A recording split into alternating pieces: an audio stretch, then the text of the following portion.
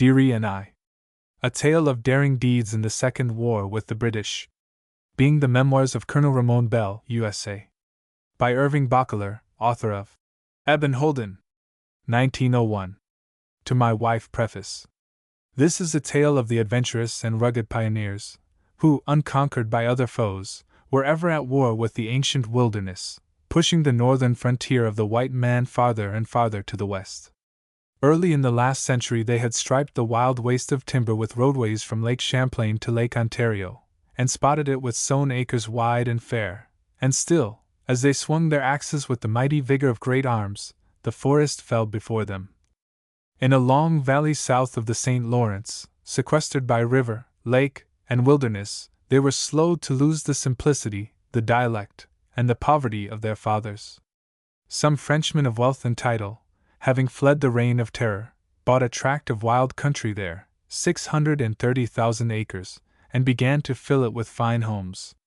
It was said the great Napoleon himself would some day build a chateau among them.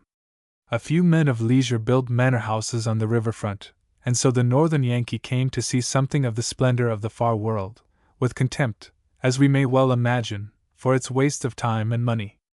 Those days the North Country was a theater of interest and renown. Its play was a tragedy, its setting the ancient wilderness, its people of all conditions from king to farmhand.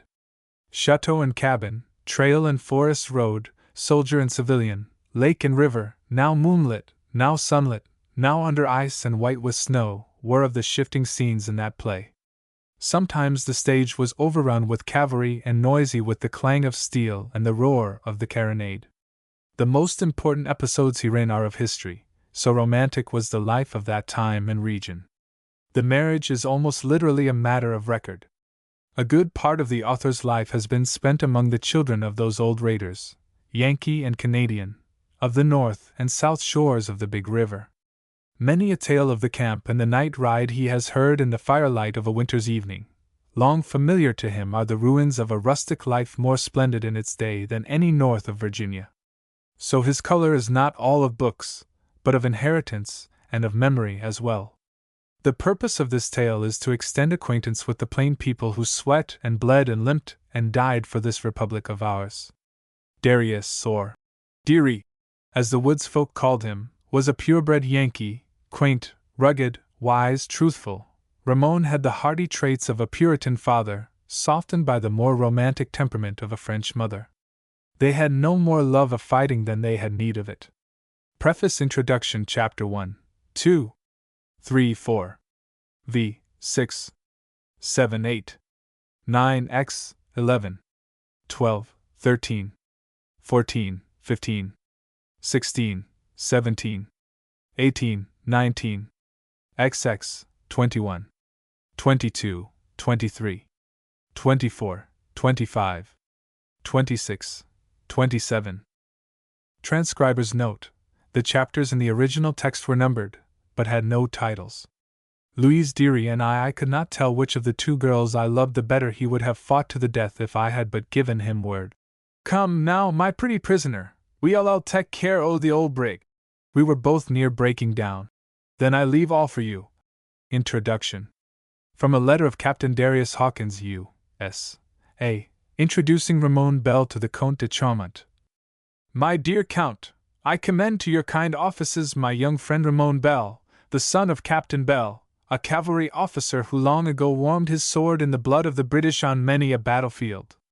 The young man is himself a born soldier, as brave as he is tall and handsome. He has been but a month in the army, yet I have not before seen a man who could handle horse and sword as if they were part of him.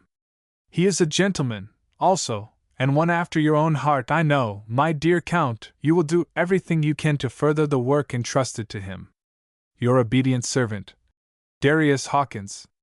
From a letter of Joseph Bonaparte, Comte de Surveillers, introducing his friend Colonel Ramon Bell to Napoleon III of France. He has had a career romantic and interesting beyond that of any man I have met in America. In the late war with England he was the master of many situations most perilous and difficult. The scars of 10 bullets and 4 saber thrusts are on his body.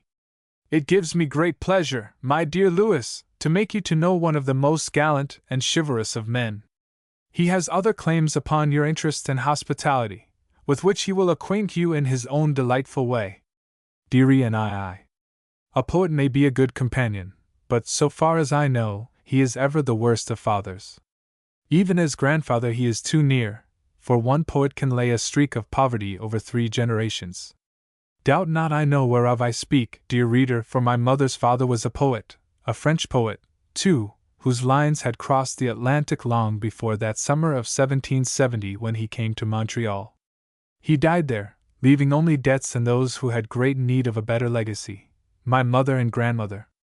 As to my father, he had none of that fatal folly in him. He was a mountaineer of Vermont, a man of steely sinews that took well to the grip of a sword. He cut his way to fame in the Northern Army when the British came first to give us battle, and a bloody way it was.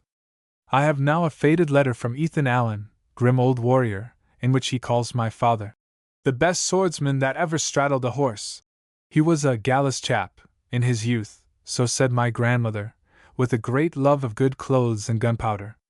He went to Montreal, as a boy, to be educated, took lessons in fencing, fought a duel, ran away from school, and came home with little learning and a wife.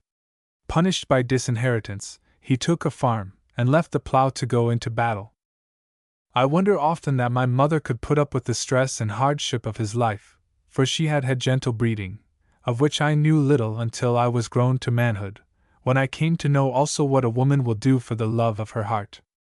I remember well those tales of knights and ladies she used to tell me as we sat together of an evening, and also those adventures of her own knight, my good father, in the war with the British. My love of arms and of a just quarrel began then. After the war came hard times.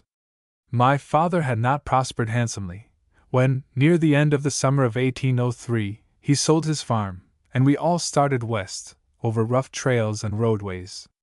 There were 7 of us, bound for the valley of the St. Lawrence, my father and mother, my 2 sisters, my grandmother, Dearie, the hired man, and myself, then a sturdy boy of 10. We had an ox team and cart that carried our provision, the sacred feather beds of my mother, and some few other things. Illustration, Dearie and I. We drove with us the first flock of sheep that ever went west. There were 40 of them, and they filled our days with trouble. But for our faithful dog Rover, I fear we should have lost heart and left them to the wild wolves. The cart had a low cover of canvas, and my mother and grandmother sat on the feather beds, and rode with small comfort even where the roads were level. My father let me carry my little pet rooster in a basket that hung from the cart axle when not in my keeping. The rooster had a harder time than any of us, I fancy, for the days were hot and the roads rough.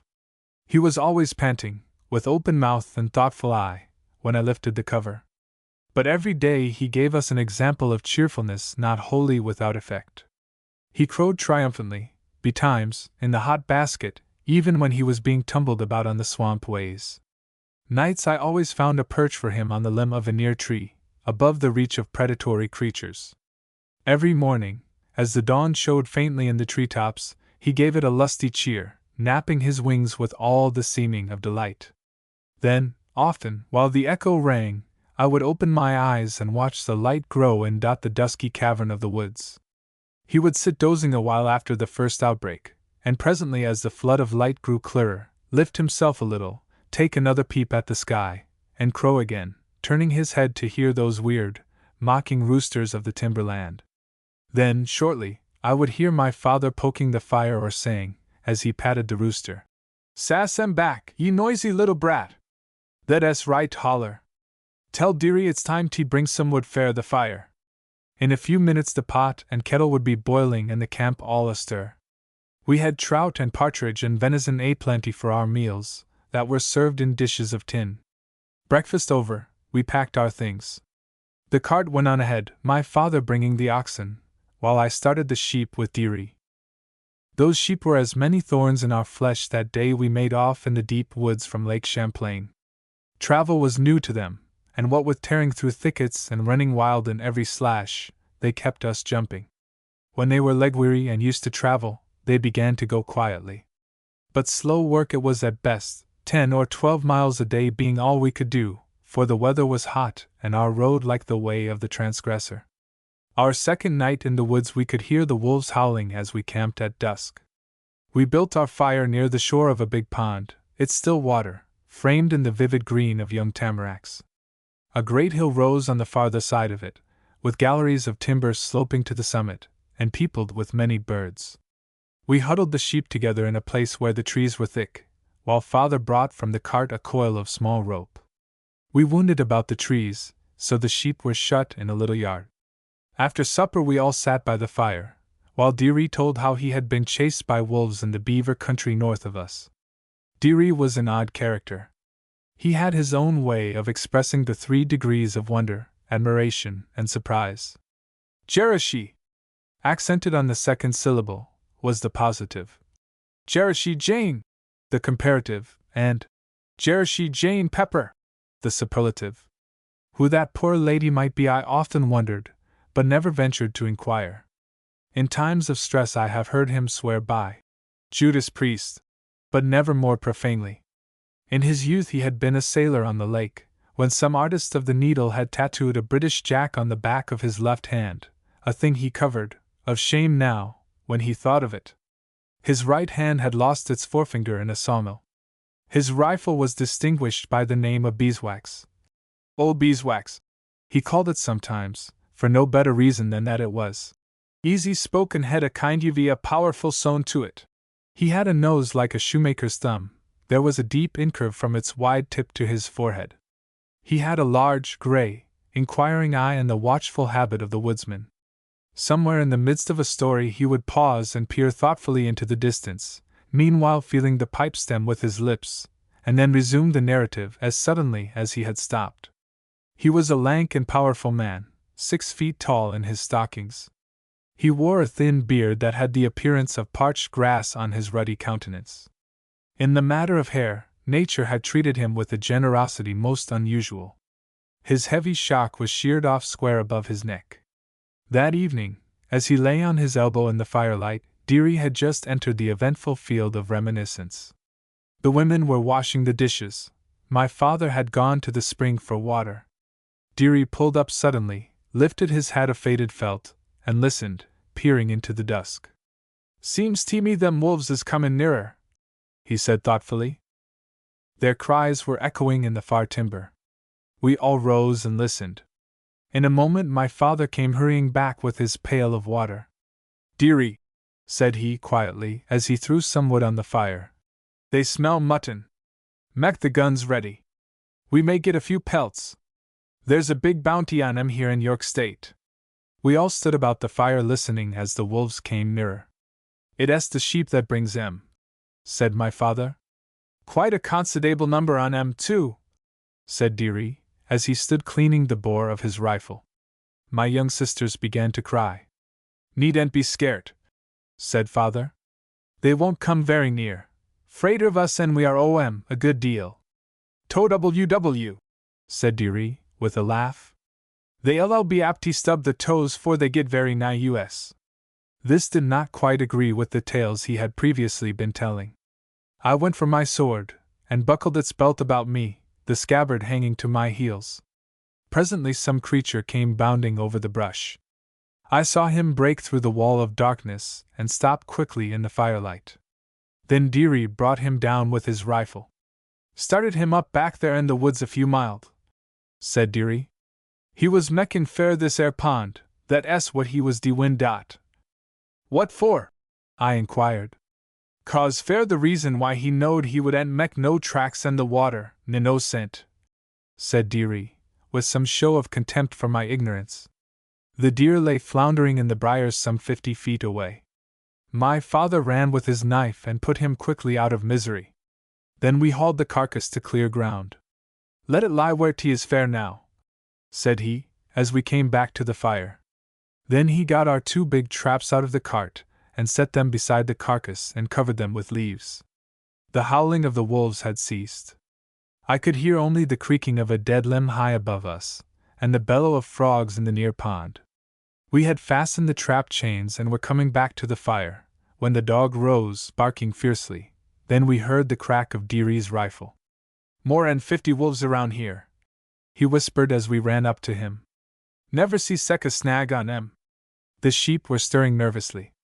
Near the pen a wolf lay kicking where Dearie had dropped him. Rest on 'em snooked off when the gun hollered, he went on, whispering as before. My mother and grandmother sat with my sisters in the cart, hushing their murmurs of fear. Early in the evening I had tied Rover to the cart wheel, where he was growling hotly, impatient of the leash.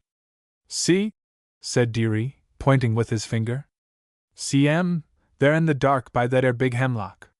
We could make out a dim stir in the shadows where he pointed. Presently we heard the spring and rattle of a trap. As we turned that way, the other trap took hold hard. As it sprang, we could hear a wolf yelp. "Mex 'em holler," said Dearie. "That ol' he trap does, when it takes holt. Stay here by the sheep, and I'll go over and give 'em somethin' fair sprained ankles." Other wolves were swarming over the dead deer, and the two in the traps were snarling and snapping at them. My father and Dearie fired at the bunch, killing one of the captives and another, the largest wolf I ever saw. The pack had slunk away as they heard the rifles. Our remaining captive struggled to get free, but in a moment Dearie had brained him with an axe. He and my father reset our traps and hauled the dead wolves into the firelight. There they began to skin them, for the bounty was $10 for each in the new towns, a sum that made our adventure profitable. I built fires on the farther side of the sheep, and, as they brightened, I could see, here and there, the gleaming eyes of a wolf in the darkness. I was up all night heaping wood upon the fires, while Dearie and my father skinned the wolves and dressed the deer.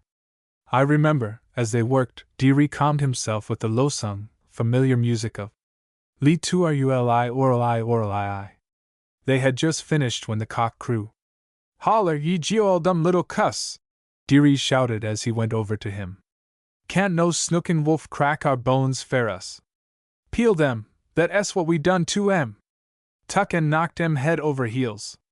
Judas Priest! He can peck a man's fingers some, can't he?"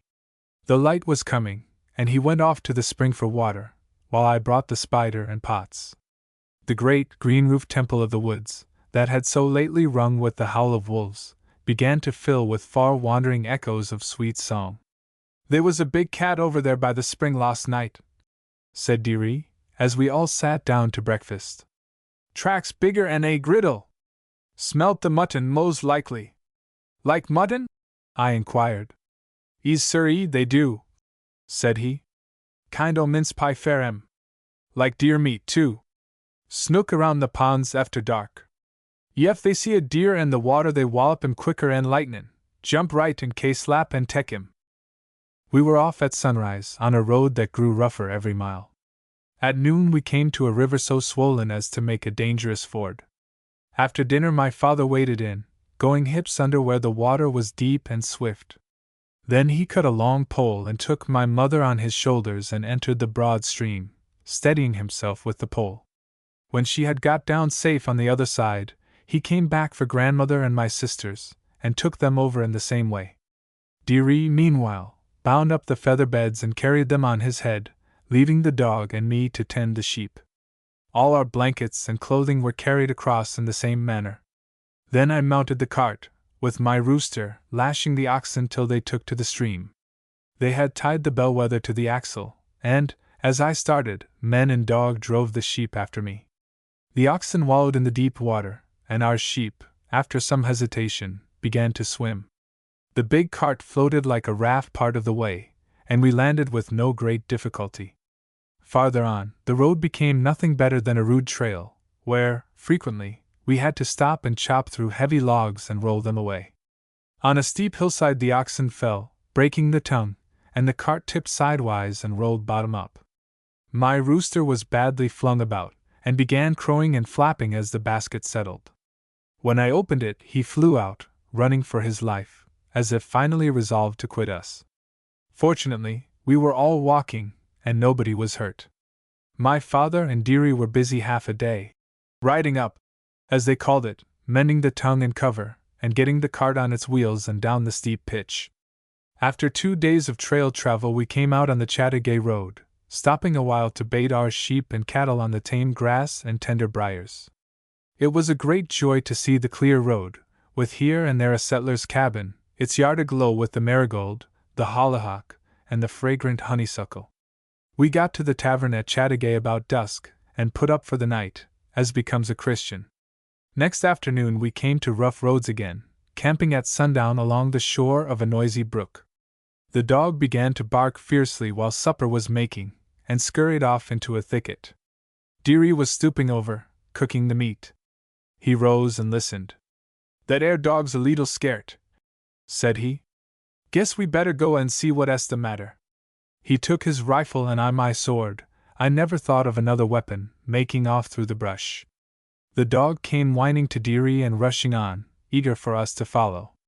We hurried after him, and in a moment Dearie and the dog, who were ahead of me, halted suddenly. "It's a painter," said Dearie as I came up. "See him in that 'ere tree-top. I'll larrup him with old beeswax, then jest like not he'll make some music. Better grab holt o' the dog. 'T won't do fair him to get too rambunctious, or the fust thing he knows he won't hev no insides in him." I could see the big cat clinging high in the top boughs of a birch and looking calmly down at us. The treetop swayed, quivering, as it held the great dun beast. My heart was like to smother me when Dearie raised his rifle and took aim. The dog broke away at the crack of it. The painter reeled and spat. Then he came crashing through the branches, striking right and left with his 4 paws to save himself. He hit the ground heavily, and the dog was on him. The painter lay as if dead. Before I could get near, Rover began shaking him by the neck.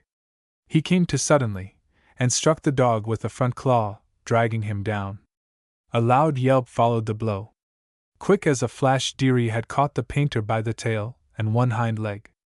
With a quick surge of his great, slouching shoulders, he flung him at arm's length. The lithe body doubled on a tree trunk, quivered, and sank down, as the dog came free. In a jiffy I had run my sword through the cat's belly and made an end of him. "Knew ef he got them hind hooks on that 'ere dog he'd rake his ribs right off," said Dearie, as he lifted his hat to scratch his head. "Wouldn't a left nothin' but the backbone, not a thing, and that wouldn't a been a real fust-class one, nother."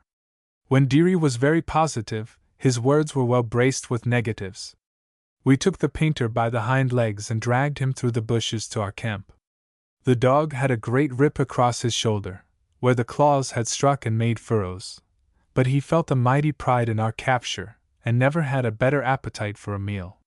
There were 6 more days of travel in that journey, travel so fraught with hardships. I wondered that some days we had the heart to press on. More than all, I wondered that the frail body of my mother was equal to it. But I am writing no vain record of endurance. I have written enough to suggest what moving meant in the wilderness. There is but one more color in the scenes of that journey. The 4th day after we left Chattagay, my grandmother fell ill and died suddenly there in the deep woods. We were far from any village, and sorrow slowed our steps. We pushed on, coming soon to a sawmill and a small settlement. They told us there was neither minister nor undertaker within 40 miles. My father and Dearie made the coffin of plain lumber, and lined it with deerskin, and dug the grave on top of a high hill. When all was ready, my father, who had always been much given to profanity, albeit I know he was a kindly and honest man with no irreverence in his heart, called Dearie aside. "Dearie," said he, "ye've always been more proper spoken than I hev. Say a word o' prayer?" "Don't much believe I could," said he thoughtfully. "I hev been to meeting, but I hain't never been no great hand fair prayin' dot." "T wouldn't sound right nohow, fair me to pray," said my father. "I got kind o' rough when I was in the army." "'Fraid it'll come a leetle unhandy fair me," said Dearie, with a look of embarrassment. "But I don't never shirk a tough job ef it he's to be done." Then he stepped forward, took off his faded hat, his brow wrinkling deep, and said, in a drawling preacher tone that had no sound of Dearie in it, "O God, take care o' Grandma.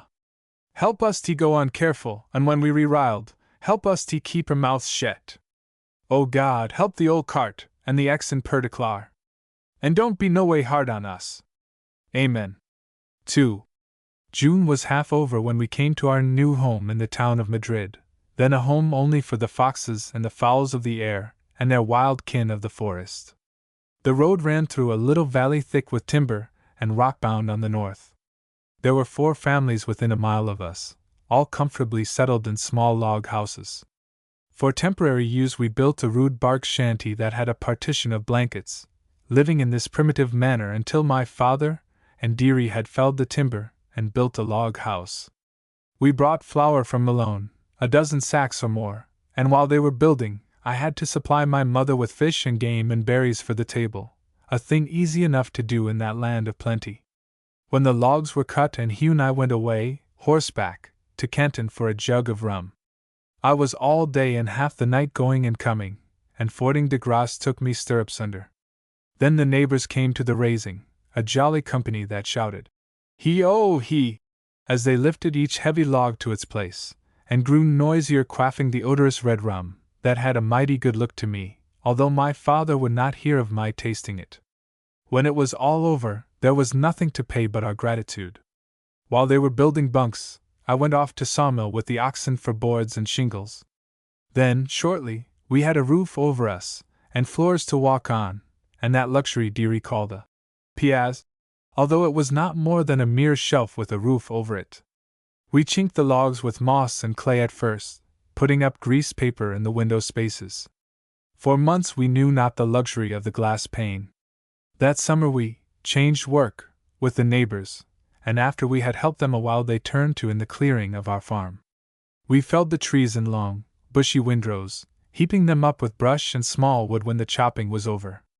That done, we fired the rows, filling the deep of heaven with smoke, as it seemed to me, and lighting the night with great billows of flame.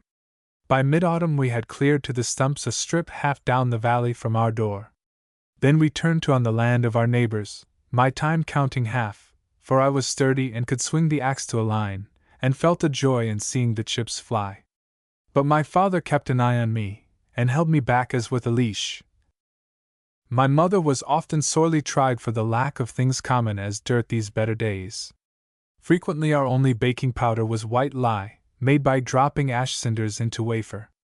Our cinders were made by letting the sap of green timber drip into hot ashes. Often deer's tallow, bear's grease, or raccoon's oil served for shortening, and the leaves of the wild raspberry for tea. Our neighbors went to mill at Canton, a journey of 5 days, going and coming, with an ox team, and beset with many difficulties. Then one of them hollowed the top of a stump for his mortar, and tied his pestle to the bough of a tree. With a rope he drew the bough down, which, as it sprang back, lifted the pestle that ground his grain. But money was the rarest of all things in our neighborhood those days. Pearl ash, black salts, West India pipestaves, and rafts of timber brought cash, but no other products of the early settler.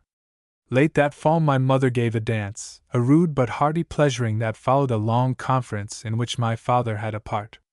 They all agreed to turn to, after snowfall on the river land, cut a raft of timber, and send it to Montreal in the spring. Our things had come, including dearie's fiddle, so that we had chairs and bedsteads and other accessories of life not common among our neighbors. My mother had a few jewels and some fine old furniture that her father had given her, really beautiful things, I have since come to know, and she showed them to those simple folk with a mighty pride in her eyes. Business over, dearie took down his fiddle, that hung on the wall, and made the strings roar as he tuned them. Then he threw his long right leg over the other, and, as he drew the bow, his big foot began to pat the floor a good pace away. His chin lifted, his fingers flew, his bow quickened, the notes seemed to whirl and scurry, light-footed as a rout of fairies.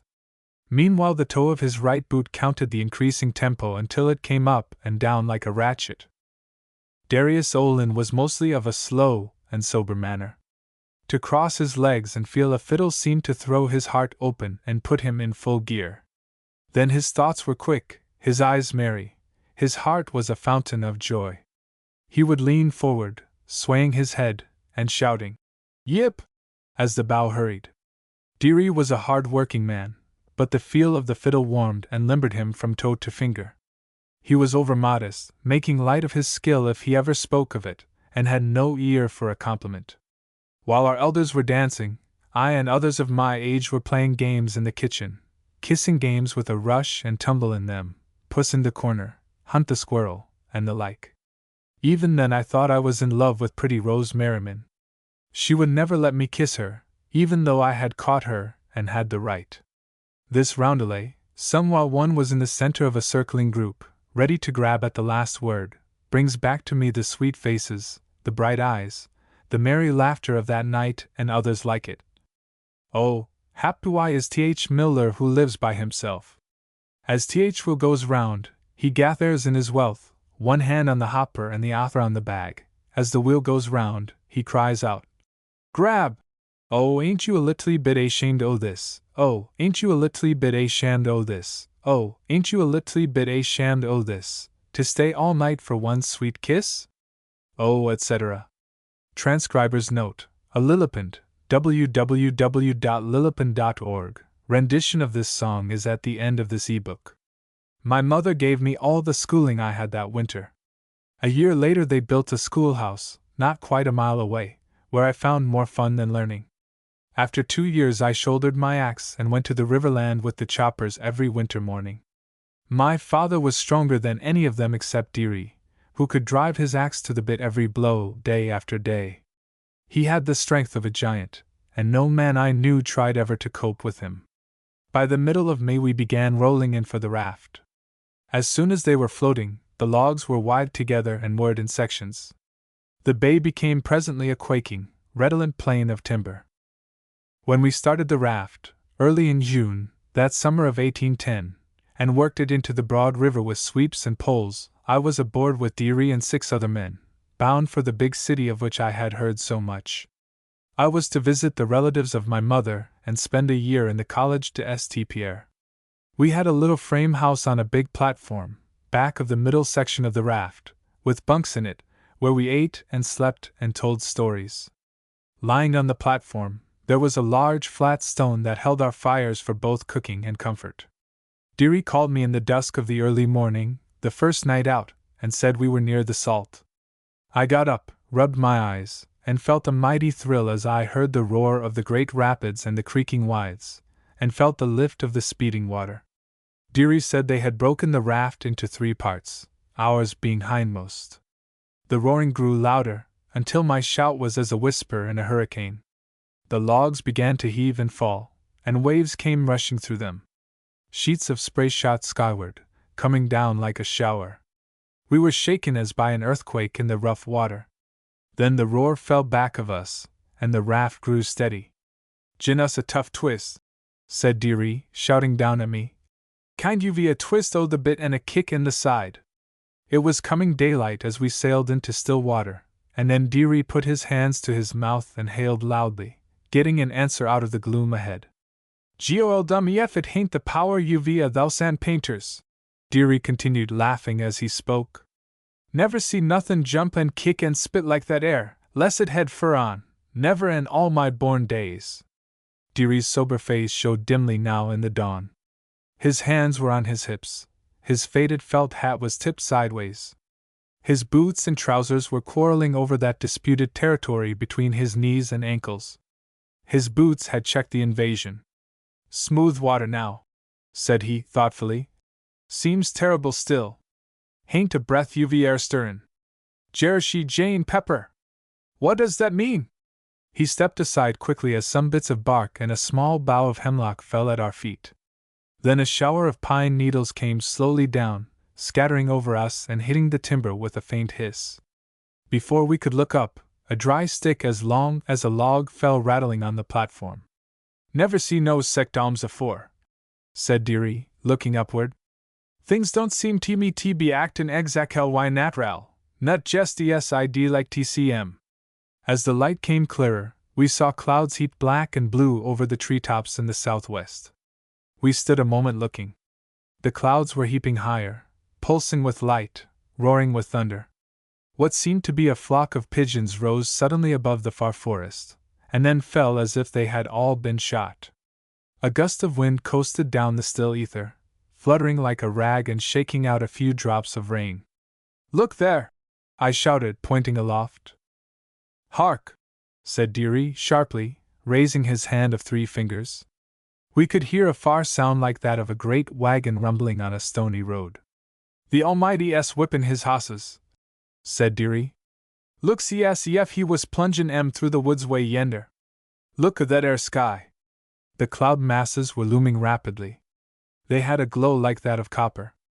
Tryin' to put a rough on the world, my companion shouted, swingin' their hammers hard on the rivets. A little peak of green vapor showed above the skyline. It loomed high as we looked. It grew into a lofty column, reeling far above the forest. Below it we could see a mighty heaving in the treetops. Something like an immense bird was hurtling and pirouetting in the air above them. The Tower of Green looked now like a great flaring bucket hooped with fire and overflowing with darkness. Our ears were full of a mighty voice out of the heavens. A wind came roaring down some tideway of the air like water in a flume. It seemed to tap the sky. Before I could gather my thoughts, we were in a torrent of rushing air, and the raft had begun to heave and toss. I felt Dearie take my hand in his. I could just see his face, for the morning had turned dark suddenly. His lips were moving, but I could hear nothing he said. Then he lay flat, pulling me down. Above and around were all the noises that ever came to the ear of man, the beating of drums, the bellowing of cattle, the crash of falling trees, the shriek of women, the rattle of machinery, the roar of waters, the crack of rifles, the blowing of trumpets, the braying of asses, and sounds the like of which I have never heard and pray God I may not hear again, one and then another dominating the mighty chorus. Behind us, in the gloom, I could see, or thought I could see, the reeling mass of green plowing the water, like a ship with chains of gold flashing over bulwarks of fire. In a moment something happened of which I have never had any definite notion. I felt the strong arm of Dearie clasping me tightly. I heard the thump and roll and rattle of the logs heaping above us. I felt the water washing over me, but I could see nothing. I knew the raft had doubled.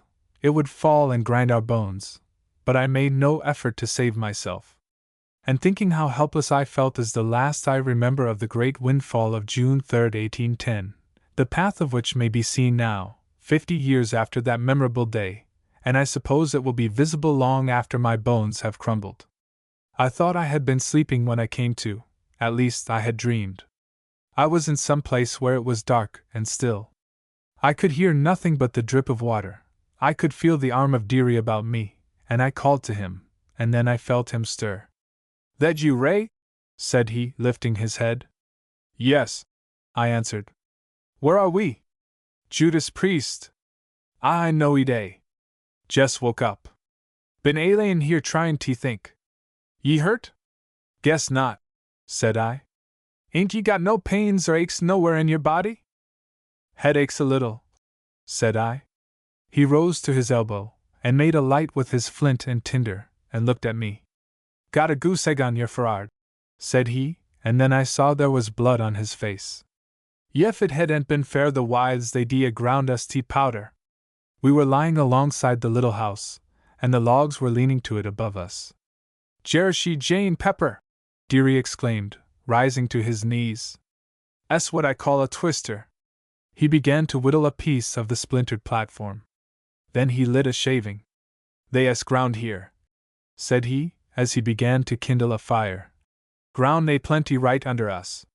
The firelight gave us a good look at our cave under the logs. It was about 10 feet long and probably half as high. The logs had crashed through the side of the house in 1 or 2 places, and its roof was a wreck. "Hungry?" said Dearie, as he broke a piece of board on his knee. "Yes," I answered. "So am I," said he.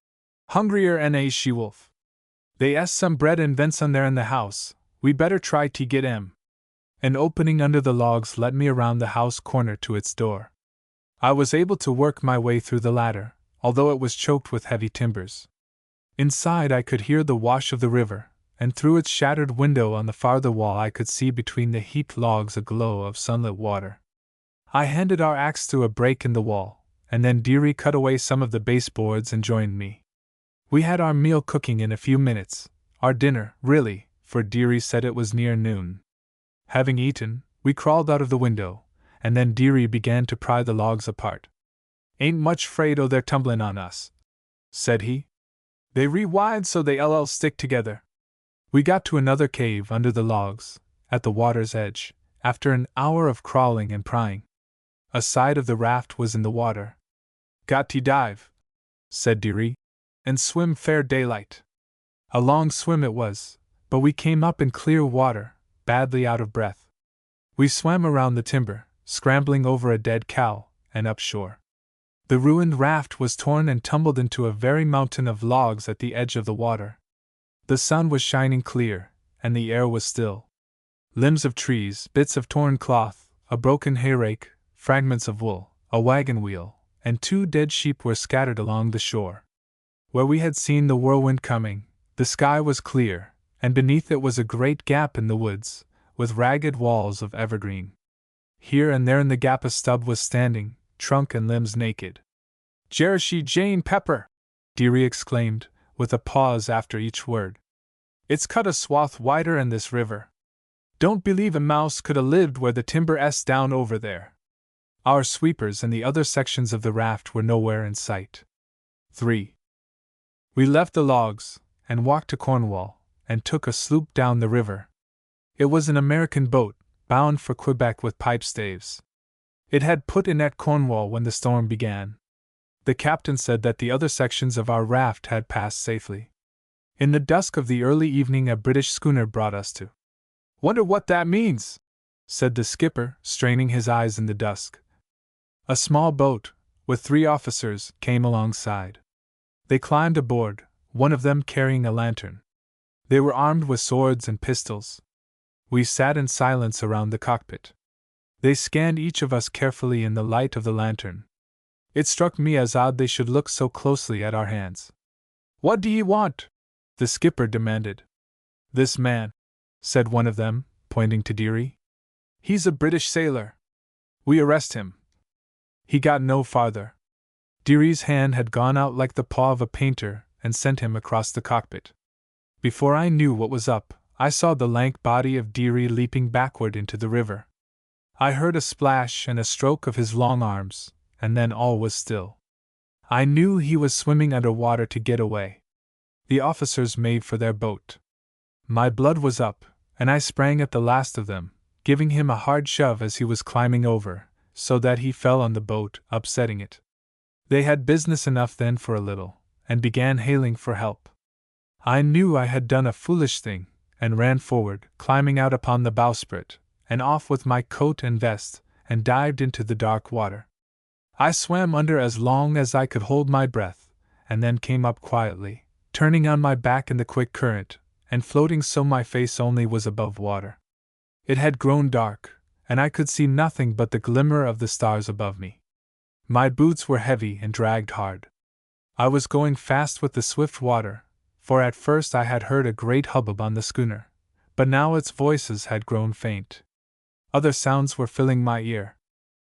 After dark it is weird business to be swimming in strange water, the throne of mystery, of 1,000 terrors.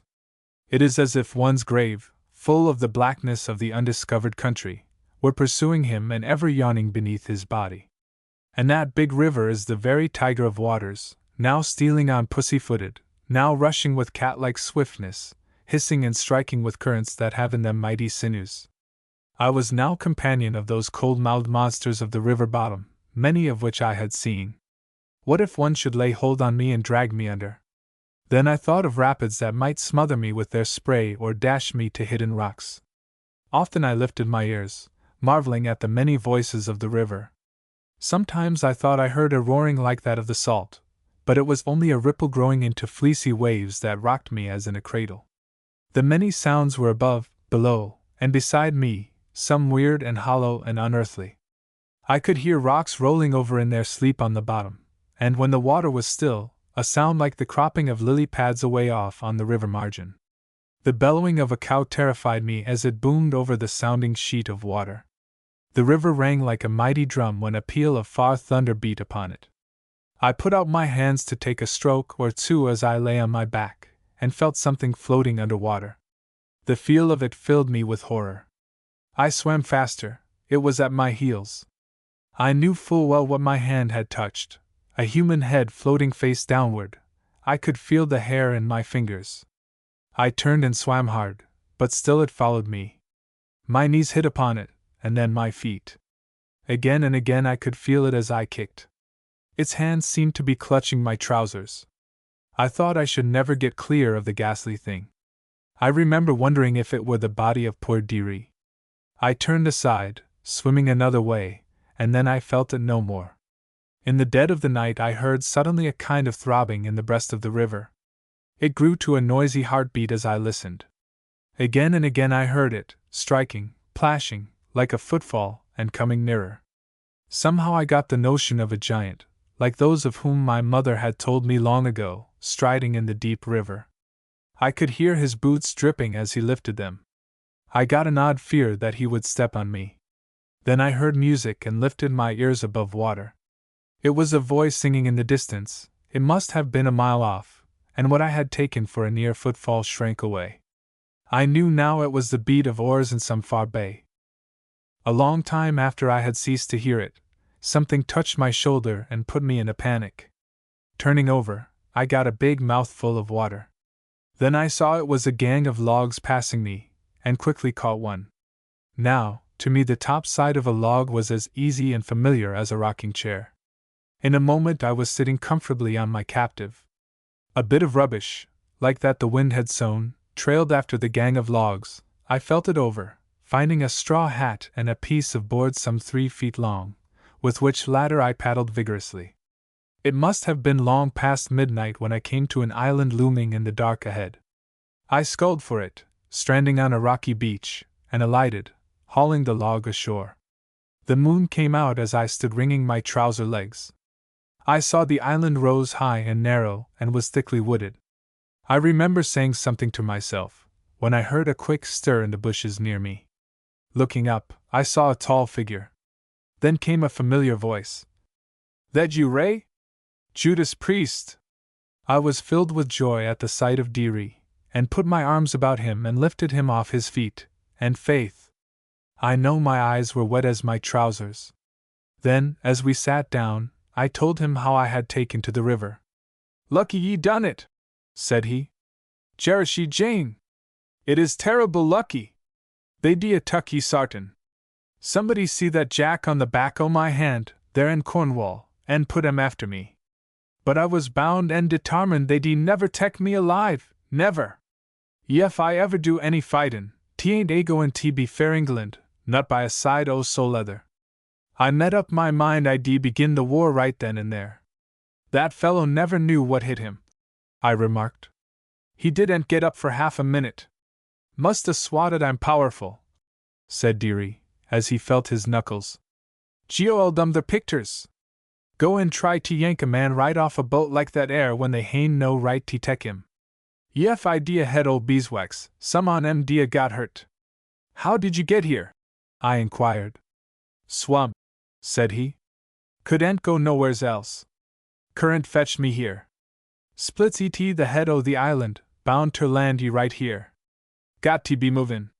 They'll all be after us, meb south the fust place they de look." A few logs were stranded on the stony point of the island. We wired 3 others to mine, setting sail with 2 bits of driftwood for paddles. We pulled for the south shore, but the current carried us rapidly downriver. In a bay some 2 miles below we found, to our joy, the 2 sections of the big raft undergoing repairs. At daybreak Dearie put off in the woods for home. "Don't like the idea o' goin' into the British Navy," said he. "De Ruther chop would en catch bears over en St. Lawrence County. Goodbye, Ray. Take care o' yourself." Those were the last words he said to me, and soon I was on the raft again, floating toward the great city of my dreams. I had a mighty fear the schooner would overhaul us, but saw nothing more of her. I got new clothes in Montreal, presenting myself in good repair. They gave me hearty welcome, those good friends of my mother, and I spent a full year in the college, although, to be frank, I was near being sent home more than once for fighting and other deviltry. It was midsummer when I came back again. I traveled up the river road, past our island refuge of that dark night, past the sweeping, low-voiced currents that bore me up, past the scene of our wreck in the whirlwind, past the great gap in the woods, to stand open God knows how long. I was glad to turn my face to the south shore, for in Canada there was now a cold welcome for most Yankees, and my fists were sore with resenting the bitter taunt. I crossed in a boat from Iroquois, and Dearie had been waiting for me half a day at the landing. I was never so glad to see a man, never but once. Walking home, I saw corn growing where the forest had been, acres of it. "Dearie," said I in amazement, "how did you ever do it? There's 10 years' work here." "God helped us," said he, soberly. "The trees went over and the windfall slammed 'em down luck 10 pins fair a mile or more, and we jest burned up the rubbish." 4. April was near its end. The hills were turning green, albeit we could see, here and there on the high ledge above us, little patches of snow, the fading footprints of winter.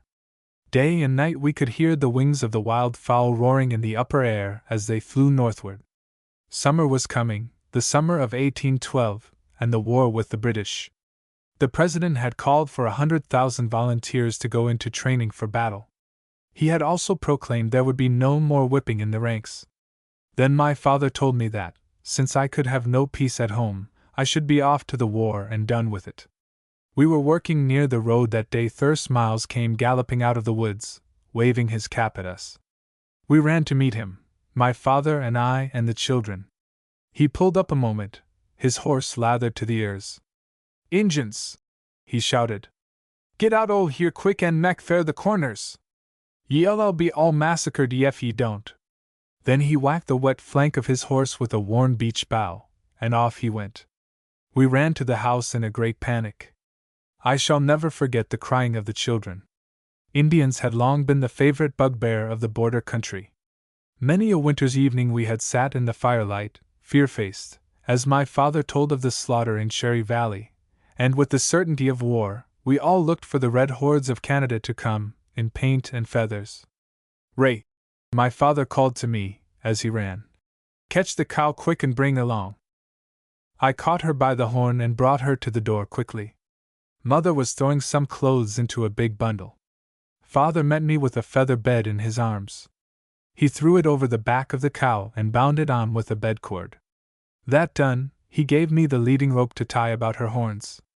The hoofs of the flying horse were hardly out of hearing when we were all in the road. My mother carried the baby, and my father his sword and rifle and one of the little ones. I took the 3 older children and set them on the feather bed that was bound to the back of the cow. They clung to the bedcord, their hair flying, as the old cow ran to keep up with us, for at first we were all running. In a moment we could hear the voices of people coming behind. One of the women was weeping loudly as she ran. At the first crossroad we saw A.R.V. Law and his family coming, in as great a hurry as we. A.R.V. had a great pike pole in his hand. Its upper end rose 20 feet above his head. "What ye goin' to do with that?" my father asked him. "Goin' to run it through the fust engine I see," said he. "I broke the lock o' my gun." There was a crowd at Jerusalem 4 Corners when we got there.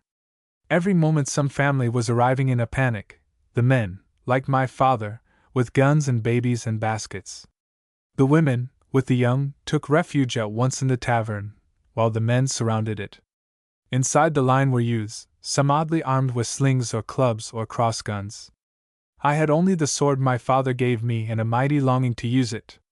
A.R.V. Law rested an end of his pike pole and stood looking anxiously for red devils among the stumps of the farther clearing. An old flintlock, on the shoulder of a man beside him, had a barrel half as long as the pole. David Church was equipped with axe and gun, that stood at rest on either side of him. Evening came, and no sign of Indians. While it was growing dusk I borrowed a pail of the innkeeper and milked the cow, and brought the pail, heaped with froth, to my mother, who passed brimming cups of milk among the children. As night fell, we boys, more daring than our fathers, crept to the edge of the timber and set the big brush heaps afire, and scurried back with the fear of redmen at our heels. The men were now sitting in easy attitudes and had begun to talk. "Don't believe there's no Injuns comin'," said Bill Foster. "Yef they wuss they de come." "'Cordin' to my observation," said A.R.V. Law, looking up at the sky, "Injuns mos generally comes when they git ready." "And T ain't when you're ready THEVM, nuther," said Lon Butterfield. "Believe they come up and peeked out o' the bushes and see A.R.V. with that 'ere pike pole, and made up their minds they had better run up ag in it, said Bill Foster.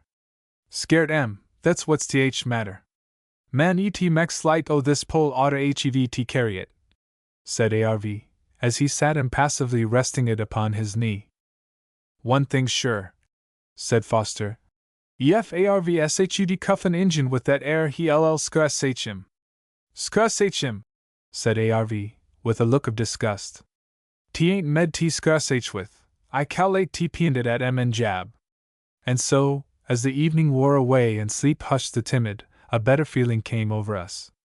I sat by Rose Merriman on the steps, and we had no thought of Indians. I was looking into her big hazel eyes shining in the firelight, and thinking how beautiful she was.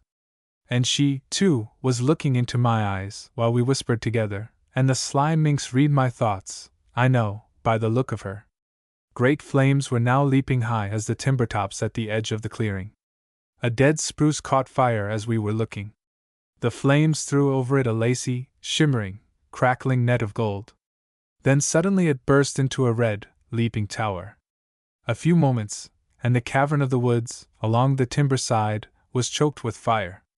The little hamlet had become a spring of light in the darkness. We could see the stumps and houses far afield, as if it had been noonday. Suddenly we all jumped to our feet. A wild yell came echoing through the woods. There they be, said Asher Eastman, as he cocked his gun. I told ye so. As a matter of fact, he had told us nothing of the kind. He was the one man who had said nothing. ARV Law stood erect, his pike pole poised in both hands, and we were all ready for action. We could hear the rattle of many hoofs on the road. As soon as the column showed in the firelight, Bill Foster up with his musket and pulled the trigger. I could hear the shot scatter on stump and stone. Every man had his gun to his eye. Wait till they come nearer, said Asher Eastman. The Indians had halted. Far behind them we could hear the wild hallooing of many voices. In a moment we could see those on horseback go galloping off in the direction whence they had come. Back in the house a number of the women were praying. My mother came out, her face whiter than I had ever seen it before, and walked to my father, and kissed him without ever saying a word. Then she went back into the house. Scared? I inquired, turning to Rose, who now stood beside me. I should think I was, she whispered. I'm all of a tremble. If anything happens, I'd like something to remember you by. What? She whispered. I looked at her beautiful red lips. She had never let me kiss them. A kiss, if nothing more, I answered. She gave me a kiss then that told me something of what was in her heart, and went away into the house. Go and surround us, said ARV Law. That's what sth matter. Muse be ready to wrestle any minute, said Asher Eastman, as he sidled over to a little group. A young man came out of the house and took his place in line with a big squirt gun and a pail of steaming hot water. The night wore on, our fires burned low. As the approaching day began to light the clearing, we heard a sound that brought us all to our feet. A burst of bugle notes went chasing over the timberland to the tune of Yankee Doodle. We looked at one another in surprise. Then there came a thunder of hoofs in the distance, the ragged outline of a troop of cavalry. Soldiers, said ARV, as he raised his pike. The British? Somebody asked. Dunno, said he. I know Injuns, I don't believe. A troop of cavalry was approaching at a gallop. They pulled up a few rods away and jammed into a big crescent of rearing, trampling horses. We could see they were American soldiers. We all lowered our guns. Who are you? One of them shouted. Citizens, my father answered. Why are you armed? To fight Injuns. A chorus of laughter came from the cavalry. They loosed rein, letting their horses advance. My dear man, said one of them, a big shako on his head, there ain't an Indian tween here in St. Regis. We thought you were British, and it's lucky we didn't charge in the dark. We'd have cut you all to pieces before we knew who you were. A body of infantry was marching down the pike. They were the volunteers of Captain Darius Hawkins, on their way to Ogdensburg, with an escort of cavalry from Sackett's Harbor.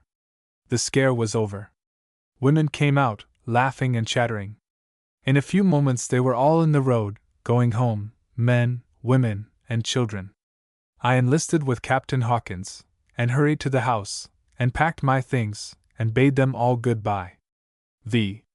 I followed the camp and took my place in the ranks at Ogdensburg. We went immediately into barracks, a structure long and low and weather-stained, overlooking the St. Lawrence.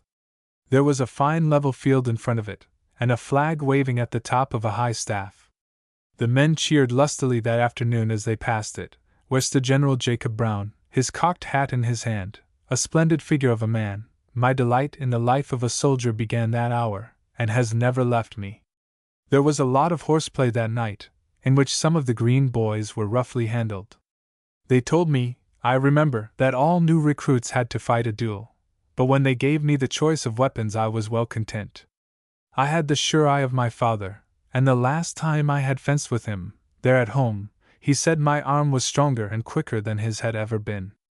Indeed, I was no sooner tall enough to swing a sword than he began teaching me how to use it. In the wood back of the barracks that night, they learned I was not a man to be fooled with. The tall sergeant who stood before me saw his sword go flying in the gloom the second thrust he made at me, and ran for his life, amid roars of laughter. I had no lack of friends after that day. It was a year of surprises in the Northern Army, and Deary was the greatest of all. That long, wiry, sober-faced Yankee conquered the smartness of the new camp in one decisive and immortal victory. At first they were disposed to poke fun at him. "Looks a little tired," said the sergeant of the guard. "Needs rest, that's what's matter o' him," said the captain. "Or'ter be turned out t' grass a leetle while," the adjutant suggested. The compliments he failed to hear soon came to him indirectly, and he had much to put up with. He kept his temper and smoked thoughtfully, and took it ale in good part. The night after he came they put him on guard duty, a greenhorn, with no knowledge of any orders but G and Haw. They told him he should allow nobody to pass him while on duty, but omitted to mention the countersign. They instructed him in the serious nature of his task, adding that his failure to comply with orders would incur the penalty of death. Deary looked very sober as he listened. No man ever felt a keener sense of responsibility. They intended, I think, to cross the lines and take his gun away and have fun with him, but the countersign would have interfered with their plans. Deary went to his post a little after sundown. The guard was posted. The sergeant, with his party of 6, started back to the guardhouse, but they never got there. They went as far as Deary. He stood with his gun raised. "Come another step," said he, "and I'll let the moonlight through ye." They knew he meant it, and they stood still. "Come frard, one et a time," said Deary. "Drop your guns and set down. Ye look tired." They did as he commanded, for they could see he meant business, and they knew he had the right to kill. Another man came along shortly. "Halt! Who comes there?" Deary demanded. "Friend with the countersign," he replied. "Can't fool me," said Deary. "Come up here and set down and mek yourself t-hum. Drop your gun fust. Drop it or I'll drop you." He dropped his gun promptly and accepted the invitation to sit down. This last man had some arguments to offer, but Deary stood sternly and made no reply. At 11 o'clock Captain Hawkins sent out inquiries for the sergeant of the guard and his relief. He could find nobody who had seen them since dark. A corporal was also missing. The captain sent a man to look for them. He got as far as Deary and sat down. They waited for him in vain. The captain stood looking into the darkness and wondering about his men. He conferred with Adjutant Church. Then he set out with 2 men to go the rounds. They got as far as Deary. "Halt! Who comes there?" he demanded. "Grand rounds," was the answer of the captain. "Lay down your arms," said Deary, "and come up here and set down." "Haven't time," said the captain, failing at first to grasp the situation. "You take time, or I'll put a hole in your jacket," said Deary. One of the privates turned quickly and ran. Deary sent a shot after him, that only grazed a leg, and he kept on. Then Deary gave all attention to his new prisoners. They could see no amusement in dodging bullets, They threw their arms on the side hill and sat down with the others. The captain swore as he submitted. "Don't rile yourself," said Deary. "You need rest." "No, I don't, nothing," said the captain. "You'll hev it, anyway," said Deary. "This beats H," the captain answered, with a laugh. A feeling of alarm began to spread. The adjutant was standing in a group of men at headquarters soon after midnight. They were ears under in the mystery. The escaped soldier came running toward them out of the dark. He was breathing heavily. His leg was bleeding and sore. "Wall, what is it?" the adjutant demanded. "Deary!" the man gasped, and dropped down exhausted. "Deary?" the officer inquired. "Deary!" the man repeated. "It's that 'ere man they call Deary. He's roped in everybody that come his way. They all set in on the hill up there beside him. Won't let a man move when he gets him." The adjutant snickered as he spat an oath. "He was made of iron, that man Church. Post a guard around him," said he, turning to an officer. "The dem fool detect the whole garrison ef we did ent. I'll go and try to pull him off his perch." "He'll lay ye up," said the returned private, baring his bloody leg. "Ef ye try to fool with him ye'll limp. See what he done to me." The adjutant swore again. "Go to the hospital," he commanded. Then he strode away, but he did not return that night. The moon was shining as the adjutant came in sight and hailed the group of prisoners. "What ye set in there fair?" he shouted. "You'll know in a minute," said one of them. "Halt! Who comes there?" Deary demanded. "Friend with." "Don't ye purtin' to be my friend," Deary answered. "T won't work. Come up here and set down." "Stop foolin', man," said the adjutant. "I ain't a foolin' dot." "He ain't a foolin', he means business," said one of the prisoners. "Don't ye tamper with me. I'll teach you," the adjutant threatened. "Ain't a goin' to tamper with ye a minute," said Deary. "If ye don't set down here quick, I'll put a hole in ye." "Lunatic! What do ye mean?" "I mean to turn ye out to grass a leetle while," Deary answered soberly. "Ye look tired." The officer made at him, but in a flash Deary had knocked him down with his musket. The adjutant rose and, with an oath, joined the others. "Dunno but he'll take the whole garrison 'fore sunrise," he muttered. "Let him come, might yes well hev comp New York." A little before daylight a man sick in the hospital explained the situation. He had given Deary his orders. They brought him out on a stretcher. The orders were rescinded, the prisoners released. Captain Hawkins, hot to his toes with anger, took Deary to headquarters. General Brown laughed heartily when he heard the facts, and told Deary he was made of the right stuff. "These greenhorns are not nice to play with," he said. "They're like some guns, loaded when you don't expect it. We've had enough skylarking." And when the sick man came out of hospital he went to the guardhouse. After we had shown our mettle the general always had a good word for Deary and me, and he put us to the front in every difficult enterprise. 6. We had been 4 months in Ogdensburg, waiting vainly for some provocation to fight. Our own drilling was the only sign of war we could see on either side of the river. At first many moved out of the village, but the mill was kept running, and after a little they began to come back. The farms on each side of the river looked as peaceful as they had ever looked. The command had grown rapidly. First Miles of my own neighborhood had come to enlist shortly after Deary and I enlisted, and was now in my company. In September, General Brown was ordered to the western frontier, and Captain Forsyth came to command us. Early in the morning of October 2nd, a man came galloping up the shore with a warning, saying that the river was black with boats a little way down. Some of us climbed to the barracks roof, from which we could see and count them. There were 40, with 2 gunboats. Cannonading began before the town was fairly awake. First a big ball went over the housetops, hitting a cupola on a church roof and sending bell and timbers with a crash into somebody's dooryard.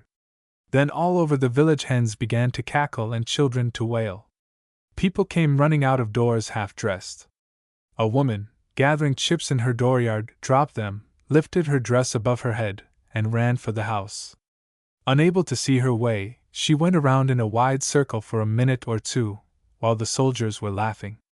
Another ball hit a big water tank on top of the leadworks. It hurled broken staves and a big slop of water upon the housetops, and rolled a great iron hoop over roofs into the street below, where it rolled on, chasing a group of men, who ran for their lives before it. The attack was an odd sort of comedy all through, for nobody was hurt, and all were frightened save those of us who were amused. Our cannon gave quick reply, and soon the British stopped firing and drew near. We knew that they would try to force a landing, and were ready for them. We drove them back, when they put off, and that was the end of it. Next came the fight on the ice in February, a thing not highly creditable to us, albeit we were then but a handful and they were many. But Deary and I had no cause for shame of our part in it. We wallowed to our waists in the snow, and it was red enough in front of us. But the others gave way there on the edge of the river, and we had to follow. We knew when it was time to run. We were never in the rear rank even then. We made off with the others, although a saber's point had raked me in the temple, and the blood had frozen on me, and I was a sight to scare a trooper. Everybody ran that day, and the British took the village, holding it only 24 hours. For our part in it, Deary got the rank of corporal, and I was raised from lieutenant to captain. We made our way to Sackett's Harbor, where I went into hospital for a month. Then came a galling time of idleness.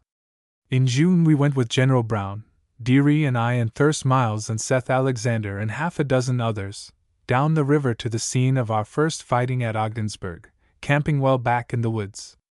It was the evening of the 27th of June that the general sent for me. He was at the mansion of Mr. Parrish, where he had been dining. He was sitting in his dress suit. His dark side whiskers and hair were brushed carefully forward. His handsome face turned toward me with a kindly look. "Bell," said he, "I wish to send you on very important business. You have all the qualities of a good scout. You know the woods. You have courage and skill and tact. I wish you to start immediately, go along the river to Morristown, then cut over into the Black River country and deliver this letter to the Comte de Chaumont, at the Chateau Larrey, in Larrysville. If you see any signs of the enemy, send a report to me at once. I shall be here 3 days. Take Alexander, Olin, and Miles with you, they are all good men. When your letter is delivered, report at the harbor as soon as possible." I was on the road with my party in half an hour. We were all good horsemen. Deary knew the shortest way out of the woods in any part of the North Country. Thirst had traveled the forest from Albany to Sackett's Harbor, and was the best hunter that ever trod a trail in my time. The night was dark, but we rode at a gallop until we had left the town far behind us. We were at Morristown before midnight, pounding on the door of the Red Tavern. The landlord stuck his head out of an upper window, peering down at us by the light of a candle. "Everything quiet?" I asked. "Everything quiet," said he. "Crossed the river yesterday. Folks go back and forth about the same as ever. Wife's in Elizabethtown now, visiting." We asked about the west roads and went on our way. Long before daylight we were climbing the steep road at Rossi to the Inn of the Traveller's Rest, a tavern famous in its time, that stood half up the hill, with a store, a smithy, and a few houses grouped about it. We came up at a silent walk on a road cushioned with sawdust. Deary rapped on the door until I thought he had roused the whole village. At last a man came to the upper window. He, too, inspected us with a candle. Then he opened the door and gave us a hearty welcome. We put up our horses for a bite, and came into the bar. "Anything new?" I inquired. "They say the British are camped this side of the river, north of us," said he, "with a big tribe of Injuns. Some of their cavalry came within 3 miles of us today. Everybody scared to death." He began to set out a row of glasses. "What LLEHEV?" he inquired. "Guess I'll tip a little blue ruin in me," said Deary with a shiver. "S.A. call night." Seth and I called for the same. "In you?" said the landlord, turning to Thirst. "Wall," said the latter, as he stroked his thin beard. "When I took the pledge I swore I hoped he dropped dead for I see myself take another drink. I'm just going to shut my eyes and hold out my glass. I don't care what ye gi me as long yes it's something powerful. We ate crackers and cheese while the landlord was telling of the West roads and the probable location of the British. He stopped suddenly, peered over my shoulder, and blew out the candle. We could hear a horse neighing in the yard. Someone et the window, he whispered. Then he ran to the door and drew the bolt. I'm muchy day who tea is, he added, peering out of the window. By gosh! More than a dozen folks out here, soldiers too, most UVM on horseback. Come quick. We followed him upstairs, in the dark, as they began to pound the door. From the yard a light flashed up. They were evidently building a fire so that they would have better shooting if we came out. May set the house afire, said the landlord. He quickly unwound a big hose that ran up to a tank in the peak above us. Plenty o' water? Dearie whispered. Rivers UV it, said the landlord. Tanks connected with the reservoir o' the lead works on the hill up there. Big wooden pipe comes in the gable end. Turn her on, said Dearie quickly. Let me hev that air hose. The landlord ran up a ladder. Dearie stuck the hose out of the window. The stream shot away with a loud hiss. I stood by and saw the jet of water leap forth as big as a pikestaff. A man went off his horse, sprawling as if he had been hit with a club. The jet leaped quickly from one to another, roaring on man and beast. There was a mighty scurry. Horses went headlong down the hill, some dragging their riders. In the silence of the night, bedlam had broken loose. The shouting men, the plunging horses, the stream of water roaring on rock and road, woke the village. Men came running from behind the house to see what had happened, then rushed after their horses. Some fell cursing as the water hit them. The landlord put his mouth to my ear.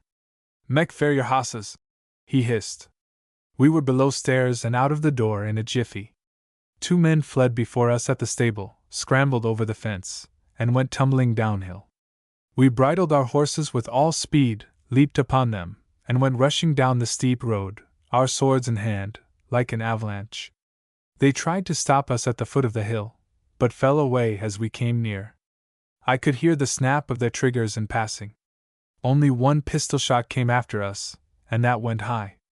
"Guess their ammunition a little wet," said Dearie, with a shout that turned into laughter as we left the British behind us.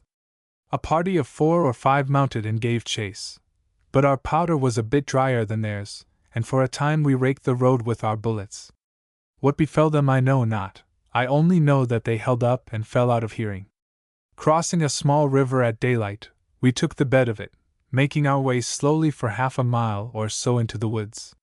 There we built a fire, and gave the horses half the feed in our saddlebags, and ate our mess on a flat rock. "Never had no sec Joe mighty full time yes that afore," said Dearie as he sat down, laughing, and shook his head. "Jerushy Jane! Didn't we come down that air hill? Luck slidin' on a greased pole. Comin' so luck the devil they didn't dast get en away," said Thirst. "We was all rippin' air at them air Joe mighty full big sabers, too," Dearie went on. "Had a pretty middlin' sharp edge on us. Stuck out luck a haystack right and left." He began bringing wood as he sang the chorus of his favorite ballad. "Li Orali, etc." Thirst knew a trail that crossed the river nearby and met the Caraway Pike a few miles beyond. Having eaten, I wrote a dispatch to be taken back by Thirst as soon as we reached the pike. Past 10 o'clock we turned into a rough road, where the 3 of us went one way and Thirst another. I rode slowly, for the horses were nearly faggied. I gave them an hour's rest when we put up for dinner. Then we pushed on, coming in sight of the Chateau Luray at sundown. A splendid place it was, the castle of grey stone fronting a fair stretch of wooded lawn, cut by a brook that went splashing over rocks nearby, and sent its velvet voice through wood and field. A road of fine gravel led through groves of beech and oak and pine to a grassy terrace under the castle walls. A servant in livery came to meet us at the door, and went to call his master. Presently a tall, handsome man, with black eyes and iron-gray hair and mustache, came down a path, clapping his hands. "Welcome, gentlemen! It is the Captain Bell?" said he, with a marked accent, as he came to me, his hand extended. "You come from Monsieur the General Brown, do you not?" "I do," said I, handing him my message. He broke the seal and read it carefully. "I am glad to see you, ver glad to see you," said he, laying his hands upon my shoulders and giving me a little shake. 2 servants went away with Dearie and Seth and the horses. "Come, Captain," said my host, as he led the way. "You are in good time for dinner." We entered a great triangular hall, lighted by wide windows above the door, and candelabra of shining brass that hung from its high ceiling. There were sliding doors of polished wood on each side of it. A great stairway filled the point of the triangle. I was shown to my room, which was as big as a ballroom, it seemed to me, and grandly furnished. No castle of my dreams had been quite so fine. The valet of the Count looked after me, with offers of new linen and more things than I could see use for. He could not speak English, I remember, and I addressed him in the good French my mother had taught me. The kind of life I saw in this grand home was not wholly new to me, for both my mother and father had known good living in their youth, and I had heard much of it. I should have been glad of a new uniform, but after I had had my bath and put on the new shirt and collar the valet had brought me, I stood before the long pier glass and saw no poor figure of a man. The great dining hall of the Count was lighted with many candles when we came in to dinner. It had a big fireplace, where logs were blazing, for the night had turned cool, and a long table with a big apron of wrought silver, filled with roses. In its center a great silken rug lay under the table, on a polished floor, and the walls were hung with tapestry. I sat beside the Count, and opposite me was the daughter of the Sieur Louis François de Saint-Michel, King's Forester under Louis XVI. Therese, the handsome daughter of the Count, sat facing him at the farther end of the table, and beside her was the young Marquis de Gonvello. M. Pigeon, the celebrated French astronomer, Moss Kent, brother of the since famous Chancellor, the Sieur Michel, and the Baroness de Ferré, with her 2 wards, the Misses Louise and Louison de Lambert, were also at dinner. These young ladies were the most remarkable of the company. Their beauty was so brilliant, so fascinating, it kindled a great fire in me the moment I saw it. They said little, but seemed to have much interest in all the talk of the table. I looked at them more than was polite, I am sure, but they looked at me quite as often. They had big, beautiful brown eyes, and dark hair fastened high with jeweled pins, and profiles like those of the fair ladies of Sir Peter Lely, so finely were they cut. One had a form a bit fuller and stronger than the others, but they were both as tall and trim as a young beech, with lips cherry red and cheeks where one could see faintly the glow of their young blood. Their gowns were cut low, showing the graceful lines of neck and shoulder and full bosom. I had seen pretty girls, many of them, but few high-bred, beautiful young women. The moment I saw these 2 some new and mighty force came into me. There were wine and wood aplenty at the Count's table, and other things that were also new to me, and for which I retained perhaps too great a fondness. The Count asked me to tell of our journey, and I told the story with all the spirit I could put into my words. I am happy to say it did seem to hit the mark, for I was no sooner done with our adventure than the ladies began to clap their hands, and the Misses de Lambert had much delight in their faces when the Baroness retold my story in French. Dinner over, the Count invited me to the smoking room, where, in a corner by ourselves, I had some talk with him.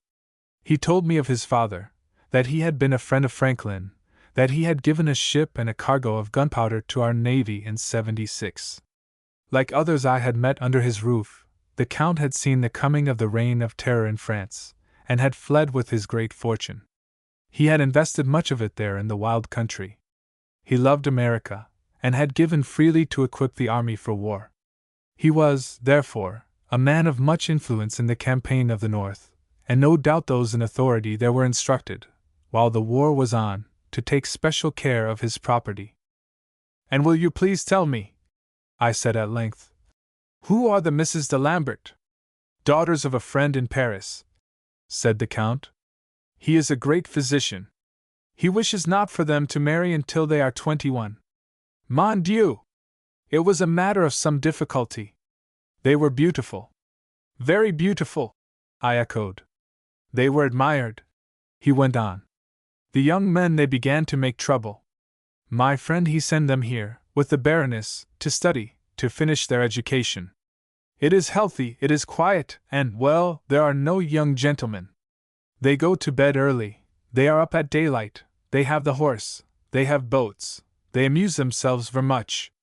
But they are impatient, they long for Paris, the salon, the theatre, the opera. They are like prisoners, they cannot make themselves to be contented. The Baroness she has her villa on a lake back in the woods, and mon âme! It is beautiful there, so still, so cool, so delightful. At present they have a great fear of the British. They lie awake, they listen, they expect to be carried off, they hear a sound in the night, and mon Dieu! It is the soldiers coming. The Count laughed, lifting his shoulders with a gesture of both hands. Then he puffed thoughtfully at his cigarette. Indeed, he went on presently, I think the invasion is not far away. They tell me the woods in the north are alive with British cavalry. I am not able to tell how many, but Dieu! It is enough. The army should inform itself immediately. I think it is better that you penetrate to the river tomorrow, if you are not afraid, to see what is between, and to return by the woods. I shall trouble you to take a letter to the General Brown. It will be ready at any hour. At 6? I inquired. At 6 certainly, if you desire to start then, he replied. He rose and took my arm affectionately, and conducted me to the big drawing-room. 2 of the ladies were singing as one played the guitar. I looked in vain for the Misses de Lambert. The others were all there, but they had gone. I felt a singular depression at their absence, and went to my room shortly to get my rest, for I had to be off early in the morning. Before going to bed, however, I sat down to think and do some writing. But I could not for the life of me put away the thought of the young ladies. They looked alike, and yet I felt sure they were very different. Somehow I could not recall in what particular they differed.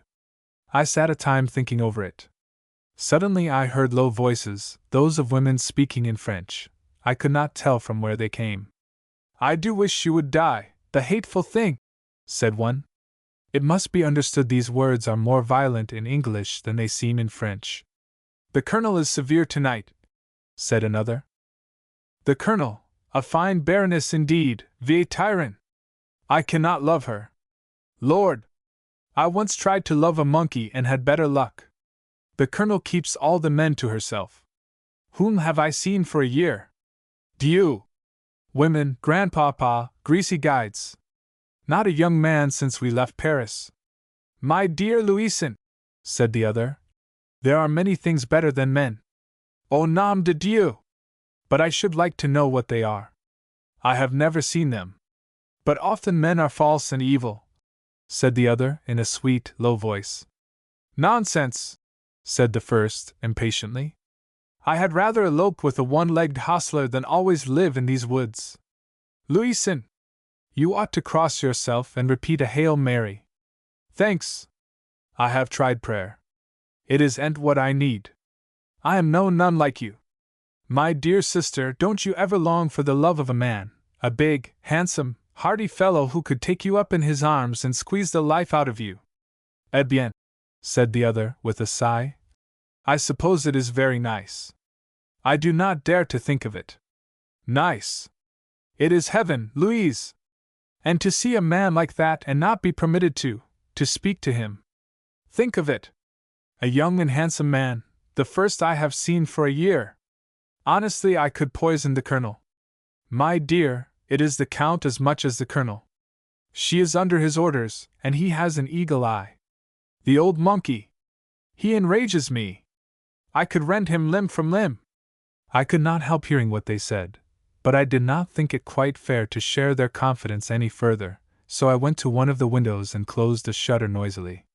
The voices must have come from a little balcony just under my room. My dear sister, you are very terrible, said one of them, and then the shutter came to, and I heard no more. A full moon lighted the darkness. A little lake gleamed like silver between the treetops. Worn out with hard travel, I fell into bed shortly, and lay a long time thinking of those young ladies, of the past, of tomorrow and its perils, and of the farther future. A new life had begun for me. 7. The sun was lifting above the treetops when the Count's valet called me that morning at the Chateau Leray. Robins were calling under my windows, and the groves rang with tournaments of happy song. Of that dinner party only the Count was at breakfast with me. We ate hurriedly, and when we had risen the horses were at the door.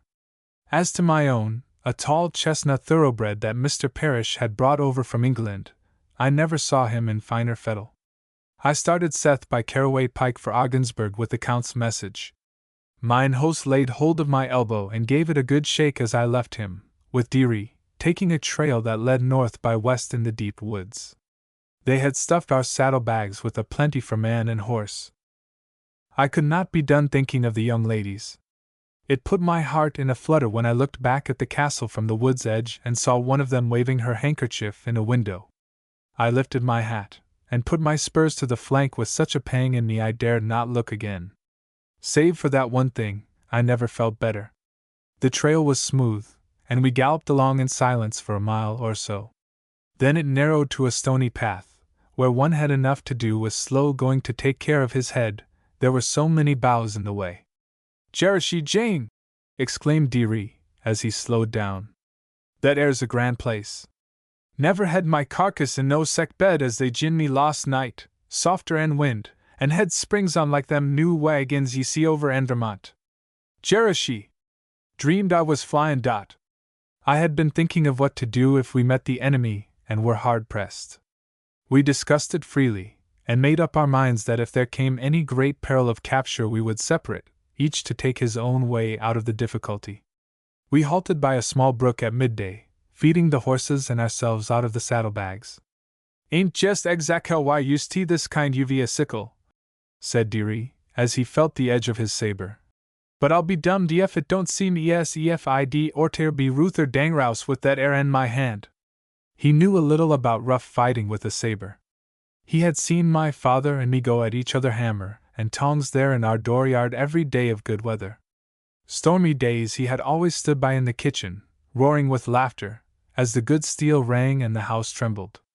He had been slow to come to it, but had had his try with us, and had learned to take an attack without flinching. I went at him hard for a final lesson that day in the woods, a great folly, I was soon to know. We got warm and made more noise than I had any thought of. My horse took alarm and pulled away, running into a thicket. I turned to catch him. "Judas Priest!" said Dearie. There, within 10 feet of us, I saw what made me, ever after, a more prudent man. It was an English officer leaning on his sword, a tall and handsome fellow of some 40 years, in shiny top boots and scarlet blouse and gauntlets of brown kid. "You are quite clever," said he, touching his grey mustache. I made no answer, but stood pulling myself together. "You will learn," he added, smiling, with a tone of encouragement. "Let me show you a trick." He was most polite in his manner, like a play hero, and came toward me as he spoke. Then I saw 4 other Britishers coming out to close in upon us from behind trees. He came at me quickly, and I met him. He seemed to think it would be no trick to unhand my weapon. Like a flash, with a whip of his saber, he tried to wrench it away. Dearie had begun to shoot, dodging between trees, and a redcoat had tumbled over. I bore in upon my man, but he came back at me with surprising vigor. On my word, he was the quickest swordsman I ever had the honor of facing. But he had a mean way of saying, "Ha!" as he turned my point. He soon angered me, whereupon I lost a bit of caution, with some blood, for he was at me like a flash, and grazed me on the hip before I could get my head again. It was no parlor play, I can tell you. We were fighting for life, and both knew it. We fought up and down through brakes and bushes and over stones, a perilous footing. I could feel his hand weakening. I put all my speed to the steel then, knowing well that, barring accident, I should win. I could hear somebody coming up behind me. "Keep away there!" my adversary shouted, with a fairness I admire when I think of it. "I can handle him. Get the other fellow." I went at him to make an end of it. "I'll make you squint, ye young cub," he hissed, lunging at me. He ripped my blouse at the shoulder, and gods of war!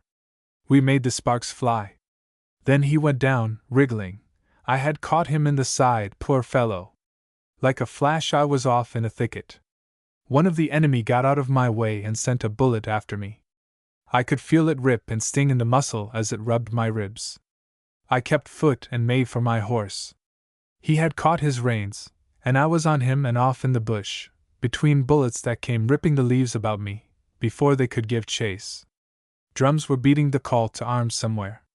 I struck the trail in a minute, and leaning low in the saddle, went bounding over logs and rocks and down a steep hillside as if the devil were after me. I looked back, and was nearly raked off by a bough. I could hear horses coming in the trail behind with quick and heavy jumps. But I was up to rough riding and had little fear they would get a sight of me. However, crossing a long stretch of burned timber, they must have seen me. I heard a crack of pistols far behind, a whiz of bullets over my head. I shook out the reins and let the horse go, urging with cluck and spur, never slacking for rock or hill or swale. It was a wilder ride than any I have known since or shall again, I can promise you, for, God knows, I have been hurt too often. Fast riding over a new trail is leaping in the dark and worse than treason to oneself. Add to it a saddle wet with your own blood, then you have something to give you a turn of the stomach thinking of it. When I was near tumbling with a kind of rib-ache and could hear no pursuer, I pulled up. There was silence about me, save the sound of a light breeze in the treetops. I rolled off my horse, and hooked my elbow in the reins, and lay on my belly, grunting with pain. I felt better, having got my breath, and a rod of beech to bite upon, a good thing if one has been badly stung and has a journey to make. In 5 minutes I was up and off at a slow jog, for I knew I was near safety. I thought much of poor dearie and how he might be faring. The last I had seen of him, he was making good use of pistol and legs, running from tree to tree. He was a dead shot, little given to wasting lead. The drums were what worried me, for they indicated a big camp, and unless he got to the stirrups in short order, he must have been taken by overwhelming odds. It was near sundown when I came to a brook and falls I could not remember passing. I looked about me. Somewhere I had gone off the old trail. Everything was new to me. It widened, as I rode on, up a steep hill. Where the treetops opened, the hill was covered with mossy turf, and there were fragrant ferns on each side of me. The ground was clear of brush and dead timber. Suddenly I heard a voice singing, a sweet girl voice that thrilled me, I do not know why, save that I always long for the touch of a woman if badly hurt. But then I have felt that way having the pain of either lead nor steel. The voice rang in the silent woods, but I could see no one nor any sign of human habitation. Shortly I came out upon a smooth roadway carpeted with sawdust. It led through a grove, and following it, I came suddenly upon a big green mansion among the trees, with Doric pillars and a great portico where hammocks hung with soft cushions in them, and easy chairs of old mahogany stood empty. I have said as little as possible of my aching wound. I have always thought it bad enough for one to suffer his own pain. But I must say I was never so tried to keep my head above me as when I came to that door. 2 figures in white came out to meet me. At first I did not observe. I had enough to do keeping my eyes open, that they were the Mademoiselles de Lambert. God save us! I heard one of them say. He is hurt, he is pale. See the blood running off his boot leg. Then, as one took the bit, the other eased me down from my saddle, calling loudly for help. She took her handkerchief, that had a perfume I have not yet forgotten, as she supported me, and wiped the sweat and dust from my face. Then I saw they were the splendid young ladies I had seen at the Count's table. The discovery put new life in me. It was like a dash of water in the face. I lifted my hat and bowed to them. Ladies, my thanks to you, I said in as good French as I knew. I have been shot. May I ask you to send for a doctor? A butler ran down the steps. A gardener and a stable boy hurried out of the grove. To the big room, the Louis Quinze, said one of the girls, excitedly, as the men came to my help. The fat butler went puffing upstairs, and they followed, on each side of me. Go for a doctor, quick, said one of them to the gardener, who was coming behind, a Frenchman who prayed to a saint as he saw my blood. They led me across a great green rug in a large hall above stairs to a chamber of which I saw little then save its size and the wealth of its appointments. The young ladies set me down, bidding one to take off my boots, and sending another for hot water. They asked me where I was hurt. Then they took off my blouse and waistcoat. Mon Dieu! Said one to the other. What can we do? Shall we cut the shirt? Certainly. Cut the shirt, said the other. We must help him. We cannot let him die. God forbid, was the answer. See the blood. Poor fellow! It is terrible! They spoke very tenderly as they cut my shirt with scissors, and bared my back, and washed my wound with warm water. I never felt a touch so caressing as that of their light fingers, but gods of war! It did hurt me. The bathing done, they bound me big with bandages and left the room until the butler had helped me into bed. They came soon with spirits and bathed my face and hands. One leaned over me, whispering, and asking what I would like to eat. Directly a team of horses came prancing to the door. The Colonel! One of them whispered, listening. The Colonel, upon my soul! Said the other, that sprightly Louisan, as she tiptoed to the window. They used to call her Tiptoes at the Hermitage. The Colonel! I remembered she was none other than the Baroness de Foray, and thinking of her and of the grateful feeling of the sheets of soft linen, I fell asleep. 8. The doctor came that night, and took out of my back a piece of flattened lead. It had gone under the flesh, quite half round my body, next to the ribs, without doing worse than to rake the bone here and there, and weaken me with a loss of blood. I woke a while before he came. The Baroness and the fat butler were sitting beside me. She was a big, stout woman of some 40 years, with dark hair and grey eyes, and teeth of remarkable whiteness and symmetry. That evening, I remember, she was in full dress. My poor boy! Said she, in English and in a sympathetic tone, as she bent over me. Indeed, my own mother could not have been kinder than that good woman. She was one that had a heart and a hand for the sick room. I told her how I had been hurt, and of my ride. She heard me through with a glow in her eyes. What a story! Said she. What a daredevil! I do not see how it has been possible for you to live. She spoke to me always in English of quaint wording and quainter accent. She seemed not to know that I could speak French. An impressive French tutor, a fine old fellow, obsequious and bald-headed, sat by me all night to give me medicine. In the morning I felt as if I had a new heart in me, and was planning to mount my horse. I thought I ought to go on about my business, but I fear I thought more of the young ladies and the possibility of my seeing them again. The Baroness came in after I had a bite to eat. I told her I felt able to ride. You are not able, my child. You cannot ride the horse now, said she, feeling my brow. Maybe not for a very long time. I have a large house, plenty servant, plenty food. Parbleu! Be content. We shall take good care of you.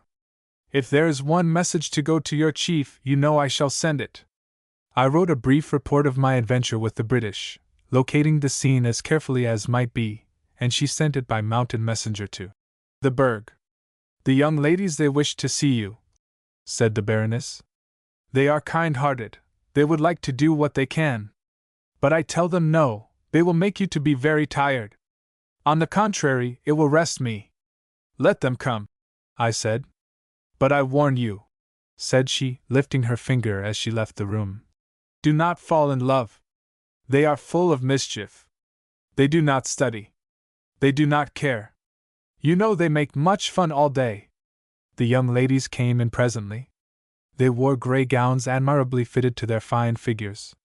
They brought big bouquets and set them, with a handsome courtesy, on the table beside me. They took chairs and sat solemn-faced, without a word, as if it were a Quaker meeting they had come to. I never saw better models of sympathetic propriety. I was about to speak. One of them shook her head, a finger on her lips. Do not say one word, she said solemnly in English. It will make you very sick. It was the first effort of either of them to address me in English. As I soon knew, the warning had exhausted her vocabulary. The Baroness went below in a moment. Then the one who had spoken came over and sat near me, smiling. "She does not know you can speak French," said she, whispering and addressing me in her native tongue, as the other tiptoed to the door. "On your life, do not let her know. She will never permit us to see you. She will keep us under lock and key. She knows we cannot speak English, so she thinks we cannot talk with you. It is a great lark. Are you better?" What was I to do under orders from such authority? As they bade me, "I hope you will say," for that is what I did. I had no easy conscience about it, I must own. Day after day I took my part in the little comedy. They came in Quaker-faced if the Baroness were at hand, never speaking, except to her, until she had gone. Then, well, such animation, such wit, such bright eyes, such brilliancy, I have never seen or heard. My wound was healing. War and stern duty were as things of the far past. The grand passion had hold of me. I tried to fight it down, to shake it off, but somehow it had the claws of a tiger. There was an odd thing about it all. I could not for the life of me tell which of the two charming girls I loved the better. It may seem incredible. I could not understand it myself. They looked alike, and yet they were quite different. Louison was a year older, and of stouter build. She had more animation also, and always a quicker and perhaps a brighter answer. The other had a face more serious, albeit no less beautiful, and a slower tongue. She had little to say, but her silence had much in it to admire, and, indeed, to remember. They appealed to different men in me with equal force. I did not then know why. A perplexing problem it was, and I had to think and suffer much before I saw the end of it, and really came to know what love is and what it is not. Illustration. I could not for the life of me tell which of the two charming girls I loved the better. Shortly I was near the end of this delightful season of illness. I had been out of bed a week. The Baroness had read to me every day, and had been so kind that I felt a great shame for my part in our deception. Every afternoon she was off in a boat or in her calèche, and had promised to take me with her as soon as I was able to go. "You know," said she, "I am going to make you to stay here a full month. I have the consent of the General." I had begun to move about a little and enjoy the splendor of that forest home. There were, indeed, many rare and priceless things in it that came out of her chateau in France. She had some curious old clocks, tokens of ancestral taste and friendship. There was one her grandfather had got from the land of Louis XIV, le Grand Monarque, of whom my mother had begun to tell me as soon as I could hear with understanding. Another came from the bedchamber of Philip II of Spain, a grand high clock that had told the hours in that great hall beyond my door. A little thing, in a case of carved ivory, that ticked on a table near my bed, Molière had given to one of her ancestors, and there were many others of equal interest. Her walls were adorned with art treasures of the value of which I had little appreciation those days. But I remember there were canvases of Correggio and Rembrandt and Sir Joshua Reynolds. She was, indeed, a woman of fine taste, who had brought her best to America, for no one had a doubt, in the time of which I am writing, that the settlement of the Company de New York would grow into a great colony, with towns and cities and fine roadways, and the full complement of high living. She had built the Hermitage, that was the name of the mansion, fine and splendid as it was, for a mere temporary shelter pending the arrival of those better days. She had a curious fad, this hermit baroness of the big woods. She loved nature and was a naturalist of no poor attainments. Wasps and hornets were the special study of this remarkable woman. There were at least a score of their nests on her front portico, big and little, and some of them oddly shaped. She hunted them in wood and field. When she found a nest she had it moved carefully after nightfall, under a bit of netting, and fastened somewhere about the gables. Around the hermitage there were many withered boughs and briars holding cones of wrought fiber, each a citadel of these uniformed soldiers of the air and the poisoned arrow. They were assembled in colonies of yellow, white, blue, and black wasps, and white-faced hornets. She had no fear of them, and, indeed, no one of the household was ever stung to my knowledge. I have seen her stand in front of her door and feed them out of a saucer. There were special favorites that would light upon her palm, overrunning its pink hollow and gorging at the honey drop. They will never sting, she would say, if one does not declare the war. To strike, to make any quick motion, it gives them anger. Then, mon cher ami, it is terrible. They cause you to burn, to ache, to make a great noise, and even to lie down upon the ground. If people come to see me, if I get a new servant, I say, make to them no attention, and they will not harm you. In the house I have seen her catch one by the wings on a window and, holding it carefully, asked me to watch her captive, sometimes a great daredevil hornet, lion-maned, as he lay stabbing with his poison dagger. No, said she. He is angry, he will remember. If I release him, he will sting me when I come near him again. So I do not permit him to live, I kill him. Then she would impale him and invite me to look at him with the microscope. One day the Baroness went away to town with the young ladies. I was quite alone with the servants. Father Julian of the chateau came over and sat a while with me, and told me how he had escaped the Parisian mob, a night in the reign of terror. Late in the afternoon I walked a while in the grove with him. When he left I went slowly down the trail over which I had ridden. My strength was coming fast. I felt like an idle man, shirking the saddle, when I should be serving my country. I must to my horse and make an end to dallying. With thoughts like these for company, I went farther than I intended. Returning over the bushy trail I came suddenly upon Louisin. She was neatly gowned in pink and white. Le diable, said she.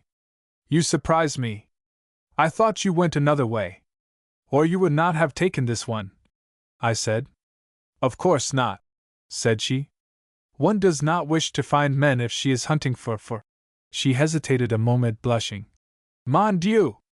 For bears, she added.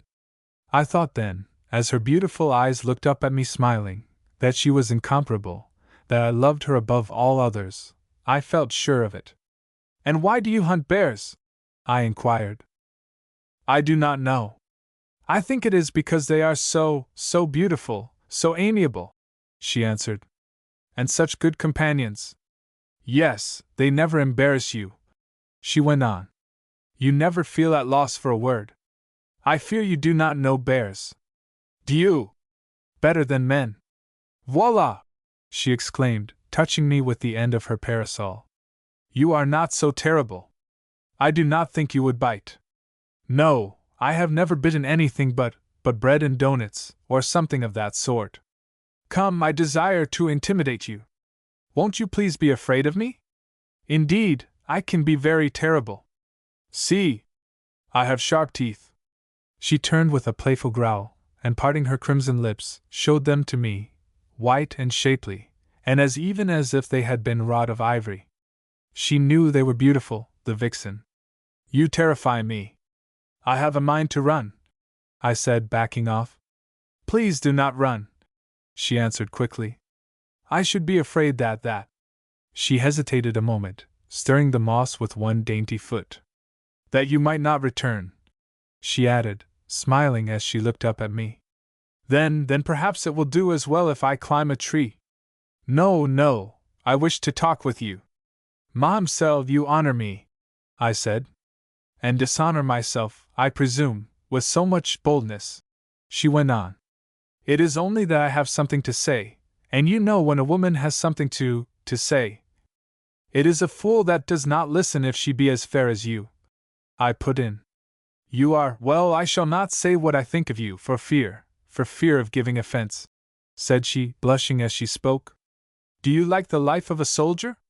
Very much, and especially when I am wounded, with such excellent care and company. But your side, it was so horribly torn. I did feel very sorry, indeed I did. You will go again to the war? Unless, yes, Mamselle, I shall go again to the war, I stammered, going to the brink of confession, only to back away from it, as the blood came hot to my cheeks. She broke a tiny bough and began stripping its leaves.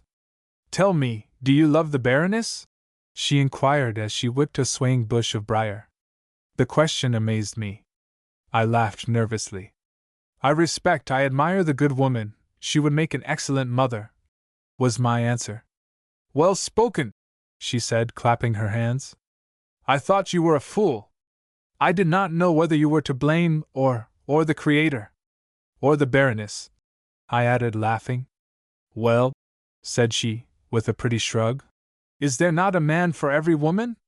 The Baroness, she thinks she is irresistible. She has money. She would like to buy you for a plaything, to marry you. But I say beware. She is more terrible than the keeper of the Bastille. And you are too young. My dear girl, said I, in a voice of pleading. It is terrible. Save me. Save me, I pray you. Pooh! I do not care. With a gesture of indifference. I am trying to save myself, that is all. From what? Another relative. Parbleu! I have enough. She stamped her foot impatiently as she spoke. I should be very terrible to you. I should say the meanest things. I should call you grandpapa and give you a new cane every Christmas. And if you gave me also a smile, I should be content. More than once I was near declaring myself that day, but I had a mighty fear she was playing with me, and held my tongue. There was an odd light in her eyes. I knew not then what it meant. You are easily satisfied, was her answer. I am to leave soon, I said. May I not see you here tomorrow? Alas! I do not think you can, was her answer. And why not? Because it would not be proper, said she, smiling as she looked up at me. Not proper? I should like to know why. It would make me break another engagement. She went on, laughing. I am to go with the Baroness to meet the Count if he comes, she has commanded. The day after, in the morning, at 10 o'clock by the cascade. Will that do? Good. I must leave you now. I must not return with you. Remember, she commanded, pointing at me with her tapered forefinger. Remember, 10 o'clock in the morning. Then she took a bypath and went out of sight.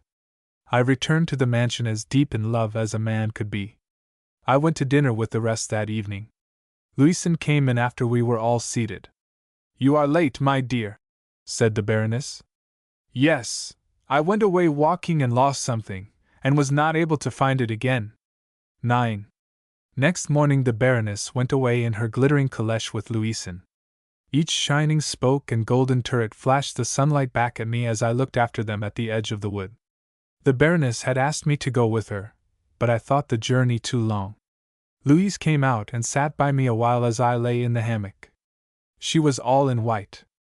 A trifle taller and a bit more slender than her sister, I have sometimes thought her beauty was statelier, also, and more statuesque. The sight of her seemed to kindle in me the spirit of old chivalry. I would have fought and died for her with my best lance and plume. In all my life I had not seen a woman of sweeter graces of speech and manner, and in truth, I have met some of the best born of her sex. She had callers presently, the Sieur Michel and his daughter. I went away, then, for a walk, and, after a time, strolled into the north trail. Crossing a mossy glade, in a circle of fragrant cedar, I sat down to rest. The sound of falling water came to my ear through thickets of hazel and shadberry. Suddenly I heard a sweet voice singing a love song of Provence, the same voice, the same song, I had heard the day I came half fainting on my horse. Somebody was coming near. In a moment I saw Louise before me. What, Ma'amselle? I said. Alone in the woods? Not so, said she. I knew you were here, somewhere, and well, I thought you might be lonely. You are a good angel, I said, always trying to make others happy. Eh bien, said she, sitting beside me. I was lonely myself. I cannot read or study. I have neglected my lessons, I have insulted the tutor, threw my book at him, and walked away, for he sputtered at me. I do not know what is the matter. I know I am very wicked. Perhaps, ah me! Perhaps it is the devil. Ma'amselle, it is appalling, I said. You may have injured the poor man. You must be very bad. Let me see your palm. I held her dainty fingers in mine, that were still hard and brown, peering into the pink hollow of her hand. She looked up curiously. A quick temper and a heart of gold, I said. If the devil has it, he is lucky, and well, I should like to be in his confidence. Ah, monsieur, said she seriously, a little tremor on her lips. I have much trouble, you do not know. I have to fight with myself. You have, then, a formidable enemy, I answered. But I am not quarrelsome, said she thoughtfully. I am only weary of the life here. I should like to go away and be of some use in the world. I suppose it is wicked, for my papa wishes me to stay. And bah! It is a prison, a hôpital de Salpêtrière. Mamselle, I exclaimed, if you talk like that I shall take you on my horse and fly with you. I shall come as your knight, as your deliverer some day. Alas, said she, with a sigh, you would find me very heavy. One has nothing to do here but grow lazy and seal fat. If my meeting with her sister had not made it impossible and absurd, I should have offered my heart to this fair young lady then and there. Now I could not make it seem the part of honor and decency. I could not help adoring her simplicity, her frankness, her beautiful form and face. It is no prison for me, I said. I do not long for deliverance. I cannot tell you how happy I have been to stay, how unhappy I shall be to leave. Captain, she said quickly, you are not strong, you are no soldier yet. Yes, I must be off to the wars. And that suggests an idea, said she thoughtfully, her chin upon her hand. Which is? That my wealth is ill fortune, she went on with a sigh. Men and women are fighting and toiling and bleeding and dying to make the world better, and I am just a lady, fussing, primping, peering into a looking-glass. I should like to do something, but they think I am too good, too holy. But it is a hard business, the labors and quarrels of the great world, I suggested. Well, it is God's business, she continued. And am I not one of his children, and wist ye not that I must be about my Father's business? It was not too good for the man who said that. But what would you do? I do not know. I suppose I can do nothing because, alas! Because my father has bought my obedience with 1,000,000 francs. Do you not see that I am in bondage? Be patient, the life of a rich demoiselle is not barren of opportunity. To be gay, oh! One might as well be a peacock, to say pretty things, one might better be a well-trained parrot, to grace the court or the salon, I had as soon be a statue in the corner, it has more comfort, more security, to be admired, to hear fine compliments, well, you know that is the part of a pet poodle. I say, Captain, to be happy one must be free to do. I looked into her big eyes, that were full of their new discovery. I should like to be among the wounded soldiers, said she, her face brightening. It did make me very happy to sit by your bedside and do for you. There was a very tender look in her eyes then. She started to rise. A briar, stirring in the breeze, had fallen across her hair. She let me loose the thorns, and doing so, I kissed her forehead. I could not help it. Monsieur! She exclaimed in a whisper. Then she turned quickly away and stood tearing a leaf in her fingers. Forgive me, I pleaded, for I saw she was crying. It was the impulse of a moment. Pray forgive me! She stood motionless and made no answer. I never felt such a stir in me, for I had a fear, a terrible fear, that I had lost what I might never have again. It was honorable admiration, I continued, rising to my full height beside her. Tell me, Mamselle, have I hurt you? No, said she, in a voice that trembled. I am thinking of somebody else. The words, spoken so slowly, so sweetly, seemed, nevertheless, to fly at me. Of somebody else! Whom could she mean? Had her sister told her? Did she know of my meeting with Louison? I was about to confess how deeply, how tenderly I loved her. I had spoken the first word when this thought flashed upon me, and I halted. I could not go on. Mamselle, I said, if it is I of whom you are thinking, give me only your pity, and I can be content. Sometime, perhaps, I may deserve more. If I can be of any service to you, send for me, command me. You shall see I am not ungrateful. Ah, Mamselle, I continued, as I stood to my full height, and felt a mighty uplift in my heart that seemed to toss the words out of me. I have a strong arm and a good sword, and the love of honor and fair women. She wiped her eyes, and turned and looked up at me. I was no longer a sick soldier. It is like a beautiful story, she said thoughtfully. And you are like a knight of old. We must go home. It is long past luncheon hour. We must hurry. She gave me her arm up the hill, and we walked without speaking. I am very well today, I remarked as we came to the road. If you will wait here until I get to the big birch, I shall go around to see if I can beat you to the door. It is not necessary, said she, smiling. And monsieur, I am not ashamed of you or of what I have done. The Baroness and Louison had not yet returned. Pigeon was at luncheon with us in the big dining room, and had much to say of the mighty Napoleon and the coalition he was then fighting. The great monsieur stayed through the afternoon, as the Baroness had planned a big house party for the night, in celebration of the Count's return. My best clothes had come by messenger from the harbor, and I could put myself in good fettle. The Baroness and the Count and Louison came early, and we sat long together under the trees. The dinner was at 7. There were more than a dozen guests, among whom were a number I had seen at the chateau, Mr. David Parrish of Ogdensburg, who arrived late in a big, two-wheeled cart drawn by 4 horses that came galloping to the door, and General Wilkinson, our new commander in the north, a stout, smooth-faced man, who came with Mr. Parrish in citizen's dress. At dinner the Count had much to say of scenes of excitement in Albany, where he had lately been. The Baroness and her wards were resplendent in old lace and sparkling jewels. Great haunches of venison were served from a long sideboard. There was a free flow of old Madeira and Burgundy and champagne and cognac. Mr. Parrish and the Count and the General and Moss Kent and Pigeon sat long at the table, with cigars and coffee, after the rest of us had gone to the parlors, and the big room rang with their laughter. The young Marquis de Gonvello and Mr. Mark I. Sambert Brunel of the company, who afterward founded the great machine shops of the Royal Navy Yard at Portsmouth and became engineer of the Thames Tunnel, and Pierre Chassines, Jr., and I waltzed with the ladies.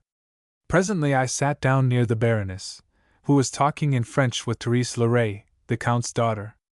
Pardon my using French, said the Baroness, turning to me, for I believe you do not use it, and, my friend, it is a misfortune, for you miss knowing what good company is the Mademoiselle Leray.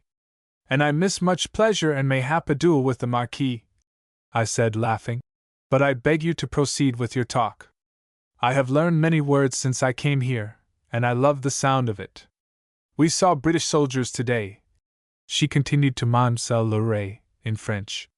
They crossed the road near us on their horses. Louison came over and sat by them. They were not in uniform, the Baroness continued, but I knew they were English. You cannot mistake them. And what do you think?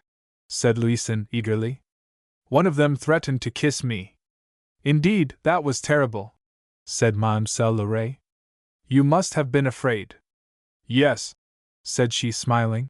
Afraid he wouldn't. They were a good-looking lot.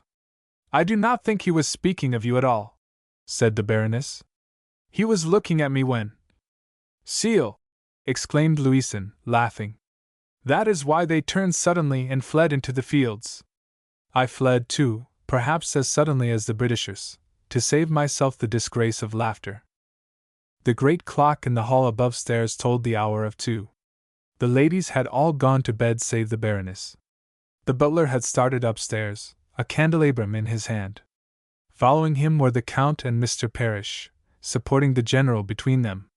The able soldier had overrated his capacity. All had risen to go to their rooms. Of a sudden we were startled by a loud rap on the front door. A servant opened it, and immediately I heard the familiar voice of Deary. "Is there anybody here by the name o' Mr. Bell?" he asked. I ran to the door, and there stood Deary, his clothes wet, his boots muddy, for it had been raining. Before he could speak I had my arms around him, and he sank to his knees in my embrace. He was breathing heavily. "Tired out, that's what's the matter," he muttered, leaning over on one hand. "Come through the woods to save your life, I did, and they was tied up to me all the way." "Poor fellow," said the Baroness, who stood at the door. "Help him in at once and give him a sip of brandy."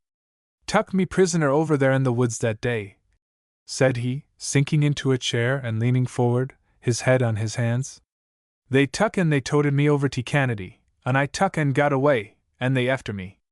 Killed one on 'em that was chasing me over and the beaver medders on the bog trail.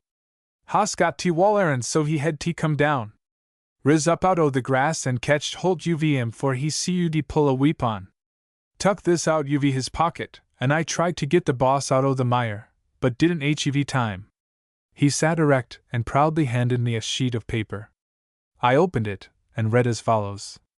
To Captain Elias Wilkins, Royal Fusiliers. My dear Captain, you will proceed at once across the river with a detail of 5 men mounted and 3 days' rations, and if possible, capture the prisoner who escaped early this morning, making a thorough search of the woods in Jefferson County. He has information of value to the enemy, and I regard his death or capture of high and immediate importance. I am informed that the young desperado who murdered my Lord of Pickford in the forest below Clayton June 29th, escaping, although badly wounded, is lying at the country seat of the Baroness de Ferret, a Frenchwoman, at Larrysville, Jefferson County, New York. It would gratify me if you could accomplish one or both captures.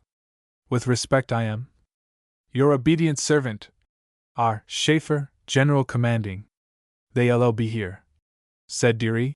They'll be here just yes sure yes God, for daylight mem. But I can't fight or do nothing till I've tied some victuals. You shall have supper, said the Baroness, who, without delay, went to the kitchen herself with a servant to look after it. The butler brought a pair of slippers and a dry coat, while I drew off the boots of my good friend. Then I gave him my arm as he limped to the kitchen beside me. The Baroness and I sat near him as he ate. Go upstairs and call the gentlemen, said she to the butler. Do not make any disturbance, but say I should like to speak with them in the dining room. Is that hired man o' yours a Britisher? Deary inquired as soon as the butler was gone. He is from Liverpool, said she. That's the hole in the fence, said he. That's where the goose got away. The goose? The geese, said the Baroness thoughtfully. I do not understand you. Went and blabbed, that's what he done, said Deary. Meb wrote em a letter, geoldum his picture dot. Oh, I perceive. I understand, said she. And I send him away tomorrow. Next broke with hunger, said Deary. Never threw no victuals and my basket was sec a splendid taste to mes these hev. The Baroness looked at him with some show of worry. I beg your pardon, said she. Did you say the neck of you was broken? I explained the idiom. Ain't had nothin' to eat since day 4 yistiddy, said Deary. Judas Priest. I'm all eat up with hunger. With old Burgundy and biscuit and venison and hot coffee he was rapidly reviving. I'm wondering where I will hide you both, said the Baroness thoughtfully. Head and orter hev no rumpus here, and go t shootin' and meb spile your house and furniture, said Deary. T ain't decent or t ain't nice. We be better mek tracks and put a milder two twixt us and here for we hev any trouble. T ain't a goin' t be no Sunday school. Yef they can, they re a goin' tek us dead or live. Yef they ever tuck us we would and be was shucks, nother on us, after court-martial. I shall not permit you to go, said the Baroness. They may be here now, about the house in the dark.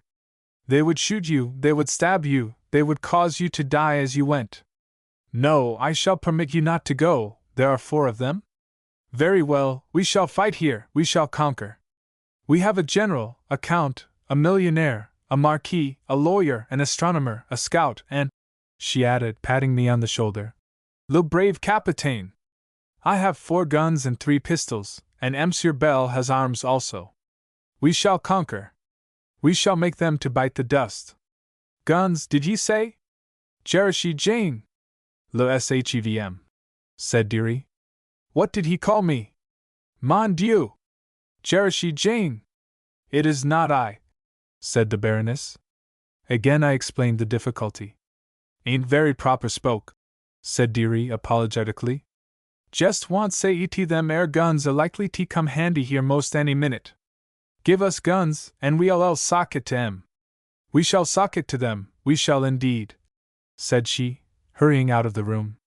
"We shall make them to run for their lives." They were all in the dining room, the men of the party, save the general, who could not be awakened. Guns and pistols were loaded. I made a novel plan of defense that was unanimously approved. I posted a watch at every window. A little after dawn the Baroness, from behind a curtain, saw a squad of horsemen coming through the grove. "I see. They have come," said she in a loud whisper. "There are not 4, there are many." I took my detail of 6 men above stairs. Each had a strip of lumber we had found in the shop, and each carefully raised a window, waiting the signal. I knew my peril, but I was never so cool in my life. If I had been wiser, possibly I should have felt it the more. The horsemen promptly deployed, covering every side of the mansion. They stood close, mounted, pistol and saber ready.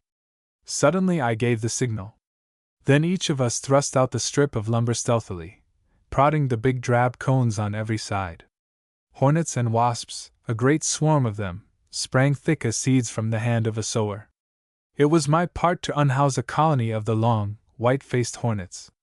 Goaded by the ruin of their nests, they saw the nodding heads below them, and darted at man and horse like a night of arrows. They put their hot spurs into flank and face and neck. I saw them strike and fall. They do hit hard, those big-winged Vespi. It was terrible, the swift charge of that winged battalion of the air. I heard howls of pain below me, and the thunder of rushing feet. The horses were rearing and plunging, the men striking with their hats. I heard Dearie shouting and laughing at his window. "Give 'em hell, ye little blue devils!" he yelled, and there was all evidence that they understood him. Then, again, every man of us opened his window and fired a volley at the scurrying mass. One horse, rearing and leaping on his hind legs, came down across the back of another, and the two fell heavily in a rolling, convulsive heap. One, as if blinded, bumped a tree, going over on his withers, all 4s flashing in the air. Some tore off in the thickets, as unmanageable as the wild moose. More than half threw their riders. Not a man of them pulled a trigger. They were busy enough, God knows. Not one of them could have hit the sky with any certainty. I never saw such a torrent of horsehair and red caps. "What? Been on the back o' one o' 'em hosses?" said Dearie, telling of it a long time after. "De Ruther been shet up in a barrel with a lot o' cats and rolled downhill. Good deal better fare my health, an idea looked more like a human bein' when I come out. Them fellers, they didn't luck fit to associate with nothin' or nobody when we led 'em up to the house, not one on 'em." Only one Britisher was brought down by our bullets, and he had been the mark of Dearie. With him a rifle was never a plaything. 5 others lay writhing in the grass, bereft of horse, deserted by their comrades. The smudges were ready, and the nets. Dearie and I put on the ladder and ran out, placing a smudge row on every side of the hermitage. The winged fighters were quickly driven away. Of the helpless enemy one had staggered off in the brush. The others lay groaning, their faces lumpy and one-sided. A big sergeant had a nose of the look and diameter of a goose egg. One carried a cheek as large and protuberant as the jowl of a porker's head, and one had ears that stuck out like a puffed bladder. They were helpless. We disarmed them and brought them in, doing all we could for their comfort with blue clay and bruised plantain. It was hard on them, I have often thought, but it saved an ugly fight among ladies, and no doubt many lives.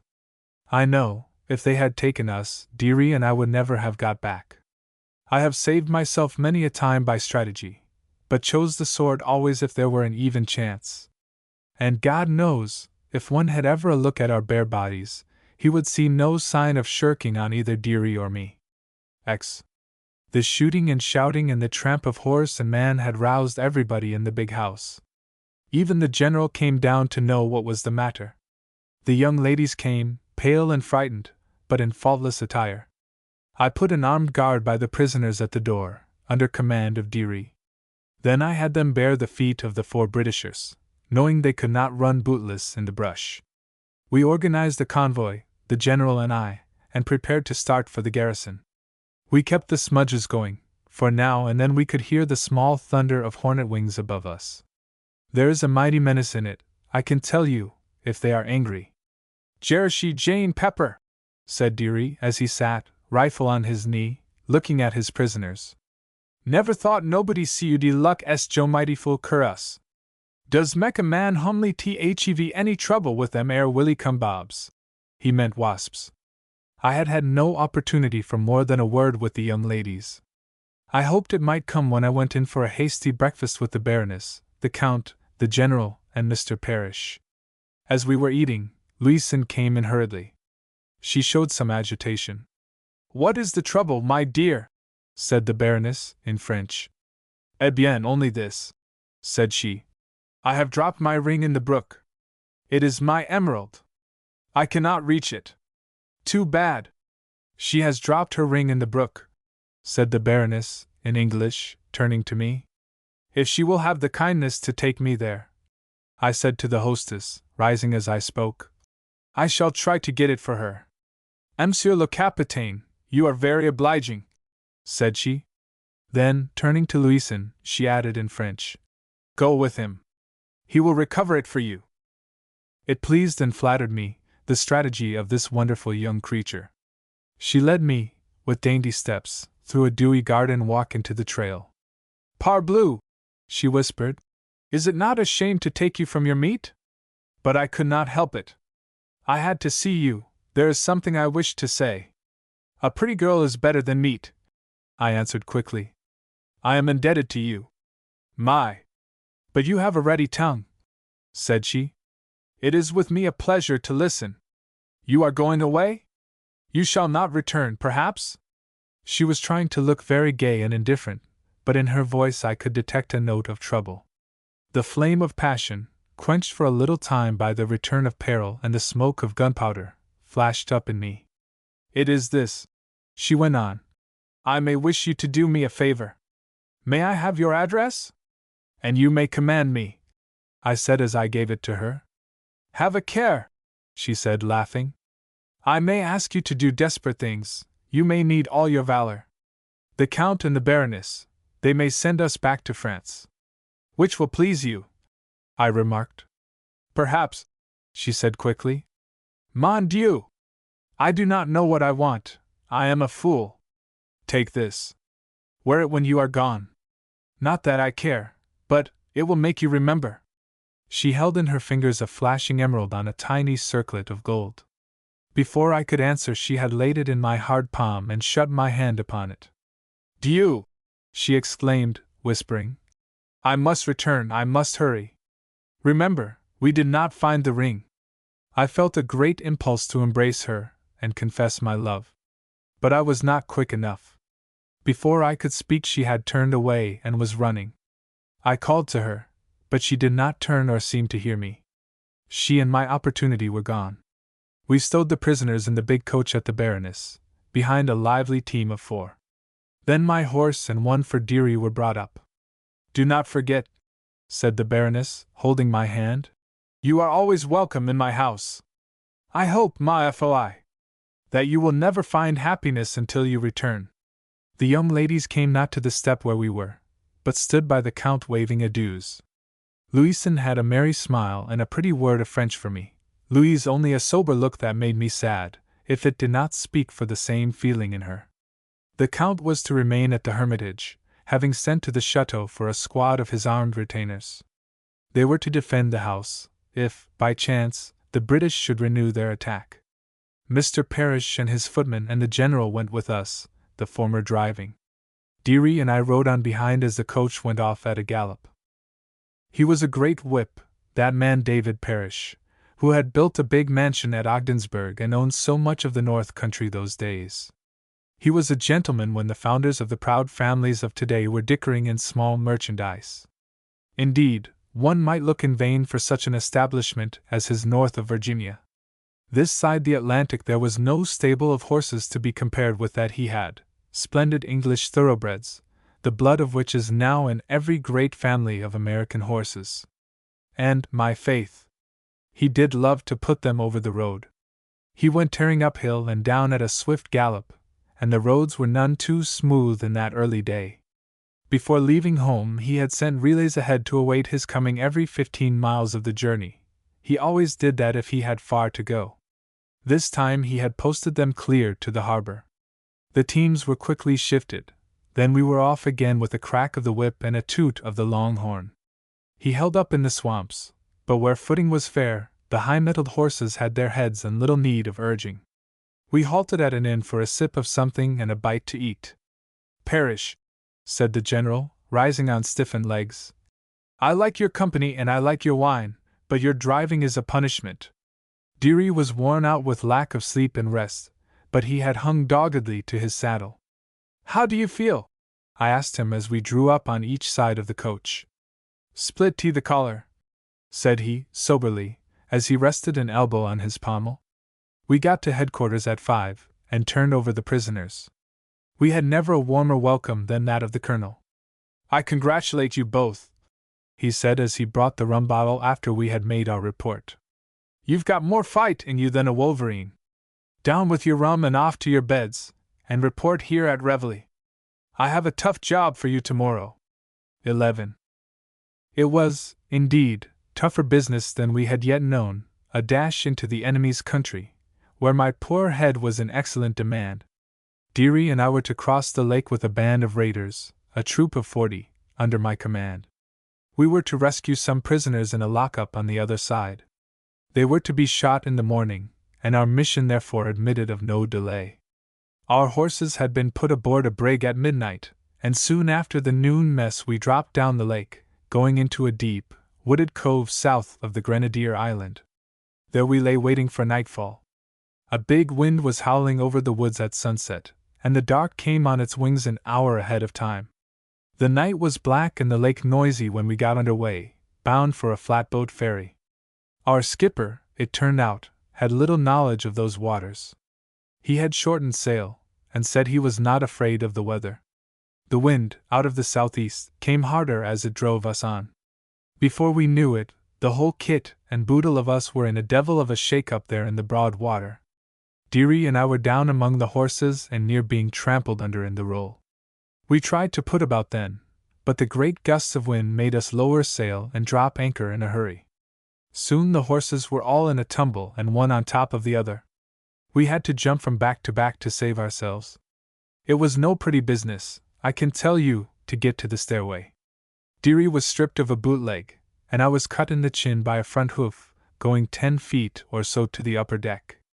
To the man who was never hit in the chin by a horse's hoof, let me say there is no such remedy for a proud spirit. Bullets are much easier to put up with and keep a civil tongue in one's head. That lower deck was a kind of horse's hell. We had to let them alone. They got a straddle of one another's necks, and were cut from ear to fetlock. Those that lived, for some of them, I could see, were being trampled to death. How many I never knew, for suddenly we hit a reef there in the storm and the black night. I knew we had drifted to the north shore, and as the sea began to wash over us it was every man for himself. The brig went up and down like a sledgehammer, and at every blow her sides were cracking and caving. She keeled over suddenly, and was emptied of horse and man. A big wave flung me far among the floundering horses. My fingers caught in a wet mane. I clung desperately between crowding flanks. Then a big wave went over us. I hung on, coming up astride my capture. He swam vigorously, his nose high, blowing like a trumpet. I thought we were in for a time of it, and had very little hope for any landing, save in Kingdom Come. Every minute I was head under in the wash, and the roaring filled me with that mighty terror of the windfall. But, on my word, there is no captain like a good horse in bad water. Suddenly I felt him hit the bottom and go forward on his knees.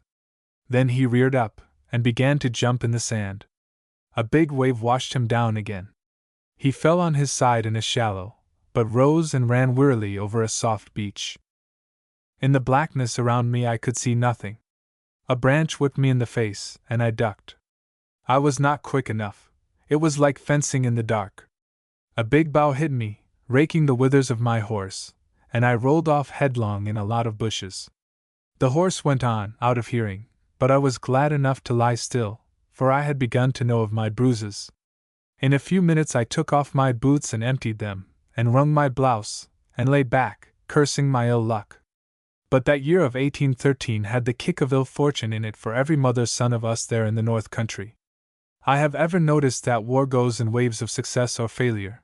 If we had had Brown or Scott to lead us that year, instead of Wilkinson, I believe it had had a better history. Here was I in the enemy's country. God knew where, or how, or when I should come out of it.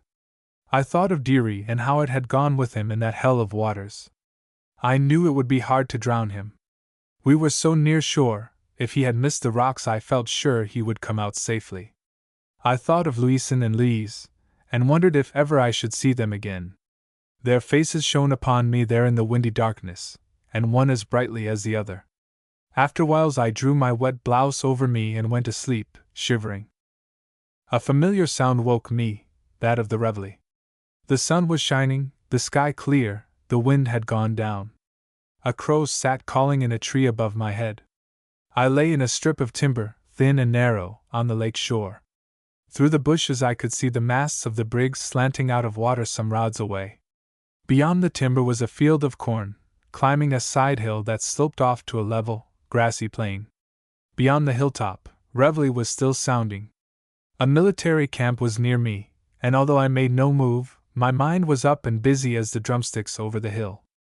I sat as quiet as a cat at a mousehole, looking down at my uniform, not, indeed, the most healthful sort of dress for that country. All at once I caught sight of a scarecrow in the corn. I laughed at the odd grotesquerie of the thing, an old frock coat and trousers of olive green, faded and torn and fat with straw. A stake driven through its collar into the earth, and crowned with an ancient, tall hat of beaver, gave it a backbone. An idea came to me. I would rob the scarecrow and hide my uniform. I ran out and hauled it over, and pulled the stuffing out of it. The coat and trousers were made for a stouter man. I drew on the latter, fattening my figure with straw to fill them. That done, I quickly donned the coat. Each sleeve end fell to my fingertips, and its girth would have circled a flour barrel and buttoned with room to spare. But with my stuffing of straw it came around me as snug at the belt as the coat of a bear. I took alarm as I closed the buttons. For half a minute I had heard a drum tap coming nearer. It was the measured tap. Tap. Tap, tap, tap. So familiar to me. Now I could hear the tread of feet coming with it back of the hill. How soon they would heave in sight I was unable to reckon, but I dared not run for cover. So I thrust my scabbard deep in the soft earth, pulled down the big beaver hat over my face, muffled my neck with straw, stuck the stake in front of me to steady myself, and stood stiff as any scarecrow in Canada. Before I was done a column, scarlet-coated, came out in the level beyond the hillside. Through a hole in the beaver I could see them clearly. They came on, rank after rank. They deployed, forming an open square, scarlet-sided, on the green turf, the gap toward me. Then came three, walking stiffly in black coats, a squad leading them. The thing I had taken for a white visor was a blindfold. Their heads were bare. I could see, now, they were in shackles, their arms behind them. They were coming to their death, some of my unlucky comrades. God pity them! A spy might as well make his peace with heaven, if he were caught those days, and be done with hope. Suspicion was enough to convict on either side of the water that year. As my feet sank deeper in the soft earth I felt as if I were going down to my grave. The soldiers led them into the gap, standing them close together, backs to me. The squad drew off.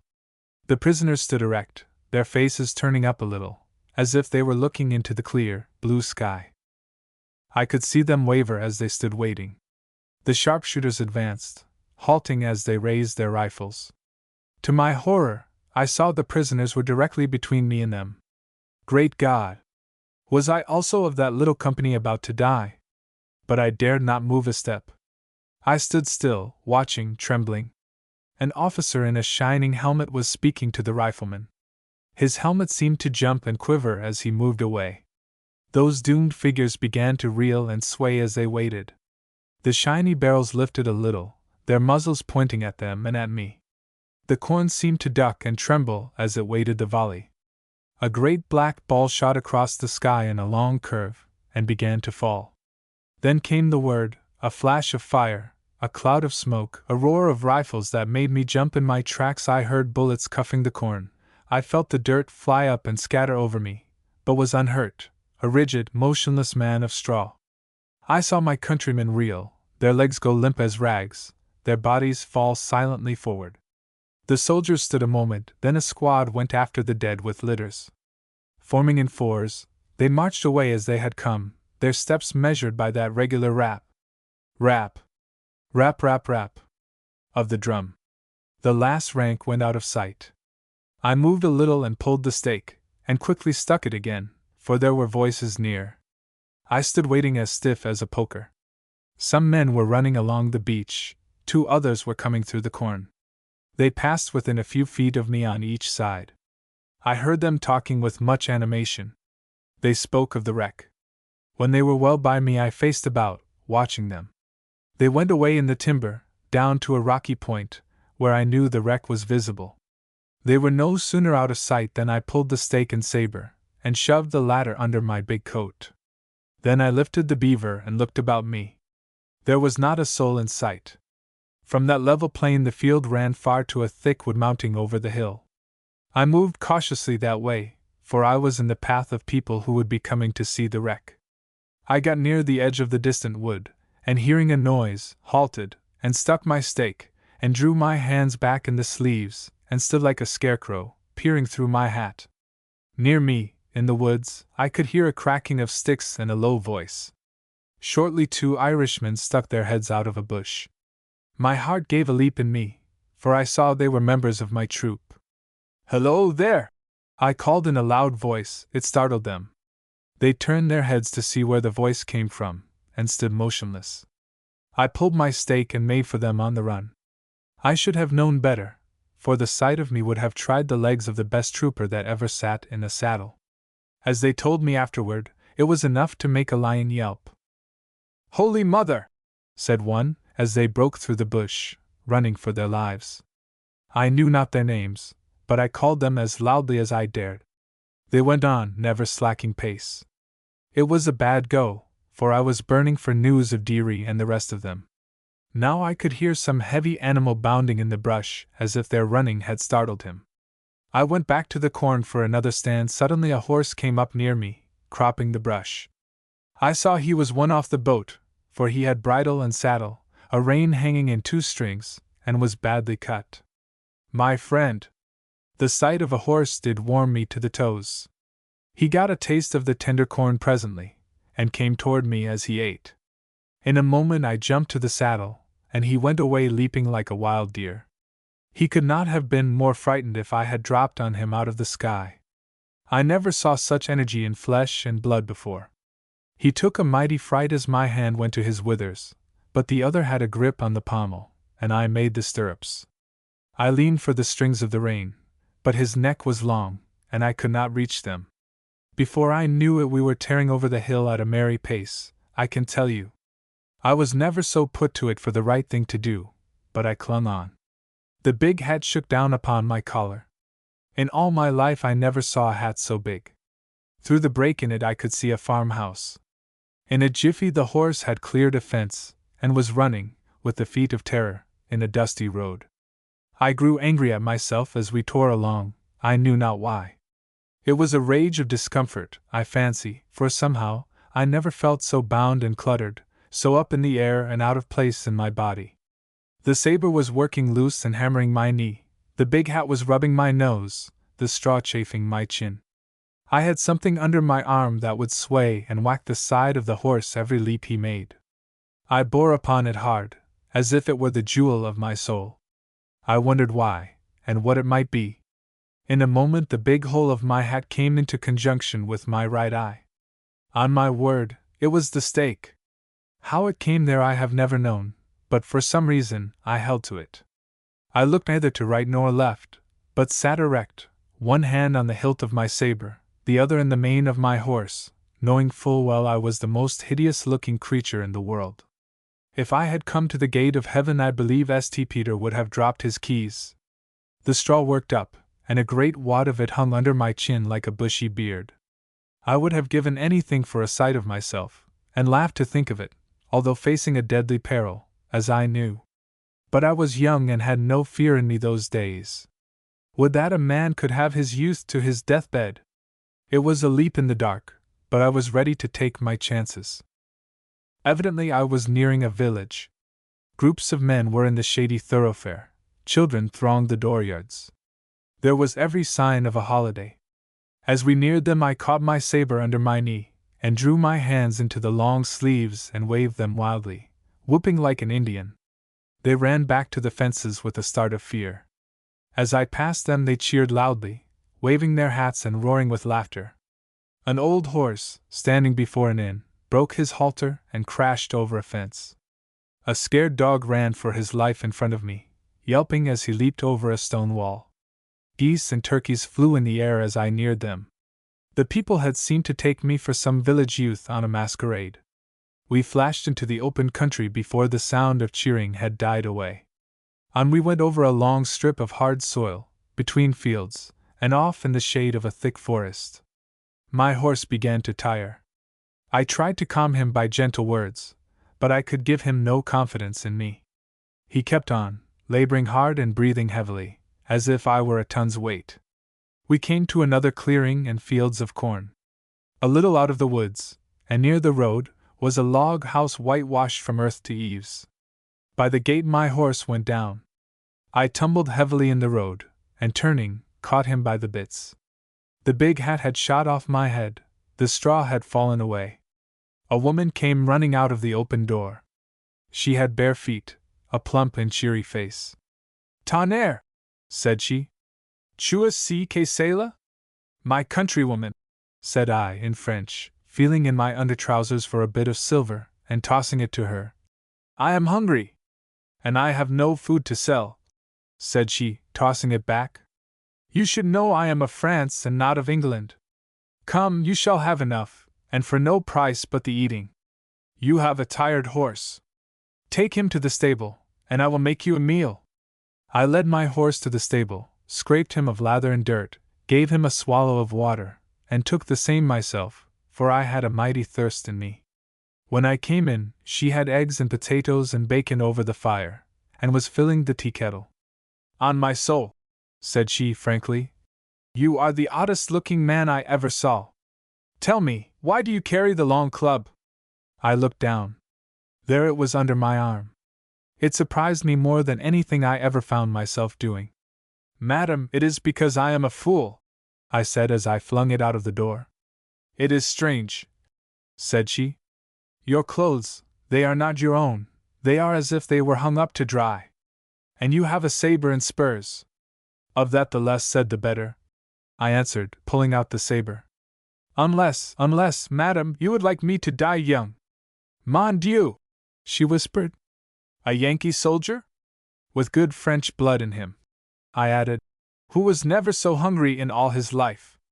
I went out of the door as I spoke, and shoved my saber under the house. "I have a daughter on the other side of the lake," said she, "married to a Yankee, and her husband is fighting the British with the rest of you." "God help him," said I. "Amen," said she, bringing my food to the table. "The great Napoleon, he will teach them a lesson." She was a widow, as she told me, living there alone with 2 young daughters who were off at a picnic in the near town. We were talking quietly when a familiar voice brought me standing. "Judas Priest," it said. Dearie stood in the doorway, hatless and one boot missing, a sorry figure of a man. "Hiden over nth woods yender," he went on as I took his hand. "See that brown hoss go by. Knew him soon as I sot eyes on him, used to ride him myself. Head any day to wish you and the saddle, sot s kind o easy. But them jomighty full dews. Cherishie Jane! Wouldn't be fit to skin a skunk in them dews, would it? Got him off a scarecrow," I said. "Nuff to mek a painter catch his breath, they wuss."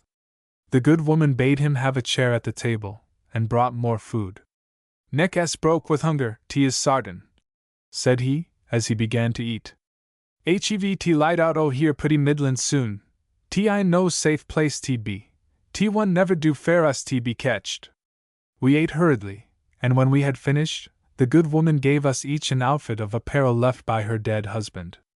It was rather snug for Dearie, and gave him an odd look. She went out of doors while we were dressing. Suddenly she came back to the door. "Go into the cellar," she whispered. "They are coming."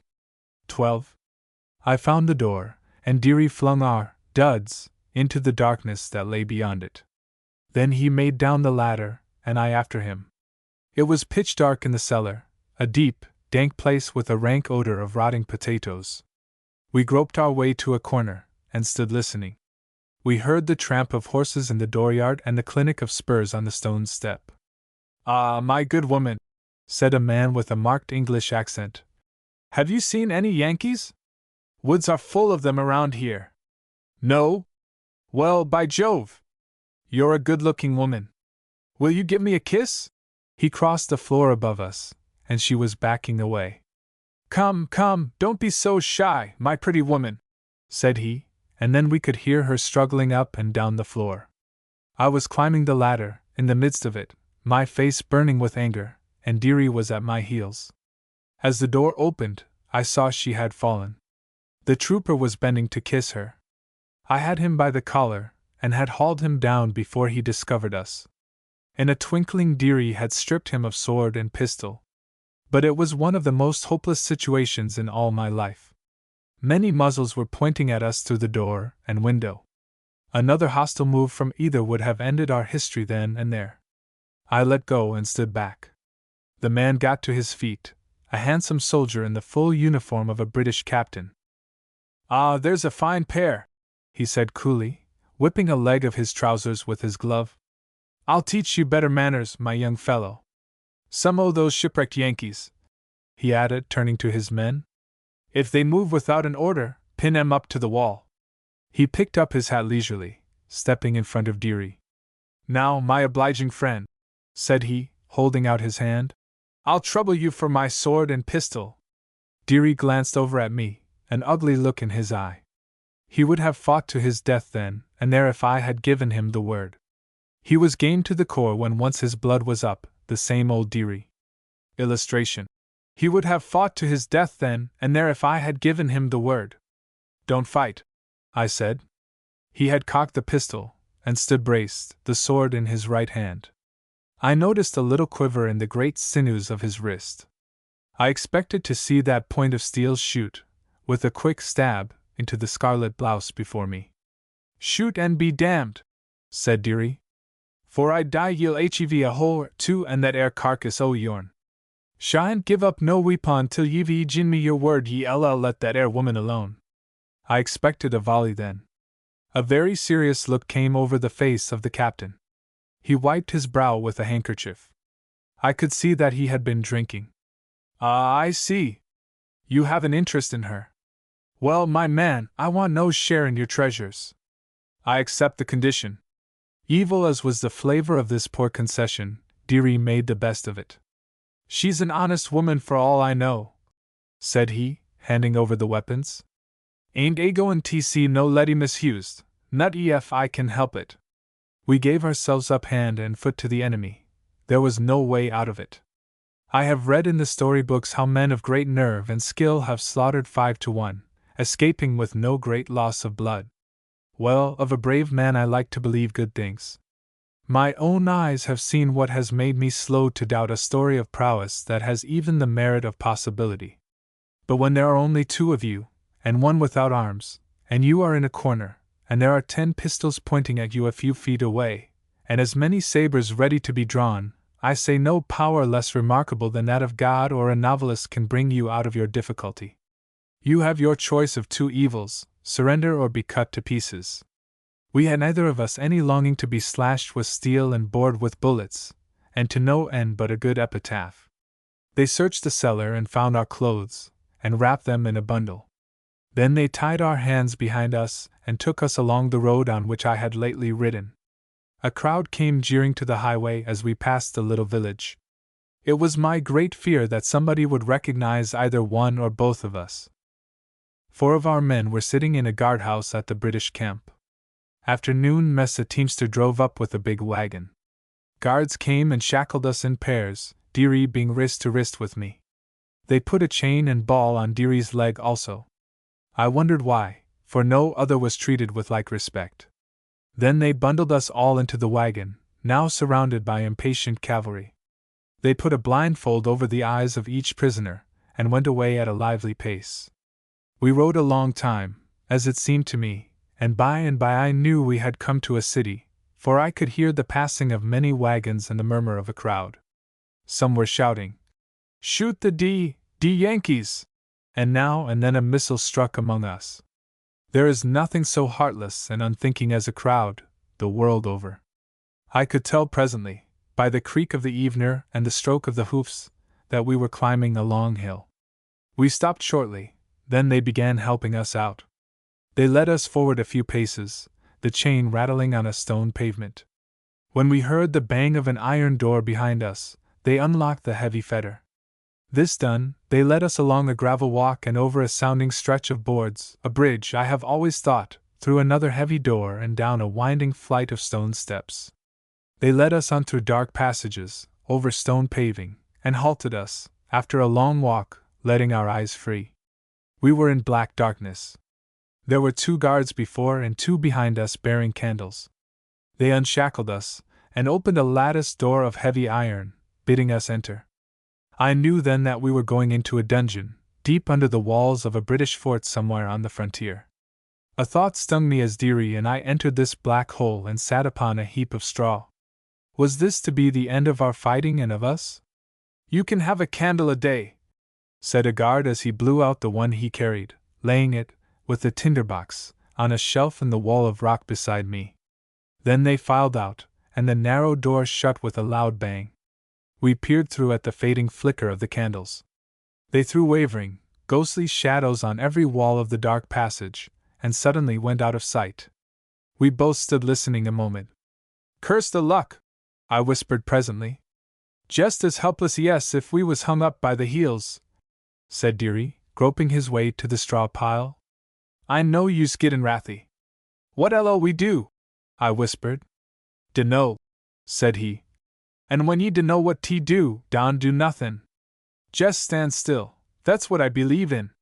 He lighted the candle, and went about, pouring its glow upon every wall and into every crack and corner of our cell, a small chamber set firm in masonry, with a ceiling so far above our heads we could see it but dimly, the candle lifted arm's length. "Judas Priest," said Dearie, as he stopped the light with thumb and finger. "I'm goin' t' set here and th straw luck an ol' hen and I'll up 'em thinker and set her goin'. One o' them kind he's t' keep his mouth shet or he can't never do ho thinkin'. By, like yes not, I'll hev suthin t' say etl mount t' suthin dot." We lay back on the straw in silence.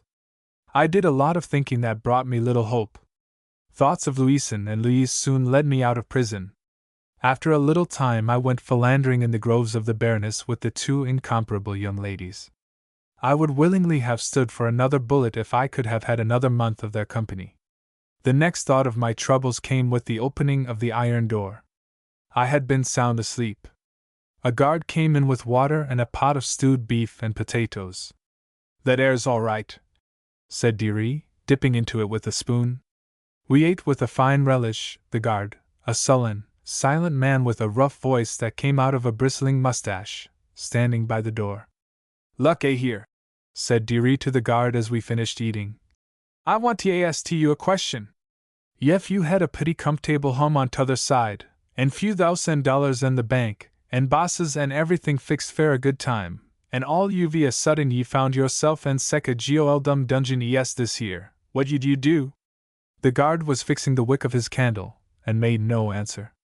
"Want ye to think it all over," said Dearie. "See if ye can't think o' suthin' t' say. God knows we need it." The guard went away without answering. "Got him thinkin'," said Dearie, as he lighted the candle.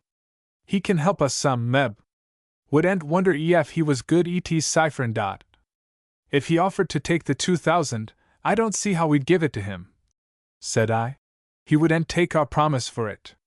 "That ain't goin' to bother us any," said Dearie. "Had that all figured out long ago." He gave me the candle and lay down, holding his ear close to the stone floor and listening. 3 times he shifted his ear from one point to another. Then he beckoned to me. Just hold your ear there and listen, he whispered.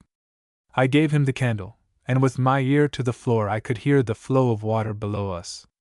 The sound went away in the distance, and then out of hearing. After a while it came again. What does it mean? I asked. Cipherin a leetle over that air, said he, as he made a long scratch on the floor with his flint. Then he rubbed his chin, looking down at it. Hain just exact how I made up my mind yet, he added. We blew out the light and lay back, whispering. Then presently we heard the coming of footsteps. 2 men came to the door with a candle, one being the guard we knew. Come, young fellow, said the latter, as he unlocked the door and beckoned to me. They want you upstairs. We both got to our feet. Not you, he growled, waving Dearie back. Not ready for you yet. He laid hold of my elbow and snapped a shackle on my wrist. Then they led me out, closing the door with a bang that echoed in the far reaches of the dark alley, and tied a thick cloth over my eyes. Good luck, Dearie cried out as they took me away. For both, I answered as cheerfully as I could. They led me through winding passages and iron doors, with that horrible clank of the prison latch, and up flights of stone till I felt as lost as one might who falls whirling in the air from a great height. We soon came out upon a walk of gravel, where I could feel the sweet air blowing into my face. A few minutes more and we halted, where the guard, who had hold of my elbow, rang a bell. As the doors swung open they led me in upon a soft carpet. Through the cloth I could see a light. Bring him in, a voice commanded impatiently, a deep, heavy voice the sound of which I have not yet forgotten. The guard was afraid of it. His hand trembled as he led me on. Take off the blindfold, said that voice again. As it fell away, I found myself in a large and beautiful room. My eyes were dazzled by the light of many candles, and for a little I had to close them. I stood before 2 men. One sat facing me at a black table of carved oak, a man of middle age, in the uniform of a British general.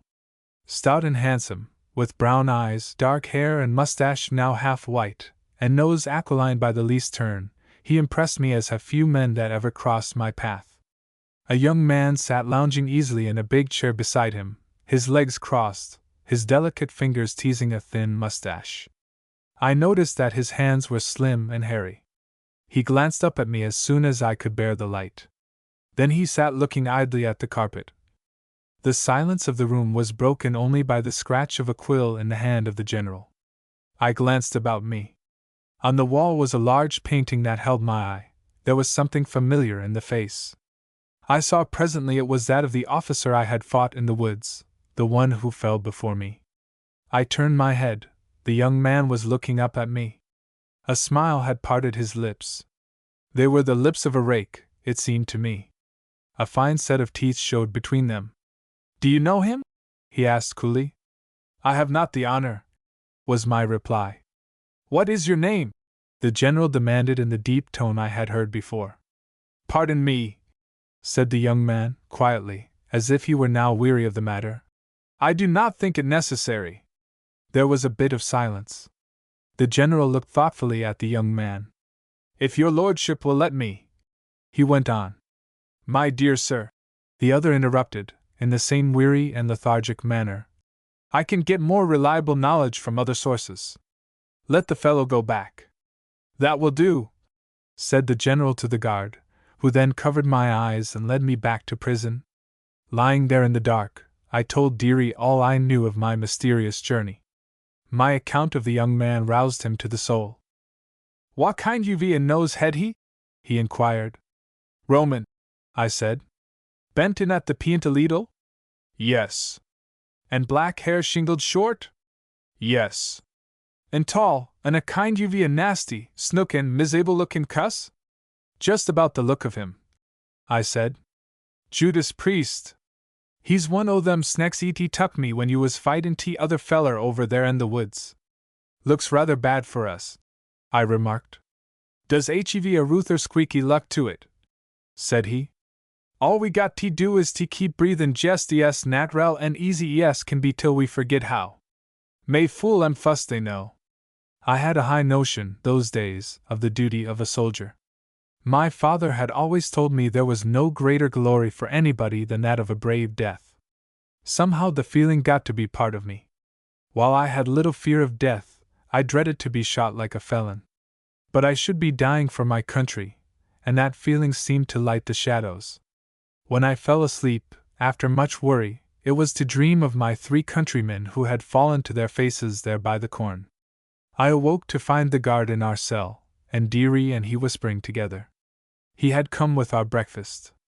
All I want, Dearie was saying, is a piece of iron, with a sharp end, half es long es your arm. He made no answer, that big, sullen, bulldog man who brought our food to us.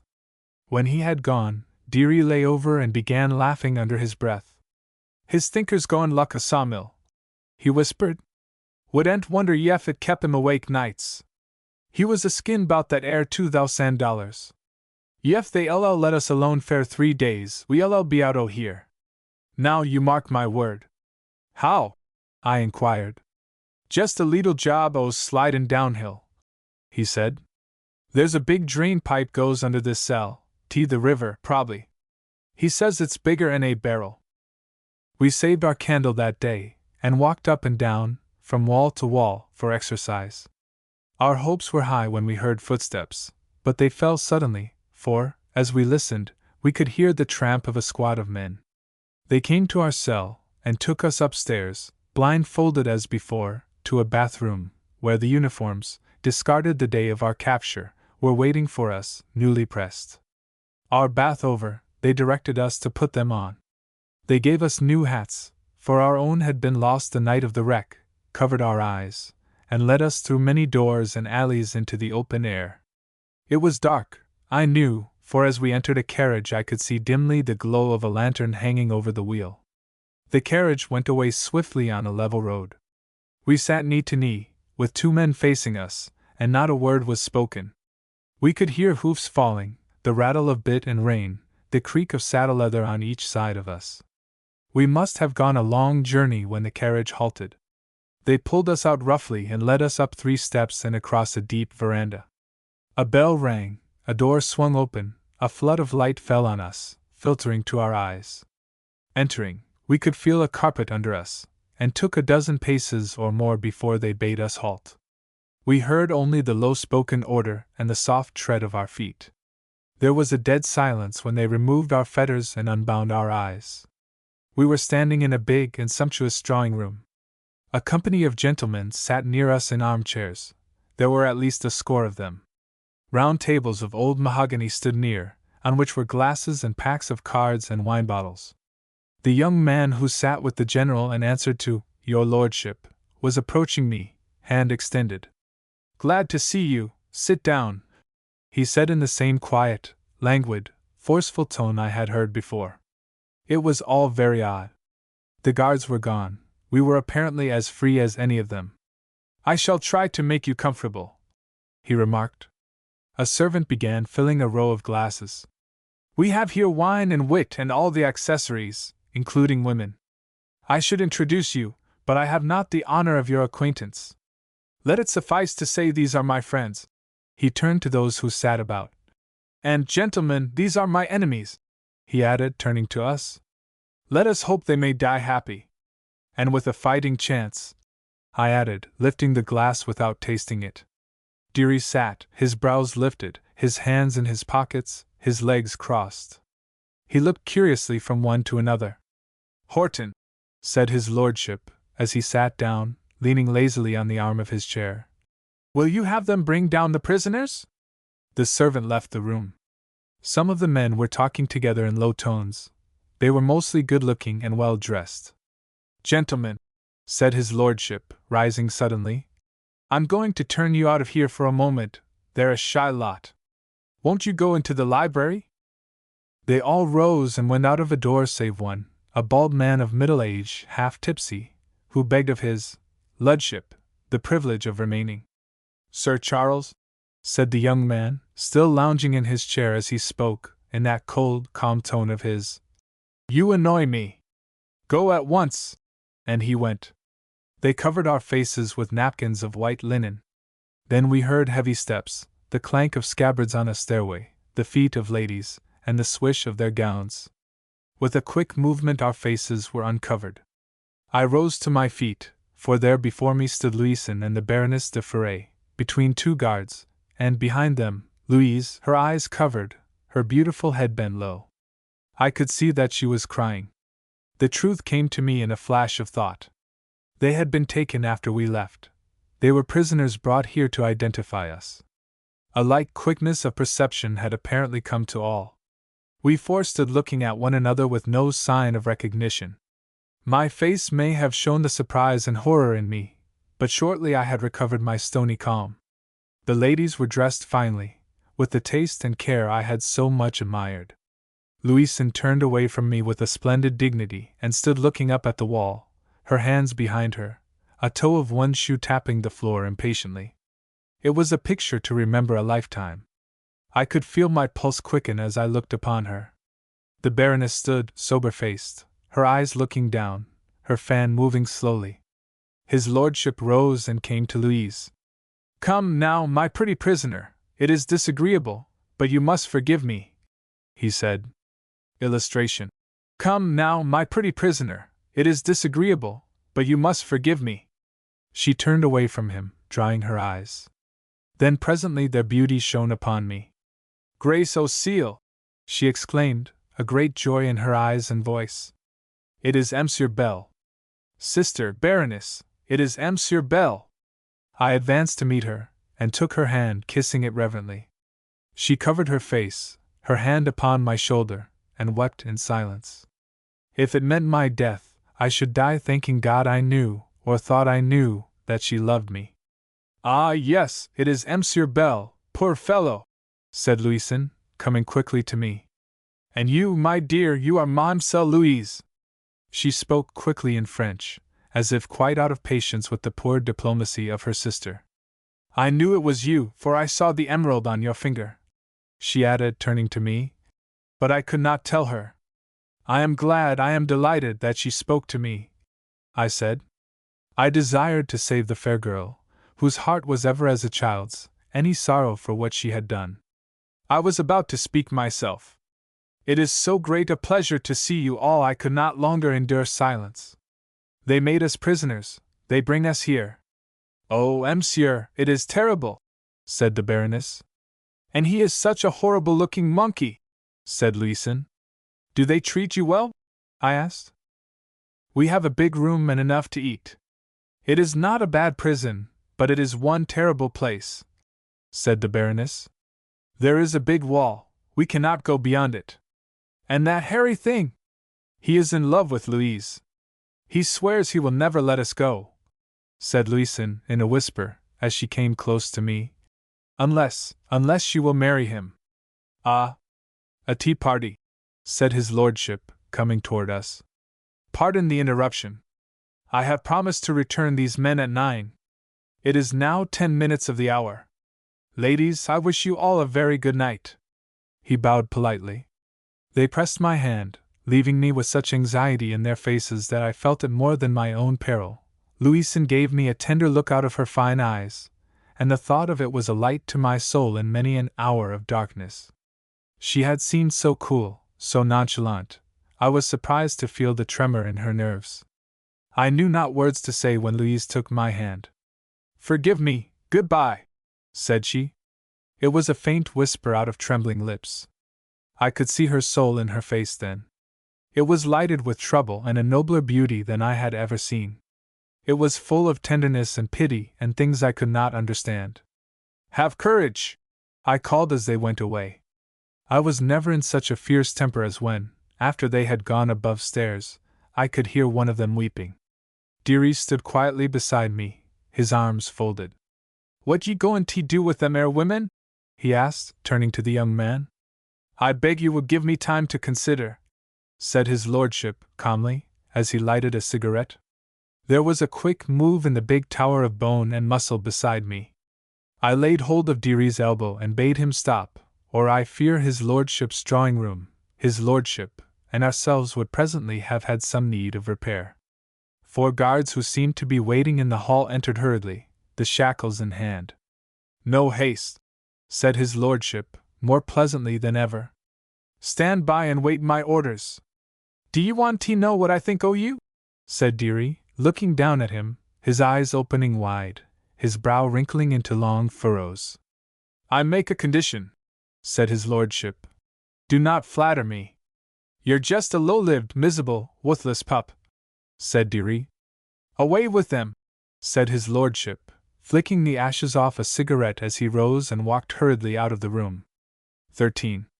The waiting guards laid hold of us in a twinkling, and others came crowding the doors. They shackled our hands behind us, and covered our eyes again. Dark misgivings of what was to come filled me, but I bore all in silence. They shoved us roughly out of doors, and there I could tell they were up to no child's play. A loud jeer burst from the mouths of many as we came staggering out. I could hear the voices of a crowd. They hurried us into a carriage. We demand the prisoners! A man shouted near me. Then I could hear them scuffling with the guards who, I doubt not, were doing their best to hold them back. In a moment I knew the mob had possession of us, and the soldiers were being hustled away. Dearie sat shoulder to shoulder with me. I could feel his muscles tighten. I could hear the cracking of his joints and the grinding of the shackle chain. Judas Christ, he grunted, straining at the iron. 2 men leaped into the carriage. There was a crack of the whip, and the horses went off bounding. We could hear horsemen all about us and wagons following. I had a stout heart in me those days, but in all my life I had never taken a ride so little to my liking. We went over rough roads, uphill and down, for an hour or more. I could see in prospect no better destination than our graves, and indeed, I was not far wrong. Well, by and by we came to a town somewhere, God knows where. I have never seen it, or known the name of it, or even that of the prison where we were first immured. I could tell it was a town by the rumble of the wheels and each echoing hoof-beat. The cavalcade was all about us, and now and then we could hear the sound of voices far behind. The procession slowed up, horsemen jammed to the left of us, the carriage halted. I could hear footsteps on a stone pavement. You're late, said a low voice at the carriage door. It's near 11. Lot o' fooling with the candidates, said one of the horsemen, quietly. Everything ready? Everything ready, was the answer. The carriage door swung open. We get out here, said one of the men who sat with us. I alighted. On each side of me somebody put his hand to my shoulder. I could see the glow of a lantern light close to my face. I knew there was a crowd of men around, but I could hear nothing save now and then a whisper. Wall Ray, said Dearie, who stood by my side. Hold steady and don't be scared. Do as they tell ye. A stranger whispered in my ear. No matter what 'tis, do as they tell ye. They led us into a long passage and up a steep flight of wooden stairs. I have learned since then it was a building equipped by a well-known secret society for its initiations. We went on through a narrow hall and up a winding night that seemed to me interminable. Above it, as we stopped, the man who was leading me rapped thrice upon a rattling wooden door. It broke the silence with a loud echoing noise. I could hear then the sliding of a panel and a faint whispering and the sound of many feet ascending the stairs below. The door swung open presently, and we were led in where I could see no sign of any light. They took me alone across a wide bare floor, where they set me down upon some sort of platform and left me, as I thought. Then I could hear the whispered challenge at the door and one after another entering and crossing the bare floor on tiptoe. Hundreds were coming in, it seemed to me. Suddenly a deep silence fell in that dark place of evil. The blindfold went whisking off my head as if a ghostly hand had taken it. But all around me was the darkness of the pit. I could see and I could hear nothing but a faint whisper, high above me, like that of pine boughs moving softly in a light breeze. I could feel the air upon my face. I thought I must have been moved out of doors by some magic. It seemed as if I were sitting under trees alone. Out of the black silence an icy hand fell suddenly upon my brow. I flinched, feeling it move slowly downward over my shoulder. I could hear no breathing, no rustle of garments near me. In that dead silence I got a feeling that the hand touching me had no body behind it. I was beyond the reach of fear. I was in a way prepared for anything but the deep, heart-shaking horror that sank under the cold, damp touch of those fingers. They laid hold of my elbow firmly, lifting as if to indicate that I was to rise. I did so, moving forward passively as it drew me on. To my astonishment, I was unable to hear my own footfall or that of my conductor. I thought we were walking upon soft earth. Crossing our path in front of me, I could see, in the darkness, a gleaming line. We moved slowly, standing still as our toes covered it. Then suddenly a light flashed from before and below us. A cold sweat came out upon me. I staggered back to strong hands that were laid upon my shoulders, forcing me to the line again. By that flash of light I could see that I was standing on the very brink of some black abyss. Indeed, my toes had crossed the edge of it. The light came again, flickering and then settling into a steady glow. The opening seemed to have a grassy bottom some 10 feet below. In front of me the soil bristled, on that lower level, with some black and pointed plant. There was at least a score of them. As I looked, I saw they were not plants, but a square of bayonets thrust, points up, in the ground. A curse came out of my hot mouth, and then a dozen voices mocked it, going fainter, like a dying echo. I heard a whisper in my ear. A tall figure in a winding sheet, its face covered, was leaning over me. "To hesitate is to die," it whispered. "Courage may save you." Then a skeleton hand came out of the winding sheet, pointing down at the square of bristling bayonets. The figure put its mouth to my ear. "Jump!" it whispered, and the bare bones of the dead fingers stirred impatiently. Some seconds of a brief silence followed. I could hear them slowly dripping out of eternity in the tick of a watch near me. I felt the stare of many eyes invisible to me. A broad beam of bright light shot through the gloom, resting full upon my face.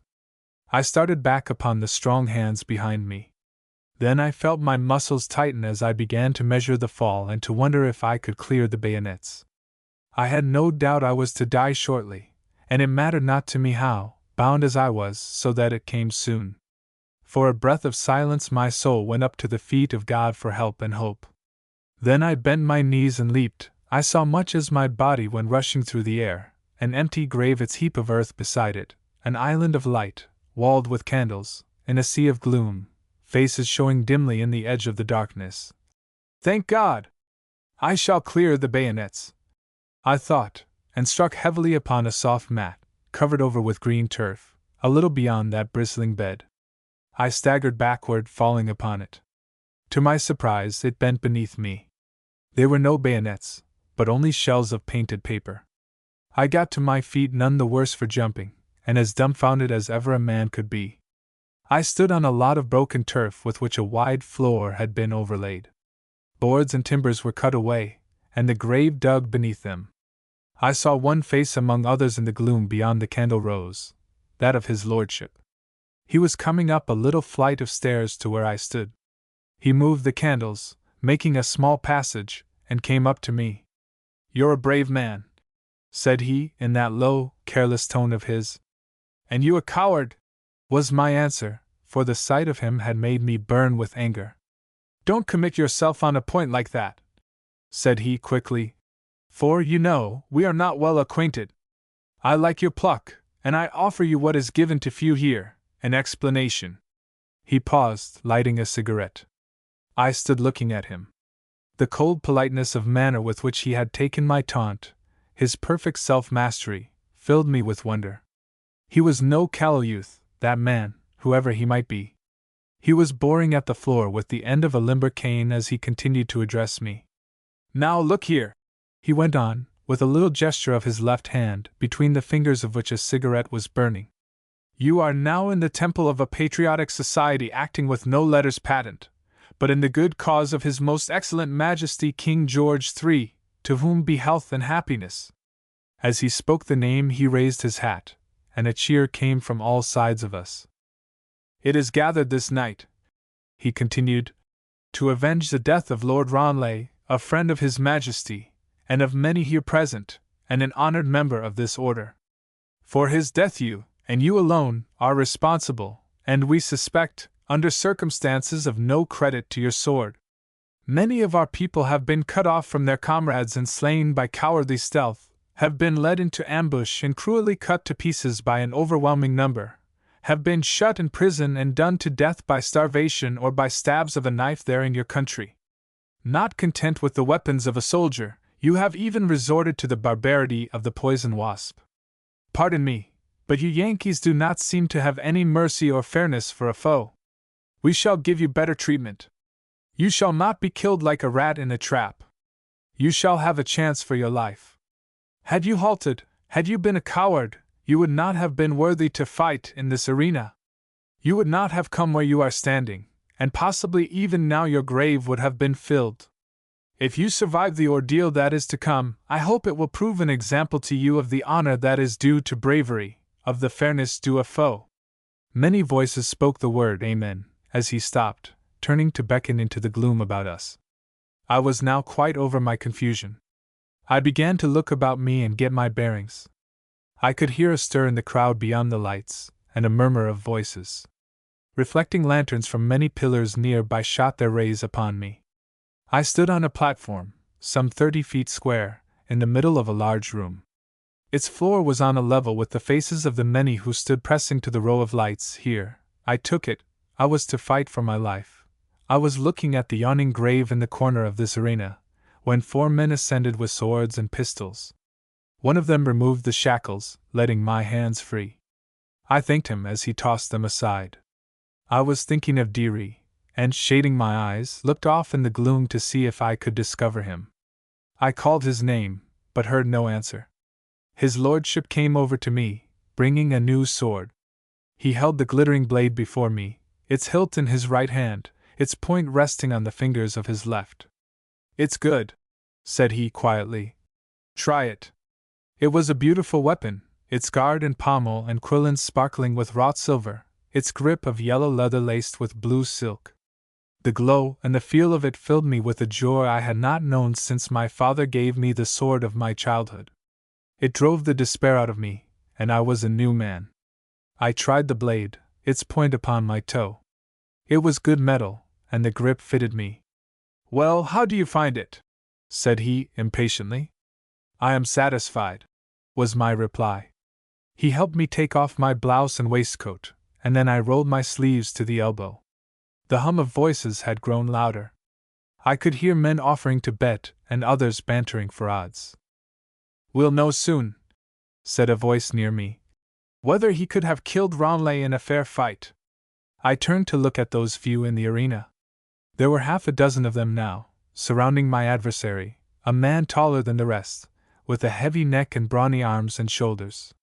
He had come out of the crowd unobserved by me. He also was stripped to the shirt, and had rolled up his sleeves, and was trying the steel.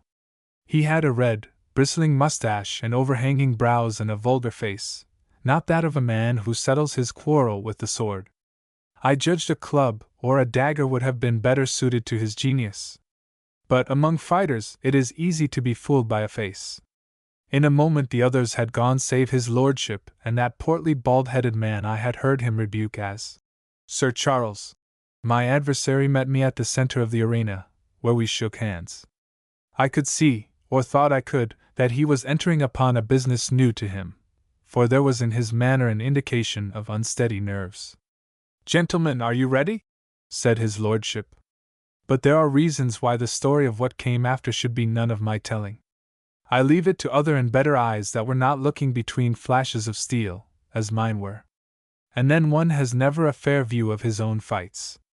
One, the intrepid Fitzgibbon, the most daring leader on the Canadian frontier those days, told me long afterward that he knew the building, a tall frame structure on the high shore of a tributary of the St. Lawrence. It was built on a side of the bluff and used originally as a depot for corn, oats, rye, and potatoes that came down the river in bateaux. The slide was a slanting box through which the sacks of grain were conveyed to sloops and schooners below. It did not pay and was soon abandoned, whereupon it was rented by the secret order referred to above. The slide bottom was coated with lard and used for the hazing of candidates. A prize fight on the platform was generally a feature of the entertainment.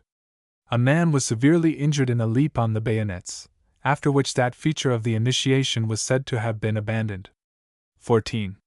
This is the story of Corporal Darius Olin, touching his adventure in the Temple of the Avengers, at some unknown place in Upper Canada, on the night of August 12, 1813, and particularly the ordeals of the sword, the slide, and the bayonet to which Captain Ramon Bell was subjected that night, as told to Adjutant Asarius Church, at Sackett's Harbor, New York. Soon yes I see what was up, I gin a powerful lift on that air shackle chain. I felt a give and bust. A couple o' men clim int the seat front uv us, and the hosses started hell-bent.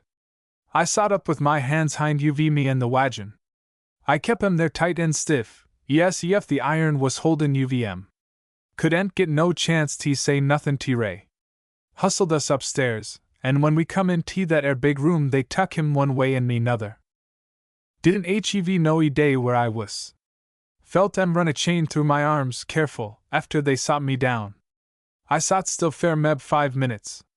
Seemed so everybody'd gone out o' the place. Couldn't hear nothin' nowhere. I lay down the chain jest careful yes I could, and tuck off the blindfold. 'Twas all dark, couldn't see my hand afore me. Crept long the floor. CT was covered with sawdust. Tuck off em boots and got up on em feet, and walked careful. Did en dast holler t Ray. Cal'lated when the squabble come I'd be ready t do business. All t once I felt a slant and the floor. T was kind o' slippery, and I begun t slide. Feet went out from under me and sot me down quick. Tried t catch holt o' suthin. Couldn't hang on, kept goin' faster. Fust I knew I'd slid in some kind uv a box. Let me down quicker and scat over that air grease a little ways. I out with my 2 hands and bore ag in the sides o' th box powerful and stopped myself. Then I up with these here feet o' mine. See the top o' the box went much more n a foot above me. Tried to crawl up Aegean. Couldn't mek it. Dumb things slanted luck Tups Hill. Hung on a while, cipherin' es hard es I knew how. Hern suthin go ker slap.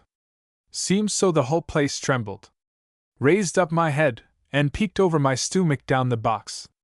A bar o' light stockin' away down. Let myself go careful till I see my nose in it. Then I got over on my shoulder and braced on the sides o' the box. Back G in one side and knees G in t'other. CT was a knot hole where the light come in, 'bout big a man's wrist. Peek through, and see a lot o' lights and folks, and hern em talkin'. Ray he stood on a platform fasten a big, powerful lookin' cuss. Had their coats and vests off, and sleeves rolled up, and swords ready. See there was goin' to be a fight. Head t snicker, wa'n't no way I see you'd help it, fair Judas Priest. I knew dumb well they wa'n't a single one of them air Britishers CUD stand for him. That air miserable spinlin' devil I told ye 'bout, feller had the women, he stood back o' Ray. Had his hand up luck that, fight, he says, and they got to work, and the crowd begun to jam up and holler. The big feller he come Ray ef he was goin' to cut him in two. Ray he tuck it easy and rast sled the sword of the big chap round and round ef it was tied to his'n. Fust I knew he met a quick lunge and pricked him in the arm. Big chap was a leetle shy then. Didn't come up to the scratch smart and sassy he'd orte. Ray he went after him hammer and tongs. That air long slim waist o' his'n swayed and bent luck a stalk o' barley. He did luck Joe mighty full handsome, wish t'cud seen him that air night. Hair was jest shiny gold and the light o' them candles. He de faint and other de dodge. Judas Priest. Seemed so he put the P and O the sword all over that air big cuss. CUD killed them a dozen times, but I see he didn't want to do it. Kept prickin' him every lunge and druv him off the boards, tumbled him head over heels in the crowd. Them air devils threw up their hats and stomped and hollered powerful. Eft were mighty fun to see a man cut to pieces. Wall, they tuck up another man, quicker in the fuss, but he wa'n't nowhere near as big and Cordy. Wa'n't only one crack o' the swords in that air fight. Couldn't hardly say Jack Robinson 'fore the cuss head fell. Ray hurt him bad I guess, for they had to pick him up and carry him off like a baby. Guess the boy CT he had a good many to lick, and hadn't better waste no power a fillin'. All t once that ere low-lived, spinlin, miserable devil he come t the edge o' the platform and held up his hand. Soon as they stopped yellin' he says, "Gentlemen," he says, "sorry to tell you that the man fair the next bout he's got away. We left him securely fastened up in the fuss chamber. Have had the building searched, but ain't able to find him. He must hev gone down the slide. I am sorry to say we hev no more Yankees. If this man fights any more it will hev be a Britisher that goes agyin him. Is there a volunteer?" Ray he runs up and says suthin right in his ear. Could en hear what 'twas? Did en set well? T other feller he flew mad, and Ray he fetched him a cuff, luck that, with the back uv his hand. Ye see, he did en know he had been a fightin' Yankees, and he did en like the day. "Gentlemen," says he, "I'll fight anybody, but ef this chap ain't a coward, he'll fight me himself." T'other feller he off with his coat and vest quick a flash and picked up a sword. "Fight then, ye cub," says he, and they flew at each other hell bent fair 'lection. He wa'n't no fool with a sword, nuther, I can tell ye, that ere spinlin' cuss. I see Ray had his hands full. But he was jest cool a green cowcumber, exactly. Kep a cuffin' t'other sword, and let him hit and lunge and feint much he pleased. See he was jest a gettin' his measure, and I knew suthin was goin' to happen putty quick. Fust I knew he catched Ray by the shirt sleeve with the p'int uv his sword and ripped it to the collar. Scared me so I bit my tongue watchin' UVM. They got locked, and both swords came up to the hilts together with a swish and a bang luck that. The blades clung and they backed off. Then Ray he begun to feint and lunge and hustle him. Quicker and scat he gin I'm an awful prick in the shoulder. I see the blood come, but they kep a goin' back and forth and up and down disparate. The red streak on that air feller's shirt kep a growin'. Putty quick one side UVN was red and t'other white. See he was gettin' weaker and weaker. Ray see'd split him to the navel he'd only had a minute too. All t once he met a jab at Ray, and threw up his hands, and went back a step or two, luck a boss with blind staggers, and tumbled head over heels in that air open grave. There was hell to pay fair a minute. Lot on 'em clim over the row o' lights, yellin' luck wildcats, and hauled that air miserable cuss out o' the grave, and stud him up, and gin him a drink o' liquor. In half a minute he up with his handkerchief and waved it over his head to mek him keep still. Soon as they was quiet he up and he says, "Gentlemen," says he, "this air chap he's stood the test o' the sword. Are ye satisfied?" "We are," says they. "Every British son uv a gun they wuster up and hollered." "Then," says he, "give him slide." Ray he put down his sword and picked up his coat and vest. Then they grabbed lights, and that last I see on 'em there. Pretty quick 'twas all dark. Hearn 'em comin' upstairs and goin' cross floor over my head. Gun to think o' myself a leetle bit then. Knowed I was in that air slide, and head to go putty quick. Hadn't no idea where it went to, but I cal'lated I was middlin' sure to know for long.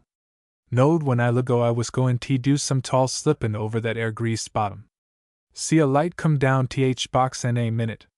Hearn somebody speak in there the upper end.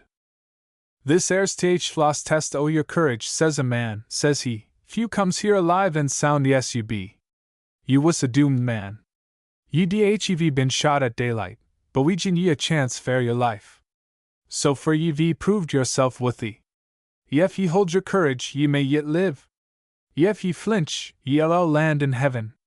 Ef your life is spared, remember how we honor courage." Then they gin I'm a shove, and I hearn him a comin'. I flopped over and go. Shot away luck a streak o' lightnin'. Dumb thing grew steeper and steeper. Jess held up my bands and let her go lickety-split. Jerushy Jane Pepper. Jess luck comin' down a greased pole. Come near tekin' my breath away, did Sardin. Went out o' that air thing luck a bullet exactly. Shot in the air feet foremost. Putty fair slidin' up in the air most anywheres, ye know. Al was come down by the nighest way. 'T was darker and pitch, couldn't see a thing, not a thing. Hearn Ray come out o' the box bove me. Then I come down case lap in water and sunk. Thought I never stop goin' down, for I come up I hearn Ray rip in water nigh me. I come up and shook my head, and waited. Judas Priest. Thought he was drowned dead, Sardin. Seemed so I'd bust out and cry there and water wait and fair that air boy. Soon yes I hearn a flop I had my hands on him. Who be you, says he. Dearie, says I. Tired out, says he, can't swim a stroke. Guess I'll hev go tth bottom. 15. Dearie's narrative was the talk of the garrison.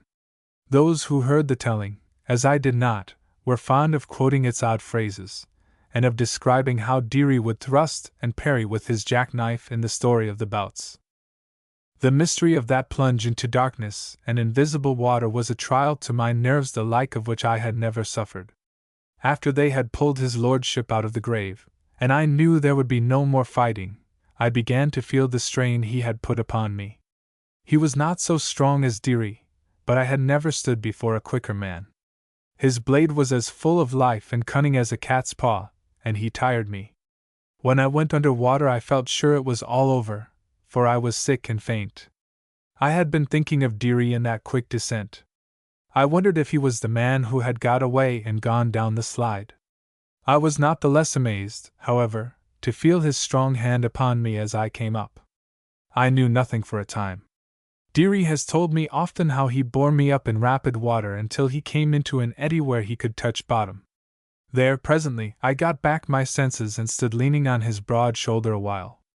A wind was blowing, and we could hear a boat jumping in the ripples near by. We could see nothing, it was so dark, but Dearie left me, feeling his way slowly, and soon found the boat. He whistled to me, and I made my way to him. There were oars in the bottom of the boat. Dearie helped me in, where I lay back with a mighty sense of relief. Then he hauled in a rope and anchor, and shoved off. The boat, overrunning the floe in a moment, shot away rapidly. I could feel it take headway as we clove the murmuring waters. Dearie set the oars and helped it on. I lay a while thinking of all the blood and horror in that black night, like a dream of evil that leads through dim regions of silence into the shadow of death.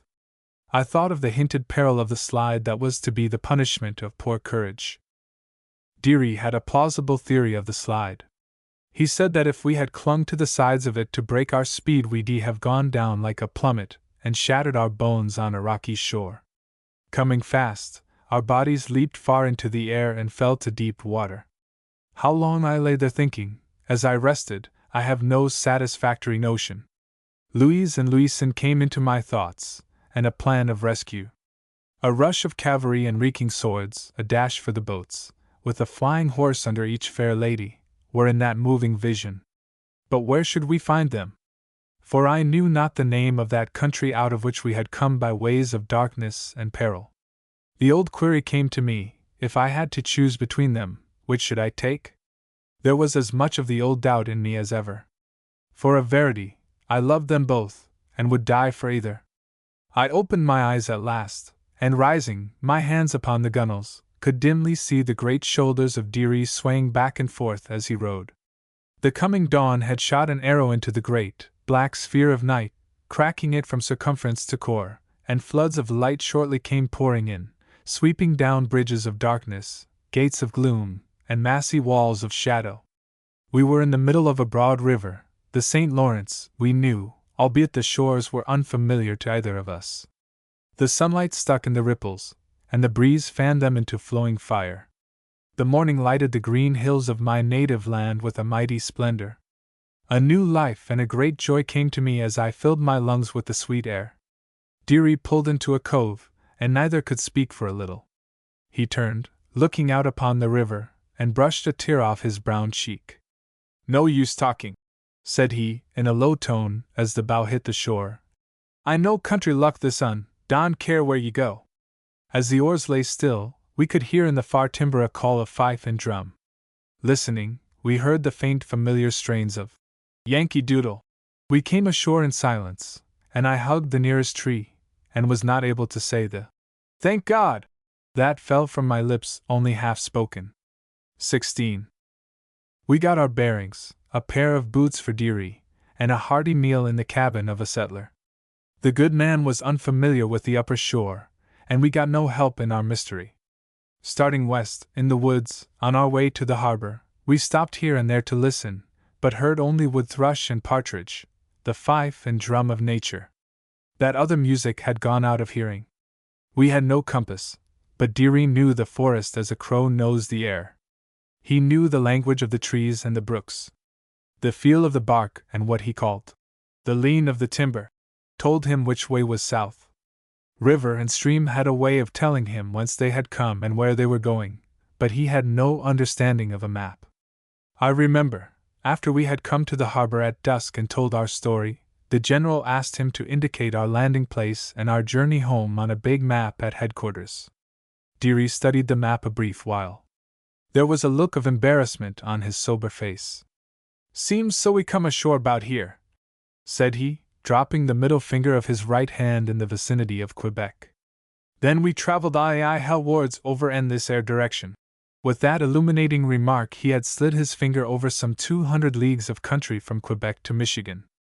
They met us with honest joy and no little surprise that evening as we came into camp. 10 of our comrades had returned, but as for ourselves, they thought us in for a long stay. We said little of what we had gone through, outside the small office at headquarters, but somehow it began to travel, passing quickly from mouth to mouth, until it got to the newspapers and began to stir the tongue of each raw recruit. General Brown was there that evening, and had for me, as always, the warm heart of a father. He heard our report with a kindly sympathy. Next morning I rode away to see the Comte de Chaumont at Larrysville. I had my life, and a great reason to be thankful, but there were lives dearer than my own to me, and they were yet in peril. Those dear faces haunted me and filled my sleep with trouble. I rode fast, reaching the chateau at luncheon time. The Count was reading in a rustic chair at the big gate. He came running to me, his face red with excitement. "Monsieur le Capitaine!" he cried, my hand in both of his. "I thought you were dead." "And so I have been, dead as a cat drowned in a well, that turns up again as lively as ever. Any news of the Baroness and the young ladies?" "A letter," said he. "Come, get off your horse. I shall read to you the letter. Tell me, how were they taken?" I was leading my horse, and we were walking through the deep grove. "Eh bien, I am not able to tell," said he, shaking his head soberly. "You remember that morning? Well, I have 20 men there for 2 days. They are armed, they surround the hermitage, they keep a good watch. The wasp he is very troublesome, but they see no soldier. They stay, they burn the smudge. By and by I think there is nothing to fear, and I bring them home, but I leave 3 men. The Baroness and the 2 girls and their servants, they stay a while to pack the trunk. They are coming to the chateau. It is in the evening, the coach is at the door, the servants have started. Suddenly, the British, I do not know how many, they come out of the woods like a lightning, and bang! Bang! Bang! They have killed my men. They take the Baroness and the Mrs. de Lambert, and they drive away with them. The servants, they hear the shots, they return, they come, and they tell us. We follow. We find the coach, it is in the road, by the north trail. Dieu! They are all gone! We traveled to the river, but—" Here he lifted his shoulders and shook his head dolefully. "We could do nothing.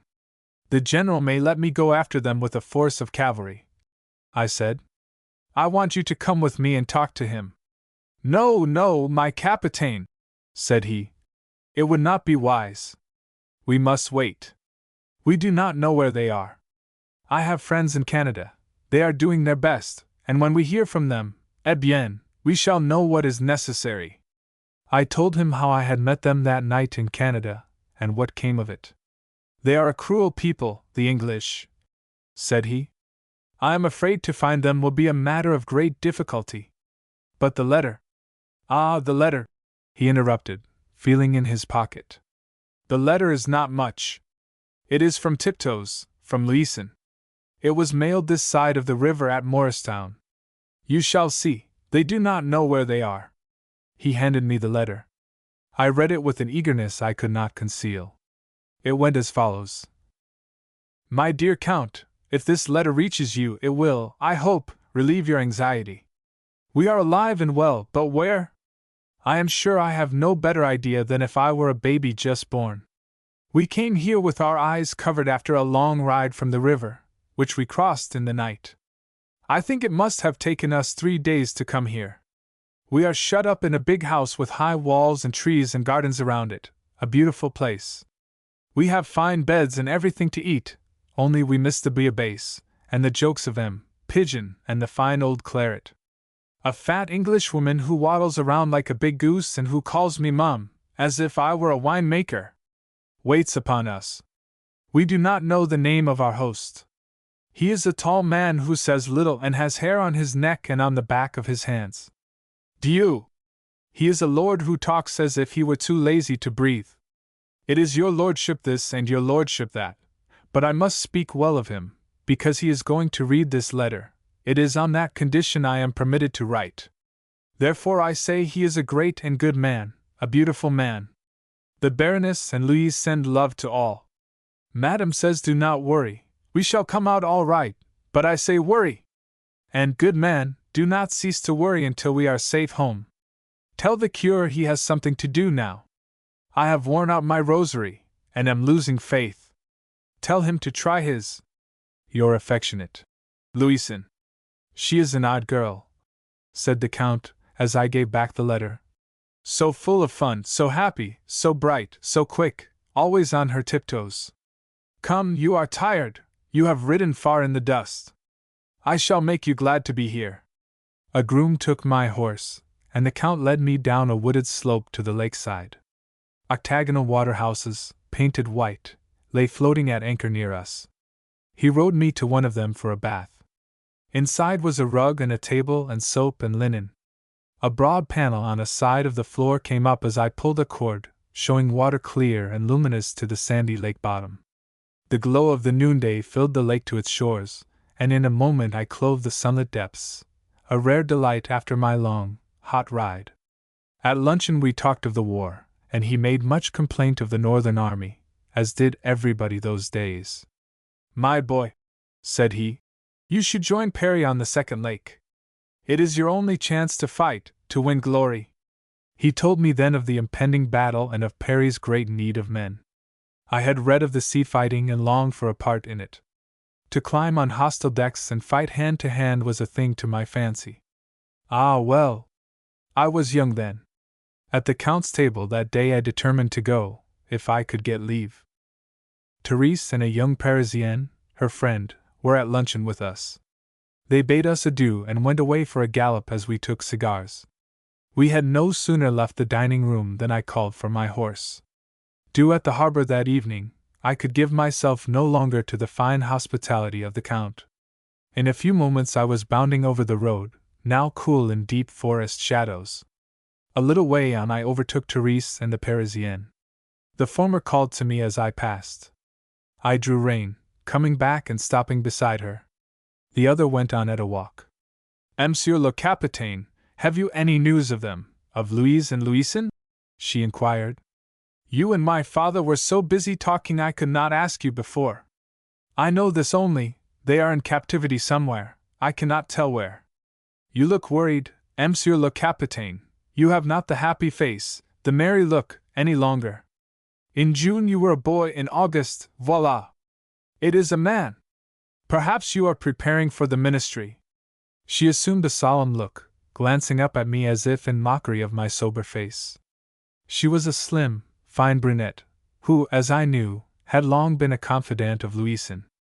Alas! Mamselle, I am worried. I have no longer any peace. Do you miss them? She inquired, a knowing look in her handsome eyes. Do not think me impertinent. More than I miss my mother, I said. I have a letter, said she, smiling. I do not know, I thought I should show it to you, but not today. Is it from them? It is from Louison, from Tiptoes. And it speaks of me? Ah, monsieur, said she, arching her brows, it has indeed much to say of you. And may I not see it? I asked eagerly. Mamselle, I tell you I must see it. Why? She stirred the mane of her horse with a red riding whip. Why not? I inquired, my heart beating fast. If I knew, if I were justified, you know I am her friend. I know all her secrets. Will you not be my friend also? I interrupted. A friend of Louison, he is mine, said she. Ah, Mamselle, then I confess to you, it is because I love her. I knew it, I am no fool, was her answer. But I had to hear it from you. It is a remarkable thing to do, but they are in such peril. I think you ought to know. She took the letter from her bosom, passing it to my hand. A faint odor of violets came with it. It read, My dear Therese, I wish I could see you, if only for an hour. I have so much to say. I have written your father of our prison home. I am going to write you of my troubles. You know what we were talking about the last time I saw you, myself and that handsome fellow. Mon Dieu! I shall not name him. It is not necessary. Well, you were right, my dear. I was a fool, I laughed at your warning. I did not know the meaning of that delicious pain. But oh, my dear friend, it has become a terrible thing since I know I may never see him again. My heart is breaking with it. Mere de Dieu! I can no longer laugh or jest or pretend to be happy. What shall I say? That I had rather die than live without him? No, that is not enough. I had rather be an old maid and live only with the thought of him than marry another, if he were a king. I remember those words of yours, I know he loves you. Oh, my dear Therese, what a comfort they are to me now. I repeat them often. If I could only say I know. Alas! I can but say, I do not know, nay, even I do not believe. If I had not been a fool I should have made him tell me, for I had him over his ears in love with me one day, or I am no judge of a man. But you know, they are so fickle. And then the Yankee girls are pretty and so clever. Well, they shall not have him if I can help it. When I return there shall be war, if necessary, between France and America. And, Therese, you know I have weapons, and you have done me the honor to say I know how to use them. I have told Louise, and, what do you think, the poor thing cried an hour, for pity of me. As ever, she makes my trouble her own. I have been selfish always, but I know the cure. It is love, toujours l'amour. Now I think only of him, and he recalls you and your sweet words. God make you a true prophet! With love to you and the Marquis, I kiss each line, praying for happiness for you and for him. Believe me as ever, your affectionate Louison. P.S. I feel better now I have told you. I wonder what his lordship will say. Poor thing! He will read this, he will think me a fool. Eh bien, I have no better thought of him.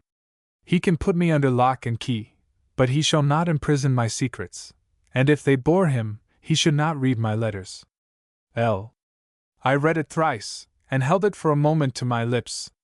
Every word stung me with the sweet pain that afflicted its author. I could feel my cheeks burning. Mamselle, pardon me, it is not I she refers to. She does not say whom. Surely, said Therese, flirting her whip and lifting her shoulders, Monsieur le Capitaine is never a stupid man. You should say something very nice now. If it is I, thank God. Her misery is my delight, her liberation my one purpose. And my congratulations, said she, giving me her hand. She has wit and beauty, a true heart, a great fortune, and good luck in having your love.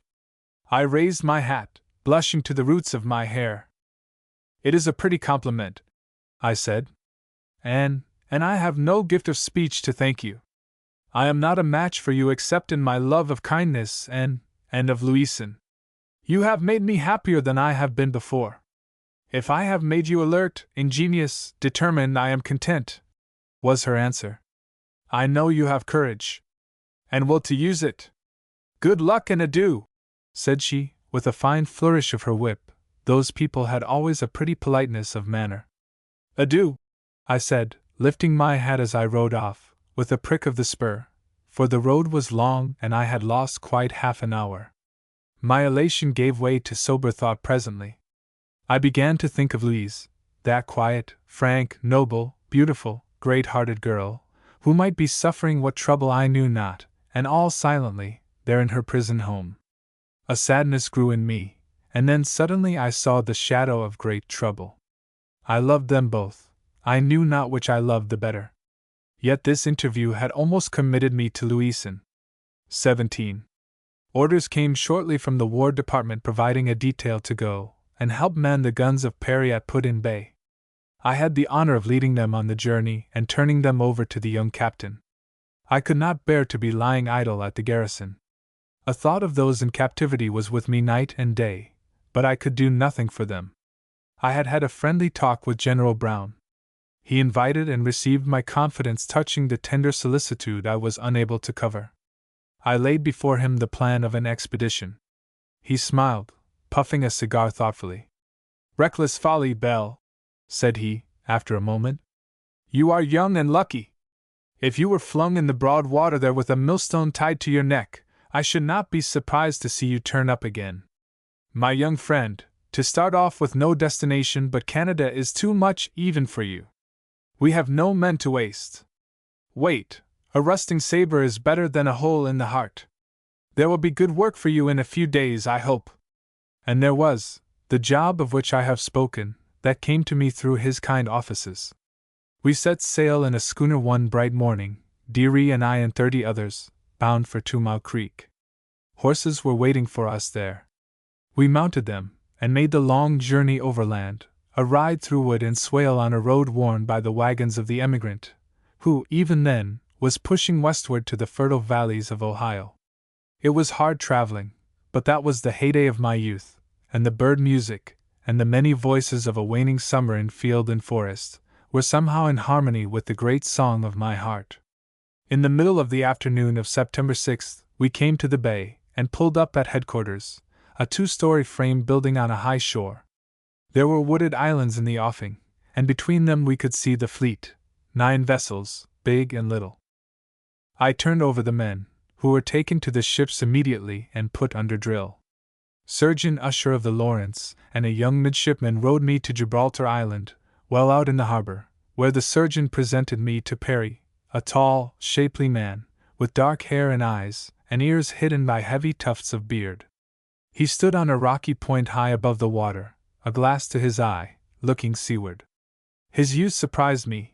He was then 28. I had read much of him, and was looking for an older man. He received me kindly. He had a fine dignity and gentle manners. Somewhere he had read of that scrape of mine, the last one there among the Avengers. He gave my hand a squeeze and my sort of compliment I have not yet forgotten, assuring me of his pleasure that I was to be with him a while. The greeting over, we rowed away to the Lawrence. She was chopping lazily at anchor in a light breeze, her sails loose. Her crew cheered their commander as we came under the frowning guns. "They re tired of waiting," said he. "They re looking for business when I come aboard." He showed me over the clean decks. It was all as clean as a Puritan parlor. "Captain," said he, "tie yourself to that big bow gun. It's the modern sling of David, only its pebble is big as a rock. Learn how to handle it, and you may take a fling at the British some day." He put Deary in my squad, as I requested, leaving me with the gunners. I went to work at once, and knew shortly how to handle the big machine. Deary and I convinced the captain with no difficulty that we were fit for a fight so soon as it might come. It came sooner than we expected. The cry of "Sail ho!" woke me early one morning. It was the 10th of September. The enemy was coming. Sails were sticking out of the misty dawn a few miles away. In a moment our decks were black and noisy with the 102 that manned the vessel. It was every hand to rope and windlass then. Sails went up with a snap all around us, and the creak of blocks sounded far and near. In 12 minutes we were under way, leading the van to battle. The sun came up, lighting the great towers of canvas. Every vessel was now feeling for the wind, some with oars and sweeps to aid them. A light breeze came out of the southwest. Perry stood near me, his hat in his hand. He was looking back at the Niagara. "Run to the leeward of the islands," said he to the sailing master. "Then you'll have to fight to the leeward," said the latter. "Don't care, so long as we fight," said Perry. "Windward or leeward, we want to fight." Then came the signal to change our course. The wind shifting to the southeast, we were all able to clear the islands and keep the weather gauge. A cloud came over the sun, Far away the mist thickened. The enemy wallowed to the topsails, and went out of sight. We had lost the wind. Our sails went limp, flag and pennant hung lifeless. A light rain drizzled down, breaking the smooth plain of water into crowding rings and bubbles. Perry stood out in the drizzle as we lay waiting. All eyes were turning to the sky and to Perry. He had a look of worry and disgust. He was out for a quarrel, though the surgeon said he was in more need of physic, having the fever of malaria as well as that of war. He stood there, tall and handsome, in a loose jacket of blue nankeen, with no sign of weakness in him, his eyes flashing as he looked up at the sky. Dearie and I stood in the squad at the bow gun. Dearie was wearing an old straw hat. His flannel shirt was open at the collar. "Ship stands luck an old cow chaw winter cud," said he, looking off at the weather. "They's a wind comin' over there. It'll give her a slap and th side pretty soon, meb. Then she'll switch her tail and go on 'bout her business." In a moment we heard a roaring cheer back amidships. Perry had come up the companionway with his blue battle flag. He held it before him at arm's length. I could see a part of its legend, in white letters. "Don't give up the ship. My brave lads," he shouted. "Shall we hoist it?" Our "Aye, sir," could have been heard a mile away, and the flag rose, above tossing hats and howling voices, to the main royal masthead. The wind came. We could hear the sails snap and stiffen as it overhauled the fleet behind us. In a jiffy it bunted our own hull and canvas, and again we began to plow the water. It grew into a smart breeze, and scattered the fleet of clouds that hovered over us. The rain passed. Sunlight sparkled on the rippling plain of water. We could now see the enemy. He had hove to, and was waiting for us in a line. A crowd was gathering on the high shores we had left to see the battle. We were well in advance, crowding our canvas in a good breeze. I could hear only the roaring furrows of water on each side of the prow. Every man of us held his tongue, mentally trimming ship, as they say, for whatever might come. 3 men scuffed by, sanding the decks. Dearie was leaning placidly over the big gun. He looked off at the white line, squinted knowingly, and spat over the bulwarks. Then he straightened up, tilting his hat to his right ear. "They repientin their guns," said a swabber. "Fust they know they'll get spit on," said Dearie calmly.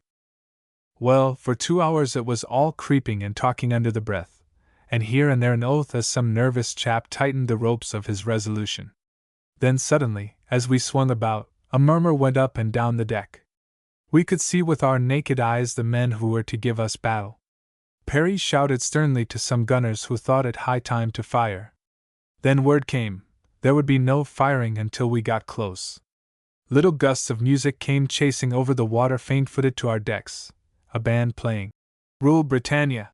I was looking at a brig in the line of the enemy when a bolt of fire leaped out of her, and thick belches of smoke rushed to her topsails. Then something hit the sea near by a great hissing slap, and we turned quickly to see chunks of the shattered lake's surface fly up in nets of spray and fall roaring on our deck. We were all drenched there at the bow gun. I remember some of those water drops had the sting of hard-flung pebbles, but we only bent our heads, waiting eagerly for the word to fire. "We was th1s that got spit on," said a gunner, looking at Dearie. "Wish they'd let us holler back," said the latter, placidly. "Sick o' holdin' in." We kept fanning down upon the enemy, now little more than a mile away, signaling the fleet to follow. "My God! See there!" a gunner shouted. The British line had turned into a reeling, whirling ridge of smoke lifting over spurts of flame at the bottom. We knew what was coming. Untried in the perils of shot and shell, some of my gunners stooped to cover under the bulwarks. "Pull 'em out o' there," I called, turning to Dearie, who stood beside me. The storm of iron hit us. A heavy ball crashed into the after bulwarks, tearing them away and slamming over gun and carriage, that slid a space, grinding the gunners under it. One end of a bowline whipped over us, a jib dropped, a brace fell crawling over my shoulders like a big snake, the foremast went into splinters a few feet above the deck, its top falling over, its canvas sagging in great folds. It was all the work of a second. That hasty flight of iron, coming out of the air, thick as a flock of pigeons, had gone through hull and rigging in a wink of the eye. And a fine mess it had made. Men lay scattered along the deck, bleeding, yelling, struggling. There were 2 lying near us with blood spurting out of their necks. One rose upon a knee, choking horribly, shaken with the last throes of his flooded heart, and reeled over.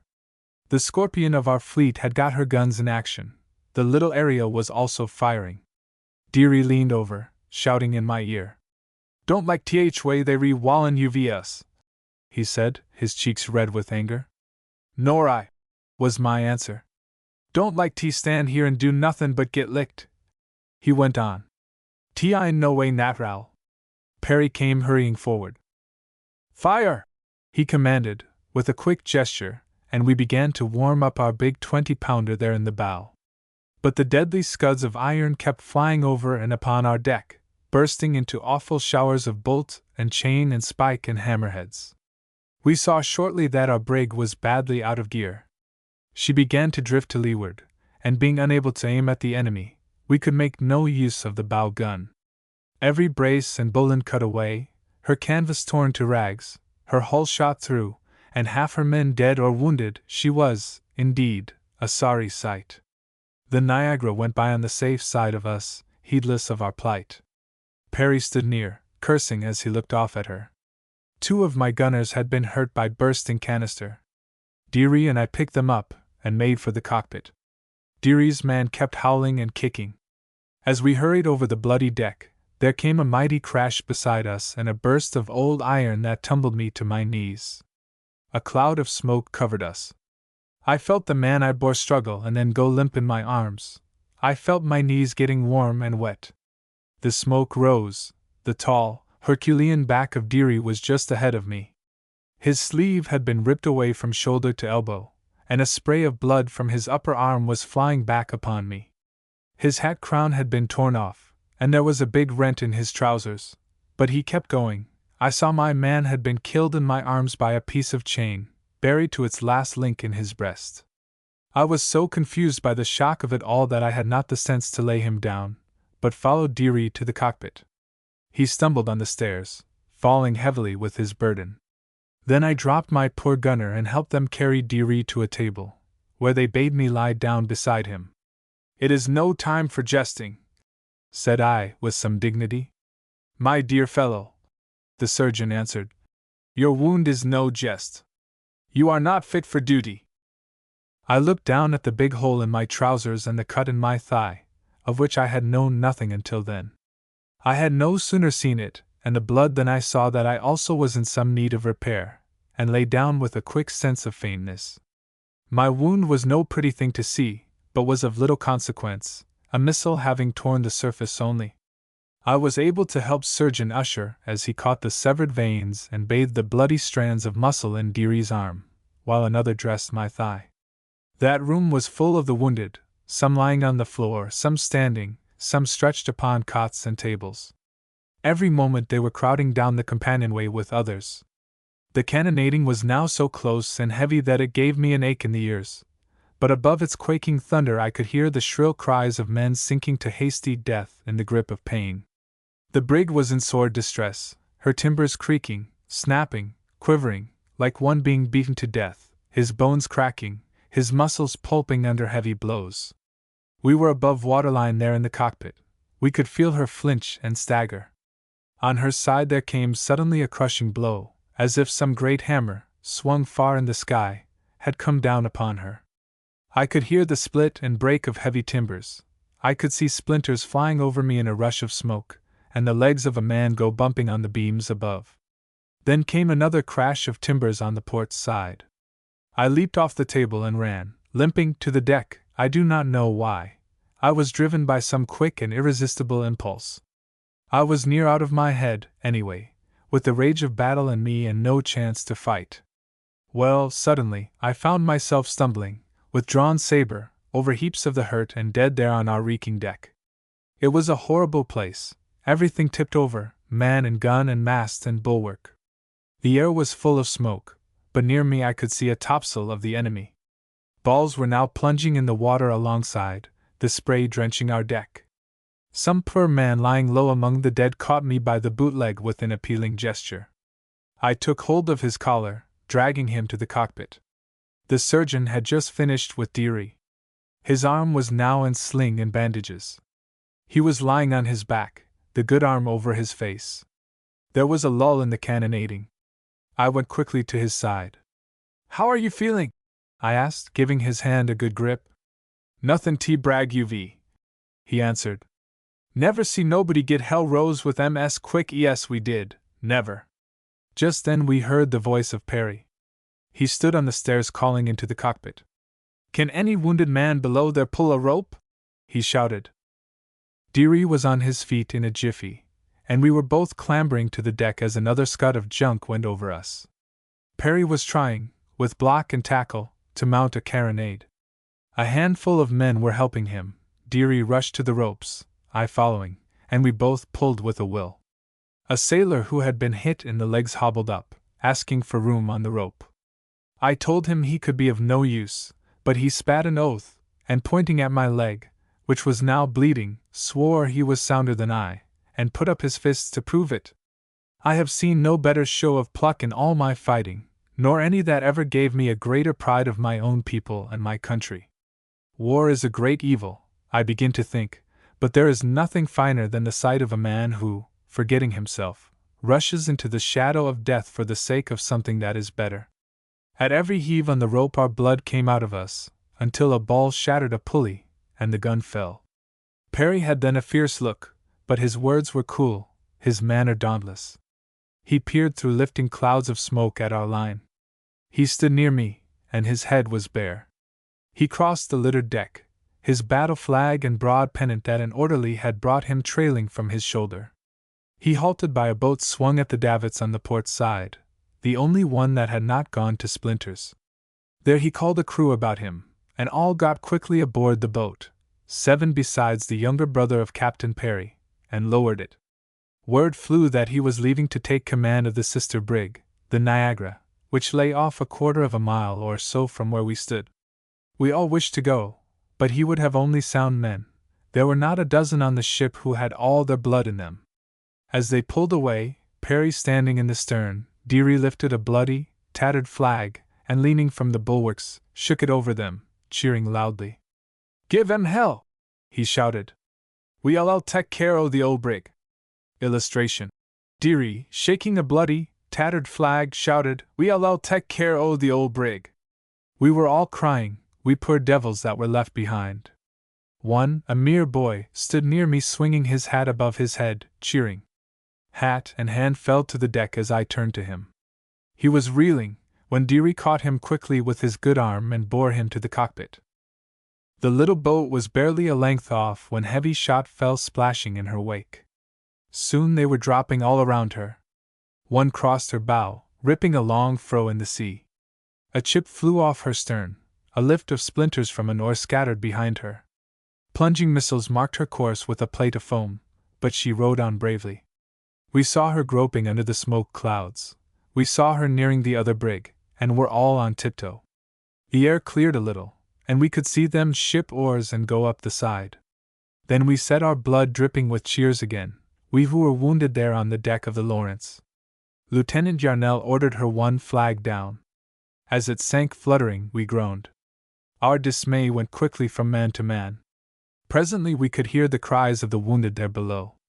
A man came staggering out of the cockpit, and fell to his hands and knees, creeping toward us and protesting fiercely, the blood dripping from his mouth between curses. "Another shot would sink her," Yarnell shouted. "Let her sink, D.N.er," said Deary.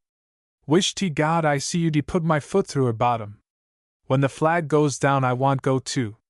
The British turned their guns. We were no longer in the smoky paths of thundering canister. The Niagara was now under fire. We could see the dogs of war rushing at her in leashes of flame and smoke. Our little gunboats, urged by oar and sweep, were hastening to the battlefront. We could see their men, waist high above bulwarks, firing as they came. The Detroit and the Queen Charlotte, 2 heavy brigs of the British line, had run afoul of each other. The Niagara, signaling for close action, bore down upon them. Crossing the bow of one ship and the stern of the other, she raked them with broadsides. We saw braces fly and masts fall in the volley. The Niagara sheered off, pouring shoals of metal on a British schooner, stripping her bare. Our little boats had come up, and were boring into the brigs.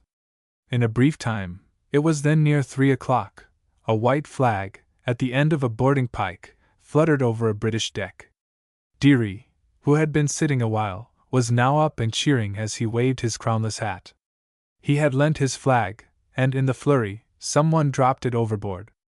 Deary saw it fall, and before we could stop him he had leaped into the sea. I hastened to his help, tossing a rope's end as he came up, swimming with one arm, the flag in his teeth. I towed him to the landing stair and helped him over. Leaning on my shoulder, he shook out the tattered flag, its white laced with his own blood. "Ready to jump in hell fare that old rag any day," said he, as we all cheered him. Each grabbed a tatter of the good flag, pressing hard upon Deary, and put it to his lips and kissed it proudly. Then we marched up and down, Deary waving it above us, a bloody squad as ever walked, shouting loudly. Deary had begun to weaken with loss of blood, so I coaxed him to go below with me. The battle was over. A Yankee band was playing nearby. "Perry is coming! Perry is coming!" we heard them shouting above. A feeble cry that had in it pride and joy and inextinguishable devotion passed many a fevered lip in the cockpit. There were those near who had won a better peace, and they lay as a man that listens to what were now the merest vanity. Perry came, when the sun was low, with a number of British officers, and received their surrender on his own bloody deck. I remember, as they stood by the ruined bulwarks and looked down upon tokens of wreck and slaughter, a dog began howling dismally in the cockpit. 18. It was a lucky and a stubborn sea fight. More blood to the number I never saw than fell on the Lawrence, 83 of our 102 men having been killed or laid up for repair. One has to search a bit for record of a more wicked fire. But we deserve not all the glory some histories have bestowed, for we had a larger fleet and better, if fewer, guns. It was, however, a thing to be proud of, that victory of the young captain. Our men, of whom many were raw recruits, farmers and woodsmen, stood to their work with splendid valor, and for us in the North, it came near being decisive. Deary and I were so put out of business that no part of the glory was ours, albeit we were praised in orders for valor under fire. But for both I say we had never less pride of ourselves in any affair we had had to do with. Well, as I have said before, we were ever at our best with the saber, and big guns were out of our line. We went into hospital a while, Deary having caught cold and gone out of his head with fever. We had need of a spell on our backs, for what with all our steeplechasing over yawning graves, that is the way I always think of it, we were somewhat out of breath. No news had reached me of the Count or the young ladies, and I took some worry to bed with me, but was up in a week and ready for more trouble. I had to sit with Deary a while before he could mount a horse. September was nearing its last day when we got off a brig at the harbor. We were no sooner at the dock than someone began to tell us of a new plan for the invasion of Canada. I knew Brown had had no part in it, for he said in my hearing once that it was too big a chunk to bite off. There were letters from the Count and Therese, his daughter. They had news for me, and would I not ride over as soon as I had returned? My mother, dearest and best of mothers, had written me, and her tenderness cut me like a sword for the way I had neglected her. Well, it is ever so with a young man whose heart has found a new queen. I took the missive with wet eyes to our good Farmer General of the North. He read it, and spoke with feeling of his own mother gone to her long rest. "Belle," said he, "you are worn out. After mess in the morning mount your horses, you and the corporal, and go and visit them. Report here for duty on October 16th. Then, as ever after a kindness, he renewed his quid of tobacco, turning quickly to the littered desk at headquarters. We mounted our own horses a fine, frosty morning. The white earth glimmered in the first touch of sunlight. All the fairy lanterns of the Frost King, hanging in the stubble and the dead grass, glowed a brief time, flickered faintly, and went out. Then the brown sward lay bare, save in the shadows of rock or hill or forest that were still white. A great glory had fallen over the far-reaching woods. Looking down a long valley, we could see towers of evergreen, terraces of red and brown, golden steepletops, gilded domes minoried with lavender and purple and draped with scarlet banners. It seemed as if the trees were shriving after all the green riot of summer, and making ready for sackcloth and ashes. Some stood trembling, and as if drenched in their own blood. Now and then a head was bare and bent, and naked arms were lifted high, as if to implore mercy. "Fine air," said I, breathing deep as we rode on slowly. "'T is sartain," said Dearie. "Mother used to say at the frost was only the breath o' angels, and when it melted it gin us a leetle o' the air o' heaven. Of earth or heaven, it quickened us all with a new life." The horses fretted for their heads, and went off at a gallop. Needing no cluck or spur, we pulled up at the chateau well before the luncheon hour. Dearie took the horses, and I was shown to the library, where the Count came shortly, to give me hearty welcome. "And what of the captives?" I inquired, our greeting over. "Alas! It is terrible, they have not returned," said he, "and I am in great trouble, for I have not written to France of their peril. Dieu! I hope they would be soon released. They are well, and now we have good news. Eh bien, we hope to see them soon. But of that Therese shall tell you. And you have had a terrible time on Lake Erie?" He had read of the battle, but wanted my view of it. I told the story of the Lawrence and Perry, of what Dearie and I had hoped to do, and of what had been done to us. My account of Dearie, his droll comment, his valor, his misfortune, touched and tickled the Count. He laughed, he clapped his hands, he shed tears of enthusiasm. Then he rang a bell. "The Monsieur Dearie, bring him here," said he to a servant. Dearie came soon with a worried look, his trousers caught on his boot tops, an old felt hat in his hand. Somehow he and his hat were as king and coronal in their mutual fitness. If he lost one, he swapped for another of about the same shade and shape. His brows were lifted, his eyes wide with watchful timidity. The Count had opened a leather case and taken out of it a shiny disk of silver. He stepped to Dearie, and fastened it upon his waistcoat. "Pour la valeur éprouvée de l'Empereur," said he, reading the inscription as he clapped him on the shoulder. "It was given to a soldier for bravery at Austerlitz by the great Napoleon," said he. "And, God rest him! The soldier he died of his wounds. And to me he have left the medal in trust for some man, the most brave, intrepid, honorable. Monsieur Dearie, I have the pleasure to put it where it belong." Dearie shifted his weight, looking down at the medal and blushing like a boy. "Much obliged," he said presently. "Dunno, but meb I'd better put it in my wallet. 'Fraid I'll lose it off there." He threw at me a glance of inquiry. "No," said I. "Do not bear your honors in a wallet." He bowed stiffly, and, as he looked down at the medal, went away, spurs clattering. Therese came in presently, her face full of vivacity and color. "Monsieur le Capitaine," said she, "we are going for a little ride, the Marquis and I. Will you come with us? You shall have the best horse in the stable."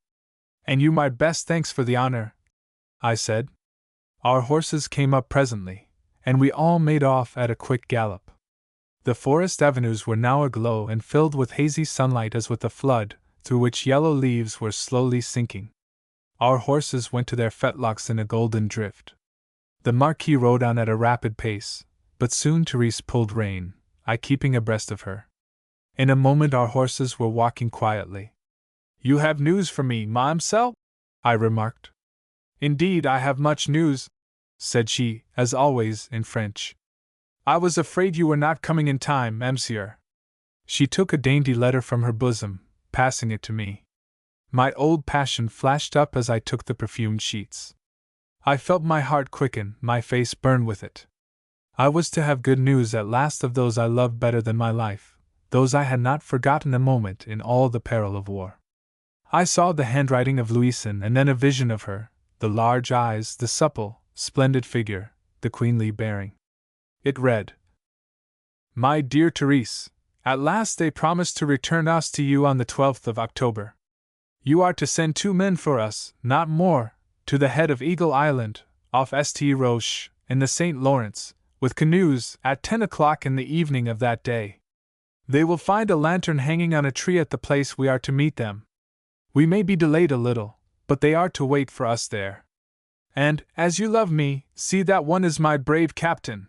I do not care about the other who comes. First of all I wish to see my emperor, my love, the tall, handsome, and gallant youngster who has won me. What a finish for this odd romance if he only comes! And then I do wish to see you, the Count, and the others. I read your note with such a pleasure. You are sure that he loves me? And that he does not know that I love him? I do not wish him to know, to suspect, until he has asked me to be his queen, until he has a right to know. Once he has my secret. Love is robbed of his best treasure. Mon Dieu! I wish to tell him myself, sometime, if he ever has the courage to take command of me. I warn you, Therese, if I think he knows, when I see him, I shall be cruel to him, I shall make him hate me. So you see I will not be cheated of my wooing, and I know you would not endanger my life's happiness. I have written a little song, for him. Well, some day I shall sing it to him, and will he not be glad to know I could do it? Here are the first lines to give you the idea. My emperor! My emperor! Thy face is fair to see, thy house is old, thy heart is gold, oh, take command of me! O emperor! My emperor! Thy scepter is of God, through all my days I'll sing thy praise, and tremble at thy nod. But, dear Therese, you ought to hear the music, I have quite surprised myself. Indeed, love is a grand thing, it has made me nobler and stronger. They really say I am not selfish any more. But I am weary of waiting here, and so eager to get home. You are in love, and you have been through this counting of the hours. We are very comfortable here, and they let us go and come as we like inside the high walls. I have told you there is a big grove and garden. We saw nothing of his lordship for weeks until 3 days ago, when they brought him here wounded. That is the reason we could not send you a letter before now. You know he has to see them all and arrange for their delivery. Well, he sent for Louise that day he came. She went to him badly frightened, poor thing! As, indeed, we all were. He lay in bed helpless, and wept when he saw her. She came back crying, and would not tell what he had said. I do think he loves her very dearly, and somehow we are all beginning to think better of him. Surely no one could be more courteous and gallant. Louise went to help nurse him yesterday, dear, sweet little mother. Then he told her the good news of our coming release, where your men would meet us, and all as I have written. He is up in his chair today, the maid tells me. I joked Louise about him this morning, and she began to cry at once, and said her heart was not hers to give. The sly thing! I wonder whom she loves, but she would say no more, and has had a long face all day. She is so stubborn! I have sworn I will never tell her another of my secrets. You are to answer quickly, sending your note by courier to the Indian dockman at Elizabethport, addressed Robin Adair, Box 40, St. Helier, Canada. And the love of all to all. Adieu. Your loving Louison. P.S. Can you tell me, is the captain of noble birth? I have never had any doubt of it, he is so splendid. It filled me with a great happiness and a bitter pang. I was never in such a conflict of emotion. Well, said Therese, do you see my trouble? Having shown you the first letter, I had also to show you the second. I fear I have done wrong. My soul, be blessed for the good tidings. I interrupted. Thanks. I was going to say it accuses me. Louison is a proud girl, she must never know. She can never know unless you tell her, said I quickly, and of course you will. What do you mean? She asked. That every secret that must not be told is the same as published if what? If it tells a pretty story with some love in it. I said, with a quick sense of caution. Ah, Mamselle, do I not know what has made your lips so red? What may it be? The attrition of many secrets, burning secrets. I said, laughing. Mordieu! What charming impudence! Said she, her large eyes glowing thoughtfully, with some look of surprise. You do not know me, monsieur. I have kept many secrets and know the trick. Ah, then I shall ask of you a great favor, said I, that you keep my secret also, that you do not tell her of my love. She wheeled her horse with a merry peal of laughter, hiding her face, now red as her glove. It is too late, said she. I have written her. We rode on, laughing. In spite of the serious character of her words, I fell a-quaking from crown to stirrup. I was now engaged to Louison, or as good as that, and being a man of honor, I must think no more of her sister. I wrote her of your confession, said she, for I knew it would make her so happy, but you know, I did not tell of the circumstances. Well, it will make it all the easier for me, I said. Mamselle, I assure you, I am not sorry. And my friend, you are lucky, she is so magnificent. Her face will be a study when I tell her. The splendor of it, said she. And the surprise, I added, laughing. Ah, monsieur, she will play her part well. She is clever. That moment when the true love comes and claims her, it is the sweetest in a woman's life. A thought came flying through my brain with the sting of an arrow. She must not be deceived. I have not any noble blood in me. I am only the son of a soldier farmer, and have my fortune to make, said I quickly. That is only a little folly, she answered, laughing. Whether you be rich or poor, prince or peasant, she cares not a snap of her finger. Seal! Is she not a republican? Has she not money enough? Nevertheless, I beg you to say, in your letter, that I have nothing but my sword and my honor. As we rode along, I noted in my book the place and time we were to meet the captives. The Marquis joined us at the Hermitage, where a stable boy watered our horses. 3 servants were still there, the others being now in the Count's service. If any place give me a day's happiness, it is dear to me, and the where I find love is forever sacred. I like to stand where I stood thinking of it, and there I see that those dear moments are as much a part of me as of history. So while Therese and the Marquis got off their horses for a little parley with the gardener, I cantered up the north trail to where I sat awhile that delightful summer day with Louise. The grotto had now a lattice roofing of bare branches. Leaves, as red as her blush, as golden as my memories, came rattling through it, falling with a faint rustle. The big woods were as a gloomy and deserted mansion, with the lonely cry of the wind above and a ghostly rustle within where had been love and song and laughter and all delight. 19.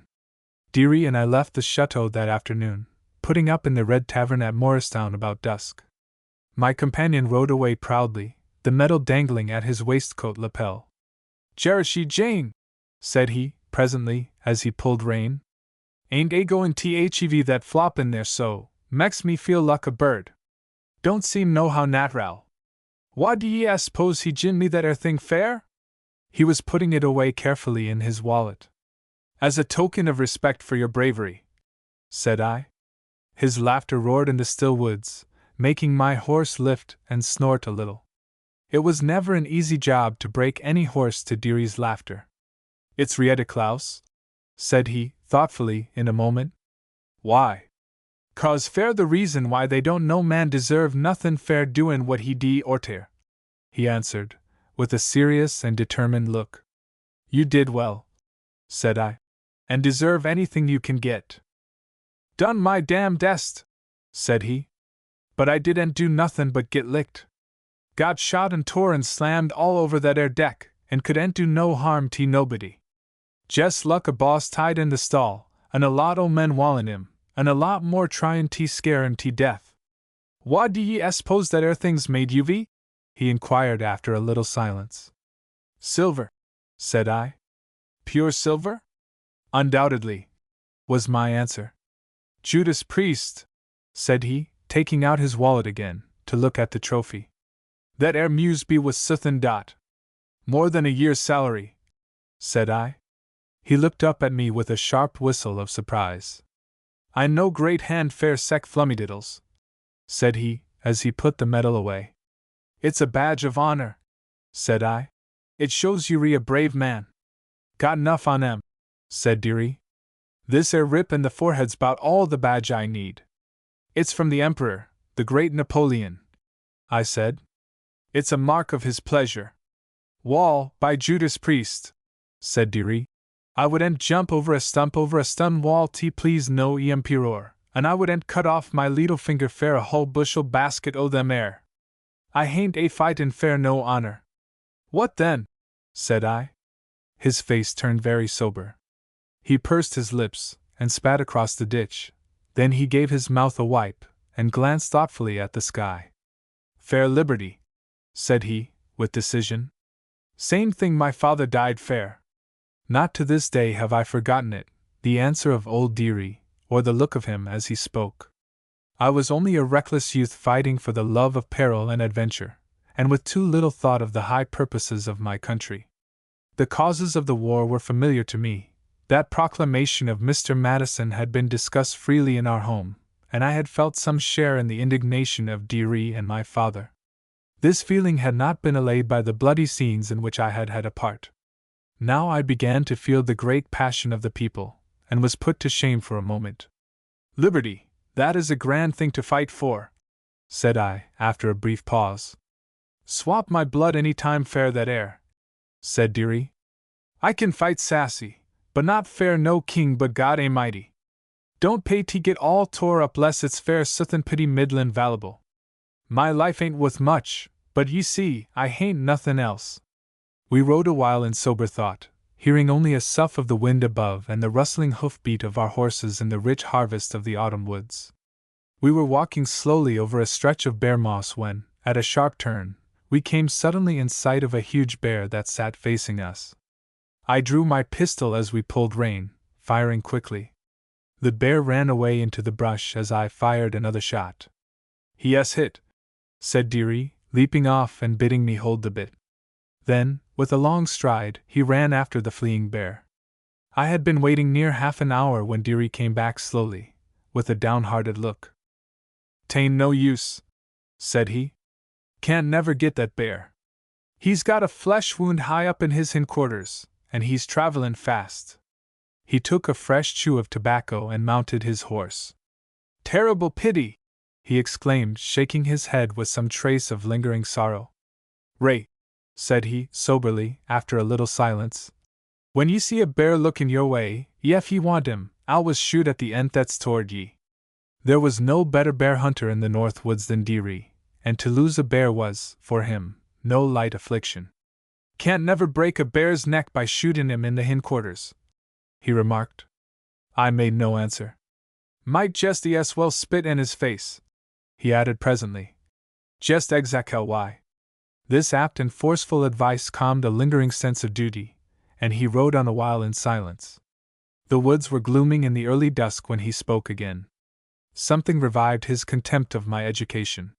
He had been trailing after me, and suddenly I felt his knee. "Tell you this, Ray," said he, in a kindly tone. "Ef ye want to get a bear, got to mux him up a leetle for'ard, right up in the neighborhood uv is focslo. Don't do no good to shoot his hams. Might ye as well try to choke him to death by pinchin' his tail." We were out in the open. Roofs and smoking chimneys were silhouetted on the sky, and halfway up a hill, we could see the candle lights of the Red Tavern. There, in the bar, before blazing logs in a great fireplace, for the evening had come chilly, a table was laid for us, and we sat down with hearty happiness to tankards of old ale and a smoking haunch. I have never drunk or eaten with a better relish. There were half a dozen or so sitting about the bar, and all ears were for news of the army and all hands for our help. If we asked for more potatoes or ale, half of them rose to proclaim it. Between pipes of Virginia tobacco, an old sledge, and songs of love and daring, we had a memorable night. When we went to our room, near 12 o'clock, I told Dearie of our dear friends, who, all day, had been much in my thought. "Was the letter writ by her?" he inquired. "Not a doubt of it." "Then it's all right," said he. "A likely pair o' gals the mare, no mistake. But I think they made me miss the bear," I answered. "Ray," said Dearie soberly, "when you're shootin' a bear, ef ye want him, don't never think o' nothin' but the bear." Then, after a moment's pause, he added, "Won't never hev no luck killin' a bear ef ye don quit dwellin' so on them 'ere gals." I thanked him, with a smile, and asked if he knew Eagle Island. "Bien all over it half a dozen times," said he. "'T ain't no more 'n 20 rod from the Yankee shore, that 'ere island ain't. We see you de paddle there in a day from our cove." And that was the way we planned to go, by canoe from our landing, and wait for the hour at Paleyville, a Yankee village opposite the island. We would hire a team there, and convey the party by wagon to Larrysville. We were off at daybreak, and going over the hills at a lively gallop. Crossing to Caraway Pike, in the Cedar Meadows, an hour later, we stampeded a lot of moose. One of them, a great bull, ran ahead of us, roaring with fright, his antlers rattling upon bush and bough, his black bell hanging to the fern tops. "Don never want hev no argument with one o' them air chaps less ye know putty nigh how te's comin' out," said Dearie. "I was want a gun well a pity midland carful aim on your side. Then ye re-apt need a tree too for ye get through with it."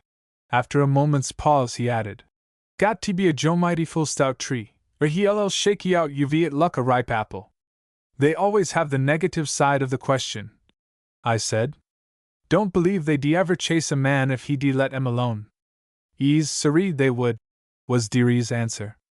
"I've had 'em come right after me forever I see you lift a gun. Ye see, they're just curus 'bout a man a man is 'bout them. Yef they can't smell 'im, they re terrible curus. Jes' want to see what's inside 'im and what kind a smellin' critter he is.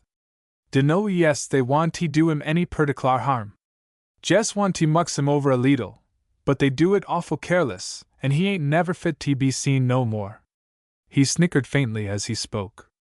"And they don't nobody see much 'im after that, nuther," he added, with a smile.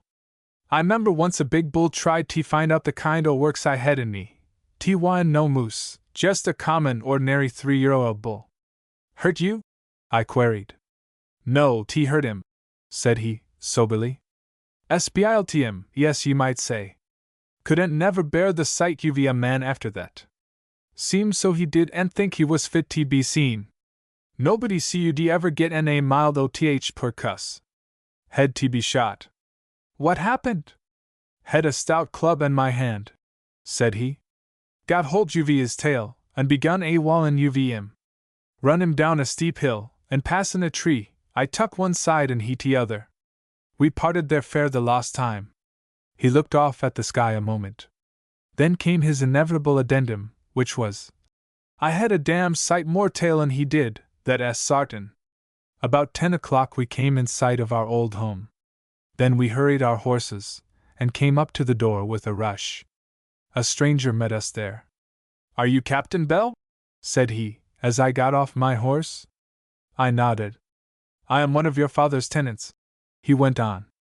"Ride over the ridge yonder about half a mile, and you will see his house." I looked at Dearie and he at me.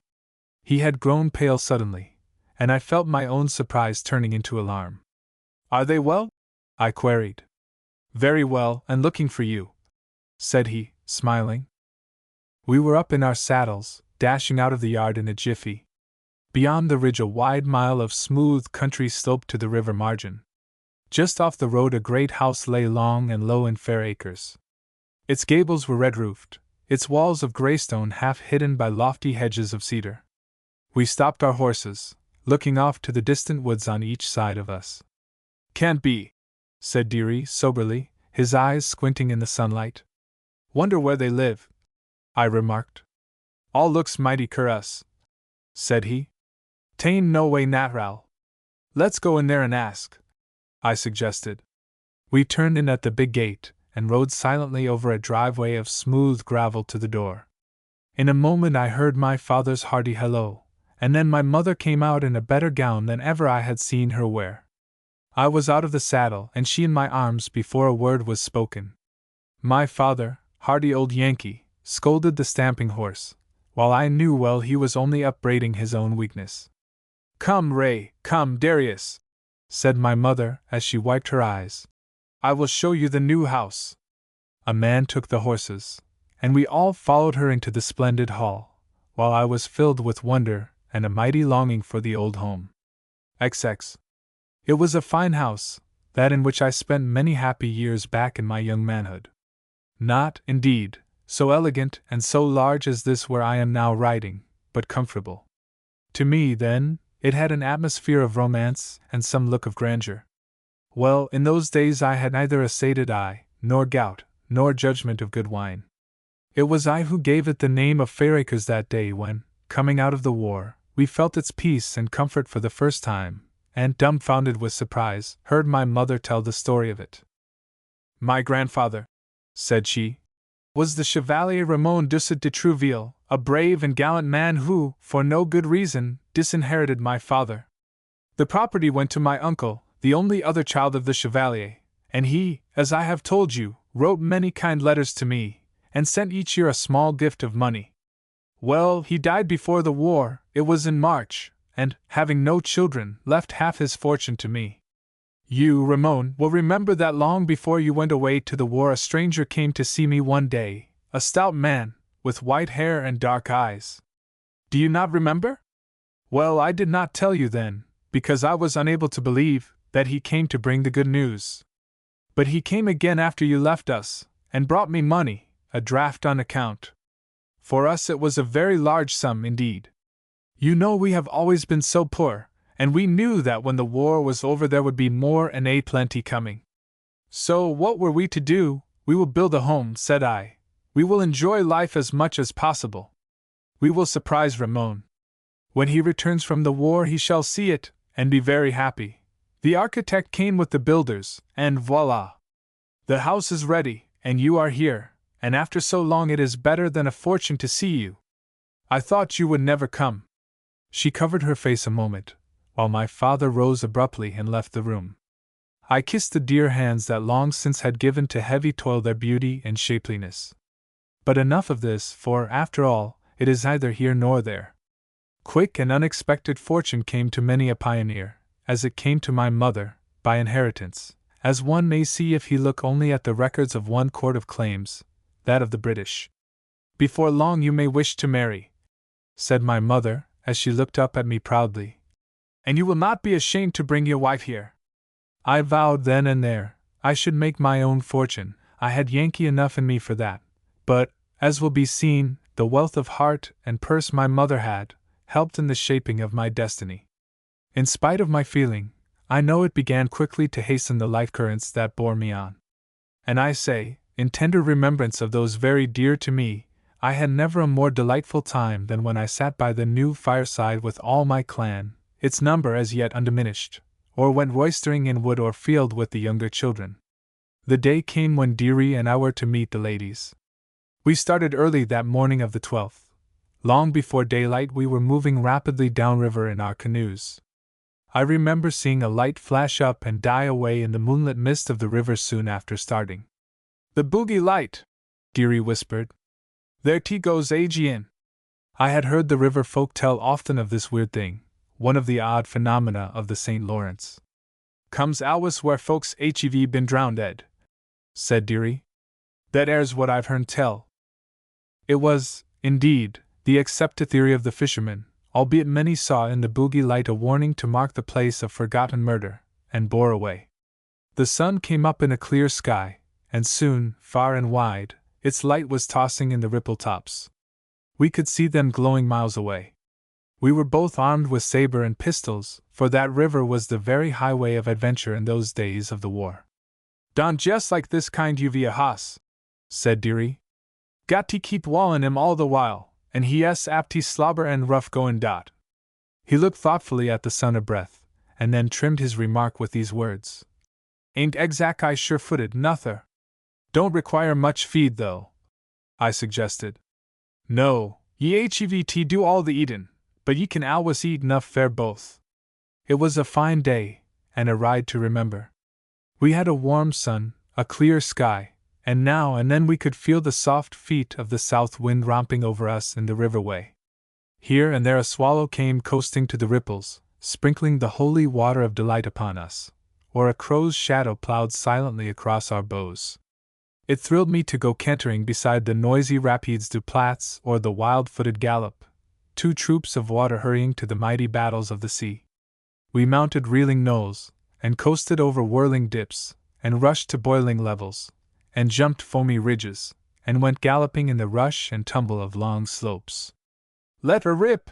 I could hear Dearie shouting, once in a while, as he flashed up ahead of me. Let her rip! Consarn her picked her!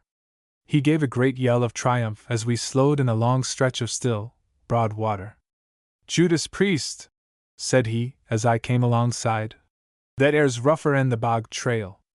We came to Paleyville with time only for a bite of luncheon before dark. We could see no sign of life on the island or the Canuck shore as we turned our bows to the South Channel. That evening the innkeeper sat with us under a creaking sign, our chairs tilted to the tavern side. Dearie was making a moose horn of birch bark as he smoked thoughtfully. When he had finished, he raised it to his lips and moved the flaring end in a wide circle as he blew a blast that rang miles away in the far forest. "Yef we happen to get separated in any way, shape, or manner 'cept one," said he, as he slung it over his shoulder with a string, "ye'll know putty nigh where I'd be when ye hear that 'ere thing." "You said in any way, shape, or manner 'cept one," I quoted. "What do you mean by that?" My friend expectorated, looking off into the night soberly a moment. "Guess I didn't mean nothin'," said he, presently. "When I set out to say suthin', don't never know where I'm goin' to land. Good deal luck settin' sail without a compass. That 's one reason I don't never say much for women." Our good host hurried the lagging hours with many a tale of the river and that island we were soon to visit, once the refuge of Tadoussac, the old river pirate, so he told us, with a cave now haunted by some ghost.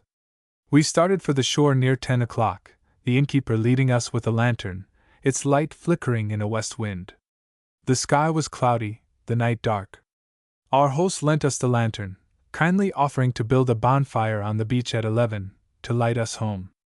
"Careful, boys," said the innkeeper, as we got aboard. "Aim straight fair head o' Island, can't ye see it, right over your heads there? 'Member they's awful rough water below." We pushed off, Dearie leading. I could see nothing of the island, but Dearie had better eyes, and kept calling me as he went ahead. After a few strokes of the paddle I could see on the dark sky the darker mass of treetops. "Better light up," I suggested. We were now close in. "Hush!" he hissed. Then, as I came up to him, he went on, whispering, "'Tain't best to mek no noise here. Don know none too much 'bout this here business. Don cal'late we goin' to hev any trouble, but if we do, hark!" We had both heard a stir in the bushes, and stuck our paddles in the sand, listening. After a little silence I heard Dearie get up and step stealthily into the water and buckle on his sword. Then I could hear him sinking the canoe and shoving her anchor deep into the sand. He did it with no noise that, 50 feet away, could have been distinguished from that of the ever-murmuring waters.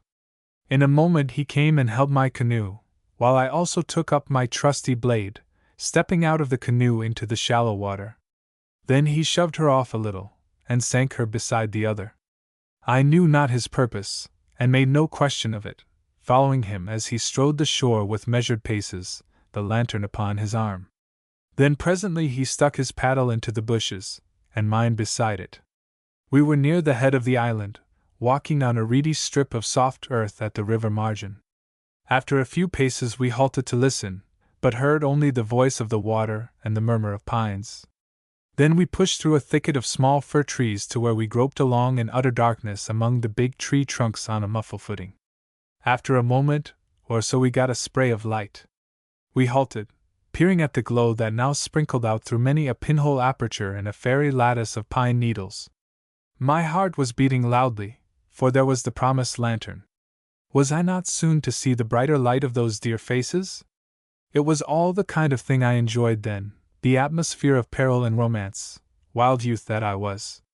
It is a pity, God knows, I had so little consideration for old Dearie, but he loved me, and well, he himself had some pleasure and excitement. We halted for only a moment, pushing boldly through a thicket of young pines into the light.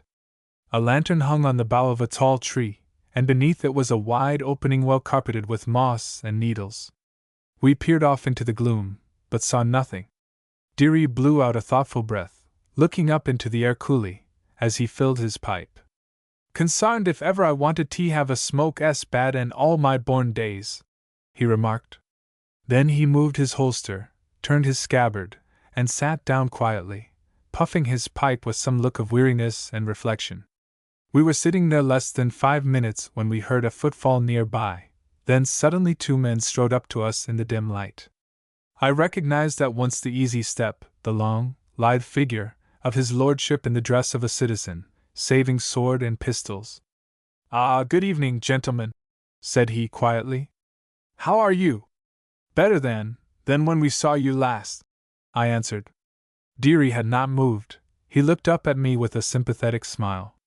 "I presume," said his lordship, in that familiar, lazy tone, as he lighted a cigar. "There was, good room for improvement, was there not?" "Abundant," said I thoughtfully. "You were not in the best of health yourself that evening." "True," said he. I was in bad fettle and worse luck." "How are the ladies?" "Quite well," said he, blowing a long puff. "Ready to deliver them?" I inquired. "Presently," said he. "There are some formalities." "Which are?" I added quickly. "A trifle of expenses and a condition," said he lazily. "How much and what?" I inquired, as Deary turned his ear.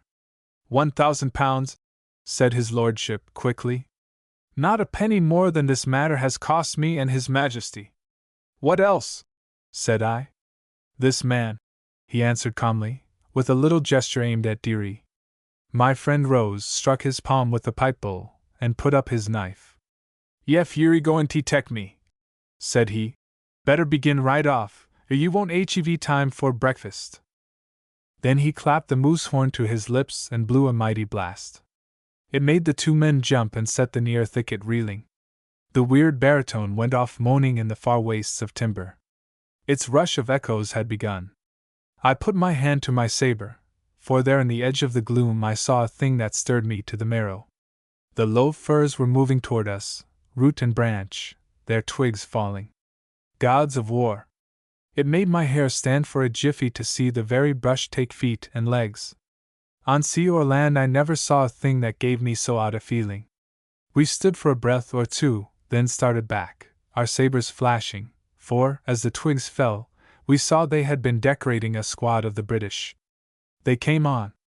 I struck at the lantern, but too late, for his lordship had swung it away. He stumbled, going to his knees, the lantern hit the earth and went out. I had seen the squad break, running each way, to surround us. Deary grabbed my hand as the dark fell, and we went plunging through the little pines, hitting a man heavily, who fell grunting. We had begun to hear the rattle of boats, a shouting, and quick steps on the shore. We crouched a moment. Deary blew the moose horn, pulling me aside with him quickly after the blast. Lights were now flashing near. I could see little hope for us, and Deary, I thought, had gone crazy. He ran at the oncomers yelling, "Hey, Rube!" at the top of his lungs. I lay low in the brush a moment. They rushed by me, Deary in the fore with fending saber. A tawny hound was running in the lead, his nose down, baying loudly. Then I saw the truth, and made after them with all the speed of my legs. They hustled over the ridge, their lights flashing under. For a jiffy I could see only, here and there, a leaping glow in the treetops. I rushed on, passing one who had tumbled headlong. The lights below me scattered quickly and stopped. I heard a great yelling, a roar of muskets, and a clash of swords. A hush fell on them as I came near, then I heard a voice that thrilled me. "Your sword, sir!" it commanded. "Stop!" said I sharply, coming near. There stood my father in the lantern light, his sword drawn, his grey hair stirring in the breeze. Before him was my old adversary, his lordship, sword in hand. Near by, the squad of British, now surrounded, were giving up their arms. They had backed to the river's edge. I could hear it lapping their heels. His lordship sneered, looking at the veteran who stood in a grey frock of homespun, for all the world, I fancy, like one of those old yeomen who fought with Cromwell. "Your sword, sir," my father repeated. "Pardon me," said the young man, with a fascinating coolness of manner, "but I shall have to trouble you." He hesitated, feeling his blade. "How?" said my father. "To fight for it," said his lordship quietly. "Surrender, fool!" my father answered. "You cannot escape." "Tut, tut!" said his lordship. I never heard so poor a compliment. Come in reach, and I shall make you think better of me. Give up your sword. After my life, then my sword, said he, with a quick thrust. Before I could take a step, their swords were clashing in deadly combat. I rushed up to break in upon them, but the air was full of steel, and then my father needed no help. He was driving his man with fiery vigor. I had never seen him fight. All I had seen of his power had been mere play. It was grand to see the old man fighting as if, for a moment, his youth had come back to him. I knew it could not go far. His fire would burn out quickly, then the blade of the young Britisher, tireless and quick as I knew it to be, would let his blood before my very eyes. What to do I knew not. Again I came up to them, but my father warned me off hotly. He was fighting with terrific energy. I swear to you that in half a minute he had broken the sword of his lordship, who took to the water, swimming for his life. I leaped in, catching him half over the eddy, where we fought like roadmen, striking in the air and bumping on the bottom. We were both near drowned when Deary swam out and gave me his belt end, hauling us in. I got to my feet soon. My father came up to me and wiped a cut on my forehead. Damn you, my boy, said he. Don't ever interfere with me in a matter of that kind. You might have been hurt. We searched the island, high and low, for the ladies, but with no success. Then we marched our prisoners to the South Channel, where a bateau, the same that brought us help, had been waiting. One of our men had been shot in the shoulder, another gored in the hip with a bayonet, and we left a young Briton dead on the shore. We took our prisoners to Paleyville, and locked them overnight in the blockhouse. The channel was lighted by a big bonfire on the south bank as we came over. Its flames went high, and made a great, sloping volcano of light in the darkness. After the posting of the guard, some gathered about my father and began to cheer him. It nettled the veteran. He would take no honor for his defeat of the clever man, claiming the latter had no chance to fight. He had no footroom with the boy one side and Deary the other, said he. I had only to drive him back. My father and the innkeeper and Deary and I sat a while, smoking, in the warm glow of the bonfire. You re a long-headed man, said I, turning to my comrade. Kind o' thought they'd be trouble, said Deary. So I tuck in ast your father t come over hossback with head a dozen good men. They got 3 more et the tavern here, and lay off and that bateau, wait and fare the moose call. I cal'lated I didn't want no more slidin' over there in Canady. After a little snicker, he added, Head alty was good fare me the last time, a leetle too swift. Gets rather scary when you see the bushes walk, I suggested. Seen what was up forever they met a move, said Deary. Them air bushes didn't look jest nat'ral they'd ortea. Bet ye there's some o' them bushwhackers o' Fitzgibbon. Got loops all over their uniforms, so ye see you'd stick 'em full o' boughs. Jerashi! Never see nothin' es jomiteful cur us and all my born days, never. He stopped a breath and then added, Couldn't be nothin' curiouser en that. 21. We hired team and wagon of the innkeeper, and a man to paddle upriver and return with the horses. I had a brief talk with our tall prisoner while they were making ready. A word of business, your lordship, I said as he came out, yawning, with the guard. Ah, well, said he, with a shiver. I hope it is not so cold as the air. It is hopeful, it is cheering, was my answer. And the topic? An exchange, for the ladies. He thought a moment, slapping the dust off him with a glove. This kind of thing is hard on the trousers, he remarked carelessly. I will consider. I think it could be arranged. Meanwhile, I give you my word of honor, you need have no worry.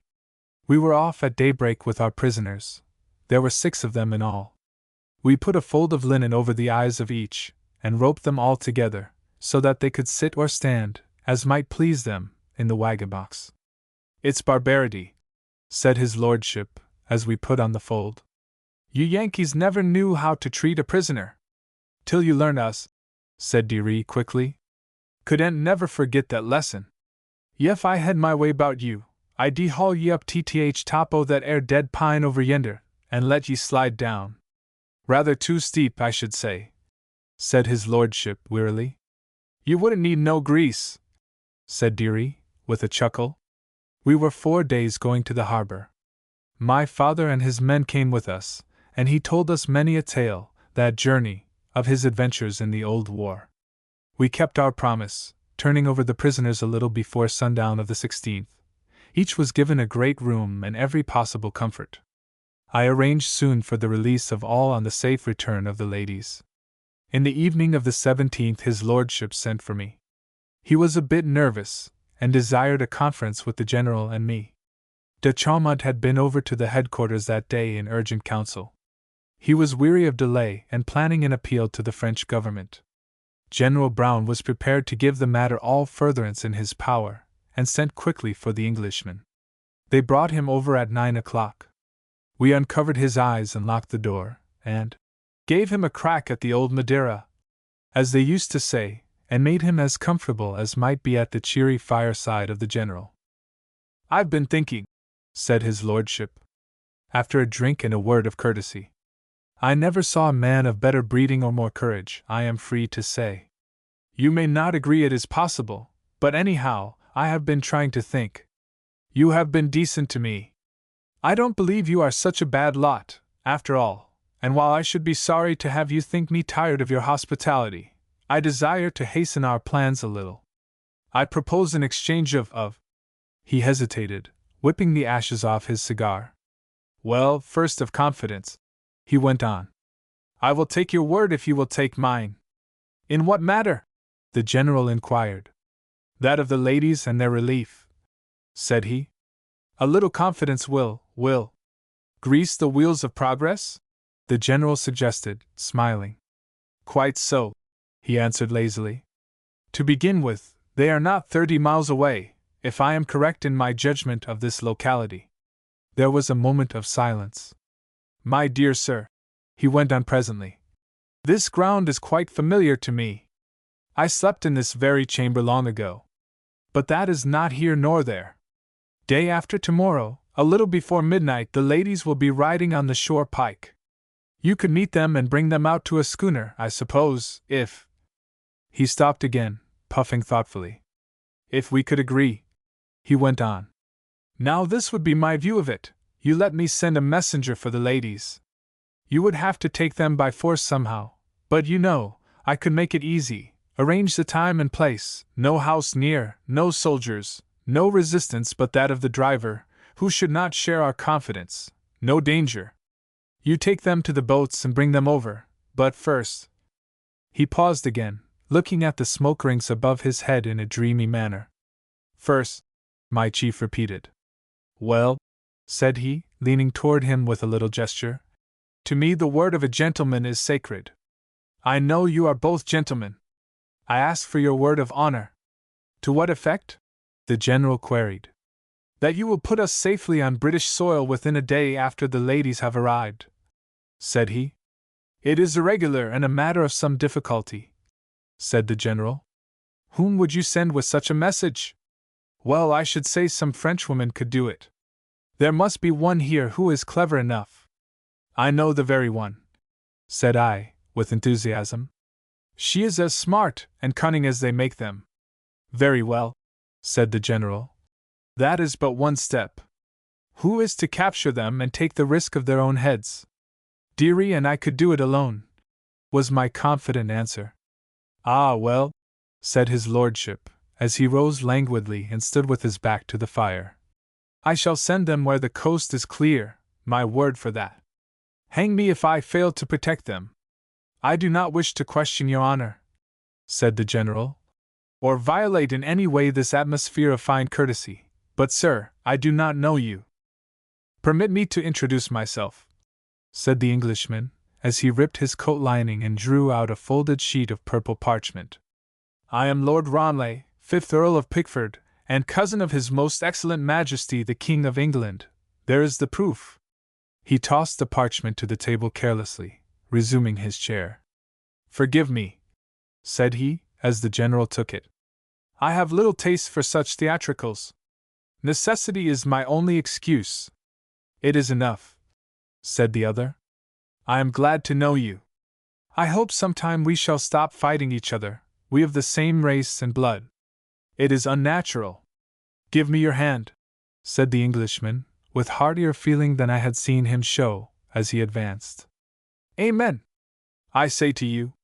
Will you write your message? Here are ink and paper, said the general. His lordship sat down at the table and hurriedly wrote these letters.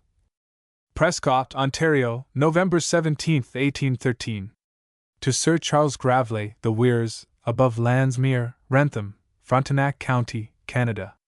My dear Graveley, will you see that the Baroness and her 2 wards, the Misses de Lambert, are conveyed by my coach, on the evening of the 18th inst., to that certain point on the shore pike between Amesbury and Lakeside known as Burnt Ridge, there to wait back in the timber for my messenger? Tell them they are to be returned to their home, and give them my very best wishes. Lanson will drive, and let the bearer ride with the others. Very truly yours, Ranelagh. To whom it may concern. Madame, St. Jovite, the bearer, is on her way to my house at Wrentham, Frontenac County, 2nd Concession, with a dispatch of urgent character. I shall be greatly favored by all who give her furtherance in this journey. Respectfully, etc. Ranelagh, Colonel of King's Guard. For fear of a cipher, the general gave tantamount terms for each letter, and his lordship rewrote them. I thought the name St. Jovite would be as good as any, he remarked. The rendezvous was carefully mapped. The guard came, and his lordship rose languidly. One thing more, said he. Let the men go over without arms, if you will be so good. I shall consider that, said the general. And when shall the messenger start? Within the hour, if possible, my chief answered. As they went away, the general sat down with me for a moment, to discuss the matter. 22. Herein is the story of the adventures of his lordship's courier, known as Madame St. Jovite, on and after the night of November 17, 1813, in Upper Canada. This account may be accepted as quite trustworthy, its writer having been known to me these many years, in the which neither I nor any of my friends have had occasion to doubt her veracity. The writer gave more details than are desirable, but the document is nothing more than a letter to an intimate friend. I remember well she had an eye for color and a taste for description not easy to repress. When I decided to go, it was near midnight. The mission was not all to my taste, but the reward was handsome and the letter of Lord Ranelagh reassuring. I knew I could do it, and dressed as soon as possible and walked to the Lone Oak, a sergeant escorting. There, as I expected, the big soldier known as Deary was waiting, his canoe in a wagon that stood near. We all mounted the seat, driving pell-mell on a rough road to Tibble's Point, on the southwest corner of Wolf Island. A hard journey it was, and near 2 o'clock, I should say, before we put our canoe in the water. Then the man Deary helped me to an easy seat in the bow and shoved off. A full moon, yellow as gold, hung low in the northwest. The water was calm, and we cut across the Moon Way, that funneled off to the shores of Canada. It is one ver grand night, I said in my dialect of the rude Canuck, for I did not wish him, or any one, to know me. War is war, but surely, such adventures are not the thing for a woman. Ease, Mom, he answered, pushing hard with the paddle. You're a friend o' the captain, ain't ye, Ray Bell? Ze captain? Ah, oui, MCU, I said. One ver brave man, ain't it? Ease, Mom, said he, soberly and with emphasis. He has more 'n a dozen brave men, that's what he is. He's a jomighty full cuss. Ain't nothin' he can't do, sprier 'n a painter, stouter 'n a moose, and tremenjous with a sword. The moon sank low, peering through distant tree columns, and went out of sight. Long stubs of dead pine loomed in the dim, golden afterglow, their stark limbs arching high in the heavens, like mullions in a great Gothic window. When we get nigh shore over yender, said my companion, don't believe we better hev agree a deal t say. I ain't a-goin' t be tuck, by a jugful, not ef I can help it. Got me in a tight place one night here in Kennedy. Ah, MCU, in Canada. How did you get out of it? I queried.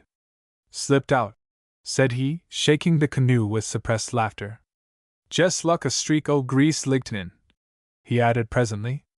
The captain he seems ver anxious for me to mak' great hurry, I remarked. No wonder, it's his lady love he es efter, faster n a weasel to see her, said he, snickering. Good looking? I queried. Handsome yes a picture, said he, soberly. In a moment he dragged his paddle, listening. That air's th shore over yender, he whispered. Don't say a word now. I'll put ye right on the P&O rocks. Creep long careful till ye get TTH road, then turn TTH left, the captain told me. When I stepped ashore my dress caught the gunwale and upset our canoe. The good man rolled noisily into the water, and rose dripping. I tried to help him. Don't bother me, none, he whispered testily, as if out of patience, while he righted the canoe. When at last he was seated again, as I leaned to shove him off, he whispered in a compensating, kindly manner. When ye re goin' ashore, unless somebody in the canoe, don't never try to take it with ye less ye tell him you're goin' too. There was a deep silence over wood and water, but he went away so stealthily I could not hear the stir of his paddle. I stood watching as he dimmed off in the darkness, going quickly out of sight. Then I crept over the rocks and through a thicket, shivering, for the night had grown chilly. I snagged my dress on a briar every step, and had to move by inches. After mincing along half an hour or so, I came where I could feel a bit of clear earth, and stood there, dancing on my tiptoes, in the dark, to quicken my blood a little. Presently the damp light of dawn came leaking through the tree-tops. I heard a rattling stir in the bare limbs above me. Was it some monster of the woods? Although I have more courage than most women, it startled me, and I stood still. The light came clearer. There was a rush toward me that shook the boughs. I peered upward. It was only a squirrel, now scratching his ear, as he looked down at me.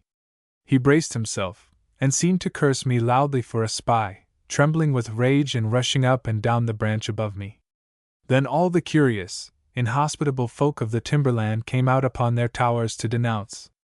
I made my way over the rustling, brittle leaves, and soon found a trail that led up over high land. I followed it for a matter of some minutes, and came to the road, taking my left-hand way, as they told me. There was no traveler in sight. I walked as fast as I could, passing a village at sunrise, where I asked my way in French at a smithy. Beyond there was a narrow clearing, stumpy and rank with briars, on the upside of the way. Presently, looking over a level stretch, I could see trees arching the road again, from under which, as I was looking, a squad of cavalry came out in the open. It startled me. I began to think I was trapped. I thought of dodging into the brush. But no, they had seen me, and I would be a fool now to turn fugitive. I looked about me. Cows were feeding near. I picked up a stick and went deliberately into the bushes, driving one of them to the pike and heading her toward them. They went by at a gallop, never pulling up while in sight of me.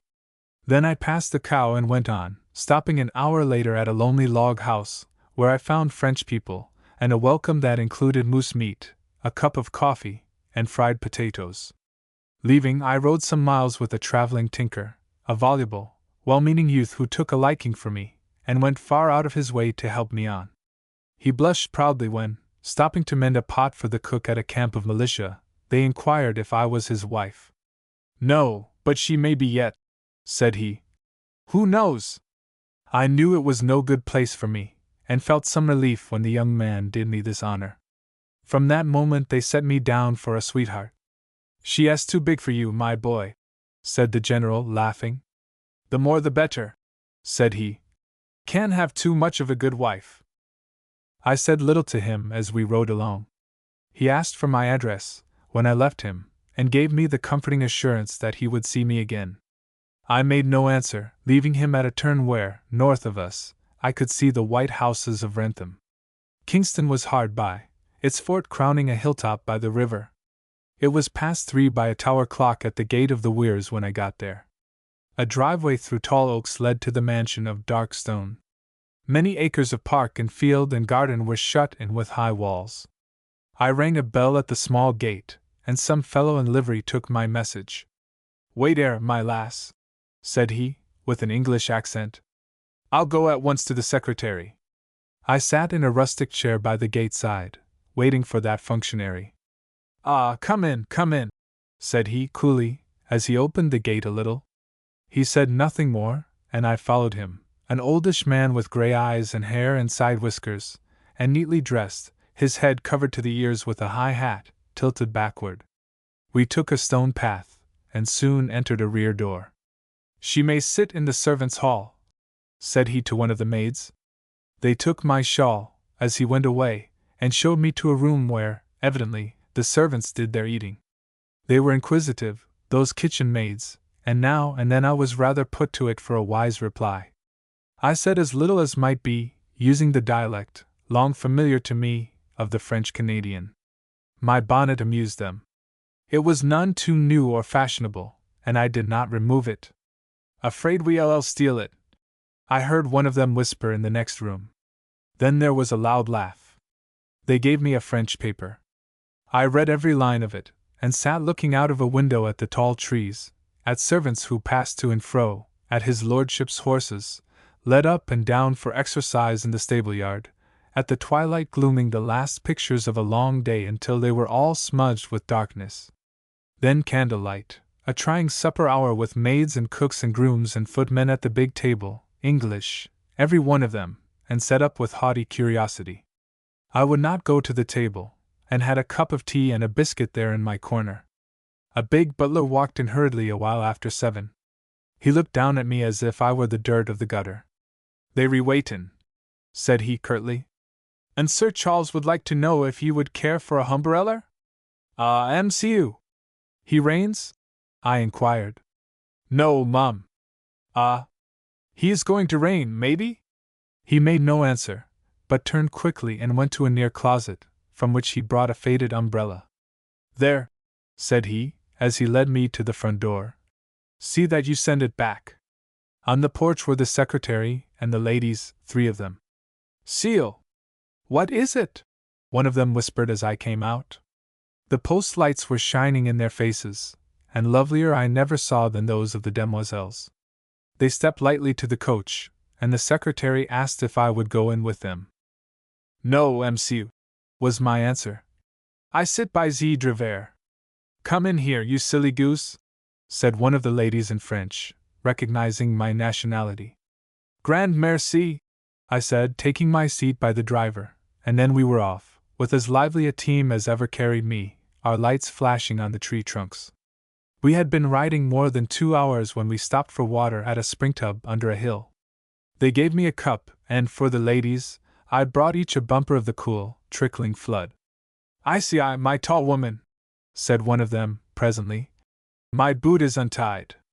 Her dainty foot came out of the coach door under ruffles of silk. I hesitated, for I was not accustomed to that sort of service. "Lambine!" she exclaimed. "Make haste, will you?" her foot moving impatiently.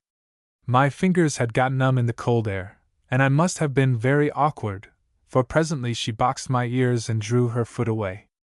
"Do you," said she, "tell him to drive on."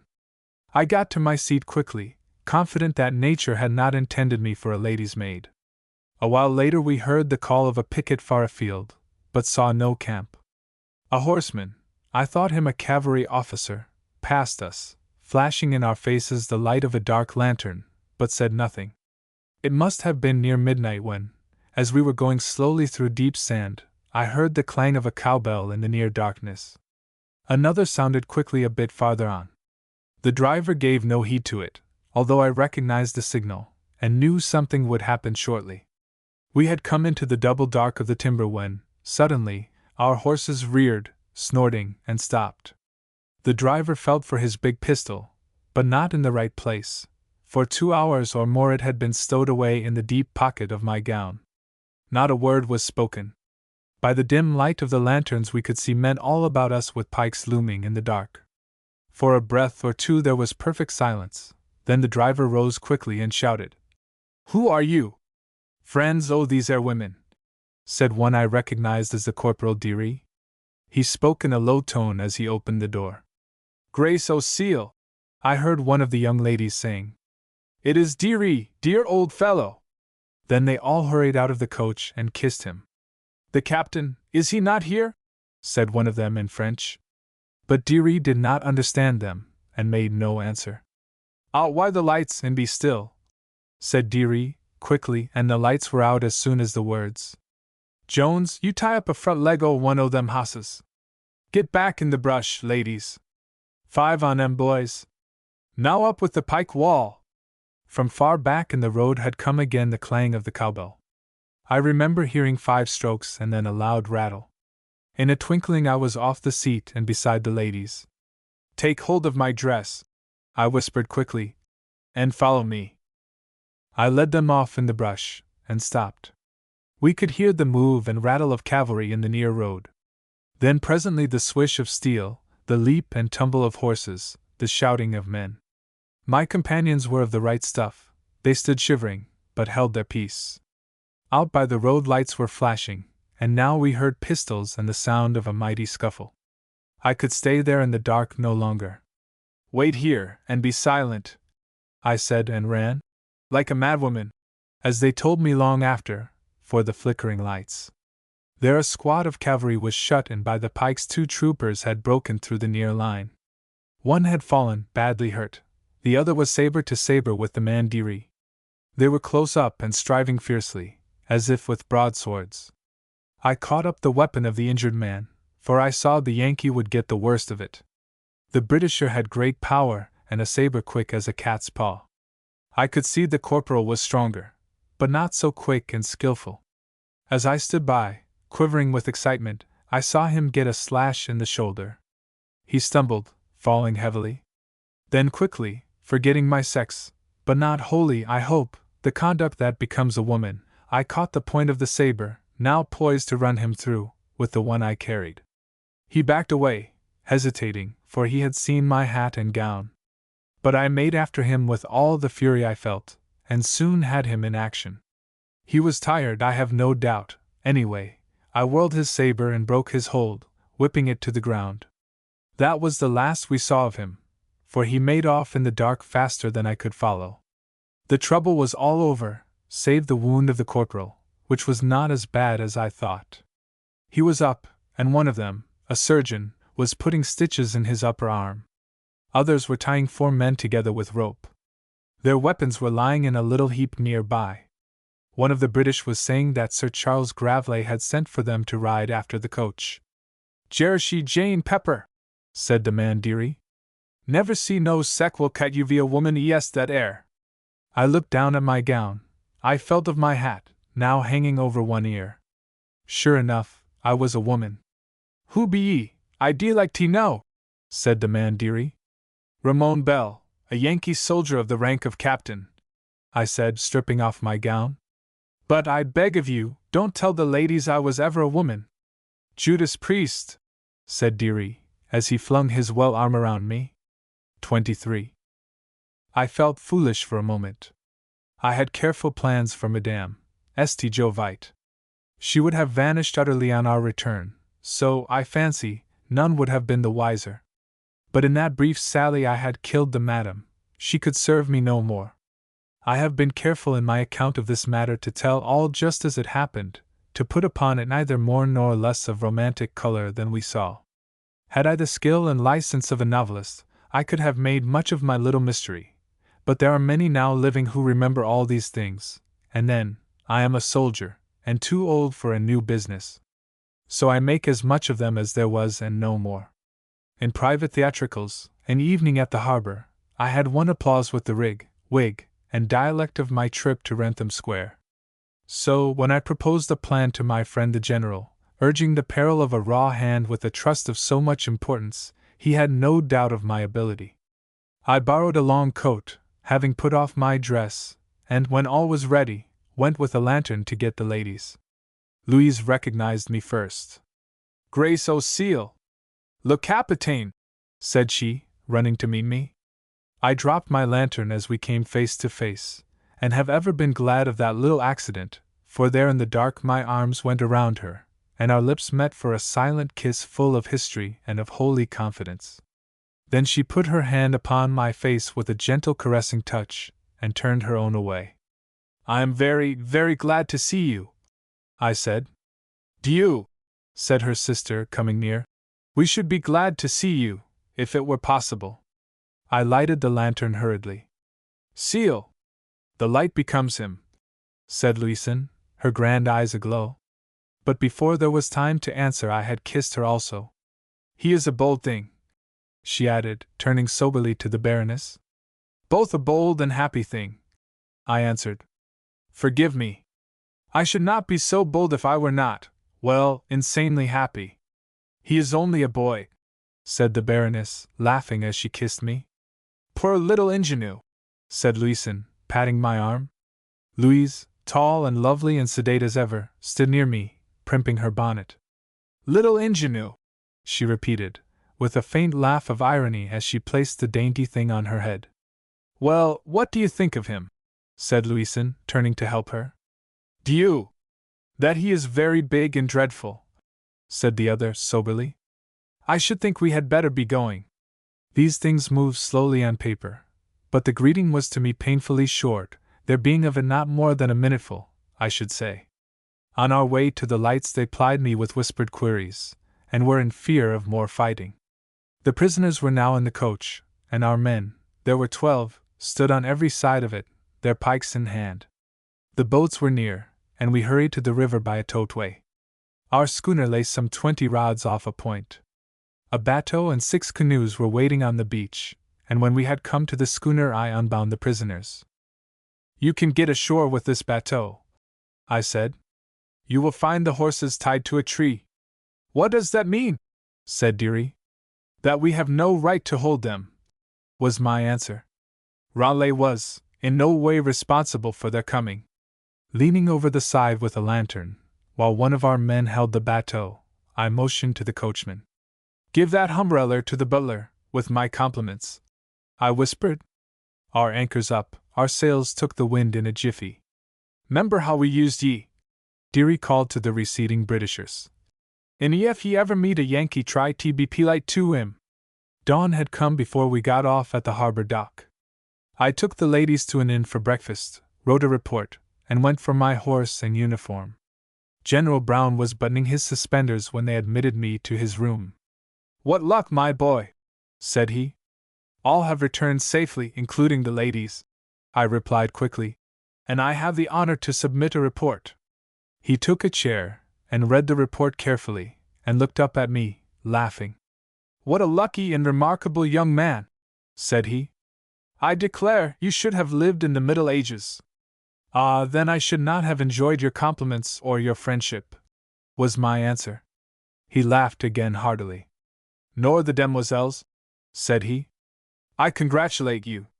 They are the loveliest of their sex, but I'm sorry they're not Americans." "Time enough. I have decided that one of them shall become an American," said I, with all the confidence of youth. "It is quite an undertaking," said he. "You may find new difficulties. Their father is at the chateau." "Monsieur de Lambert?" I exclaimed. "Monsieur de Lambert came yesterday, via Montreal, with a fine young nobleman, the Count Esmond de Bravel," said he. "You must look out for him. He has the beauty of Apollo and the sword of a cavalier." "And I no fear of him," I answered soberly, with a quick sense of alarm. "They rode over in the afternoon with Chaumont," he went on. "It seems the young lady's father, getting no news of them, had become worried. Well, you may go and have 3 days for your fun. I shall need you presently." Breakfast over, I got a team for the ladies, and mounting my own horse, rode before them. I began to consider a very odd thing in this love experience. While they were in captivity, I had begun to think less of Louisin and more of Louise. In truth, one face had faded a little in my memory, the other, somehow, had grown clearer and sweeter, as if by a light borrowed from the soul behind it. Now that I saw Louisin, her splendid face and figure appealed to me with all the power of old. She was quick, vivacious, subtle, aggressive, cunning, aware and proud of her charms, and ever making the most of them. Yes, she could play with a man for the mere pleasure of victory, and be very heartless if she were not in love with him. This type of woman had no need of argument to make me feel her charms. With her the old doubt had returned to me, For how long? I wondered. Her sister was quite her antithesis, thoughtful, slow, serious, even-tempered, frank, quiet, unconscious of her beauty, and with that wonderful thing, a voice tender and low and sympathetic and full of an eloquence I could never understand, although I felt it to my fingertips. I could not help loving her, and indeed, what man with any life in him feels not the power of such a woman? That morning, on the woods pike, I reduced the problem to its simplest terms. The one was a physical type, the other a spiritual. Monsieur le Capitaine, said Louison, as I rode by the carriage. What became of the tall woman last night? Left us there in the woods? I answered. She was afraid of you. Afraid of me? Why? Well, I understand that you boxed her ears shamefully. A merry peal of laughter greeted my words. It was too bad, you were very harsh, said Louise soberly. I could not help it, she was an ugly, awkward thing, said Louison. I could have pulled her nose. And it seems you called her a gent also, I said. She was quite offended. It was a compliment, said the girl. She was an Amazon, like the Count's statue of Jeanne d'Arc. Poor thing! She could not help it, said Lise. Well, said Louison, with a sigh of regret, if I ever see her again I shall give her a 5-franc piece. There was a moment of silence, and she broke it. I hope, this afternoon, you will let me ride that horse, said she. On one condition, was my reply. And it is? That you will let me ride yours at the same time. Agreed, was her answer. Shall we go at 3? With the consent of the Baroness and your father, I said. Father! Exclaimed the two girls. Your father, I repeated. He is now at the chateau. Heavens! Said Louison. What will he say? Said the Baroness. I am so glad, my dear papa, said Louise, clapping her hands. We were out of the woods now, and could see the chateau in the uplands. 24. There was a dignity in the manners of M. de Lambert to me formidable and oppressive. It showed in his tall, erect figure, his deep tone, his silvered hair and mustache. There was a merry word between the kisses of one daughter, between those of the other only tears and a broken murmur. Oh, papa, said Louison, as she greeted him. I do love you, but I dread that tickly old mustache. Mon Dieu! What a lover you must have been! Then she presented me, and put her hand upon my arm, looking proudly at her father. My captain, said she, did you ever see a handsomer Frenchman? There are many, and here is one, said he, turning to the young count, who stood behind him, a fine youth, tall, strong-built, well-spoken, with blonde hair and dark, keen eyes. I admit frankly I had not seen a better figure of a man. I assure you, he had the form of Hercules, the eye of Mars. It was an eye to command women, for I had small reason to admire his courage when I knew him better. He took a hand of each young lady, and kissed it with admirable gallantry. Dieu!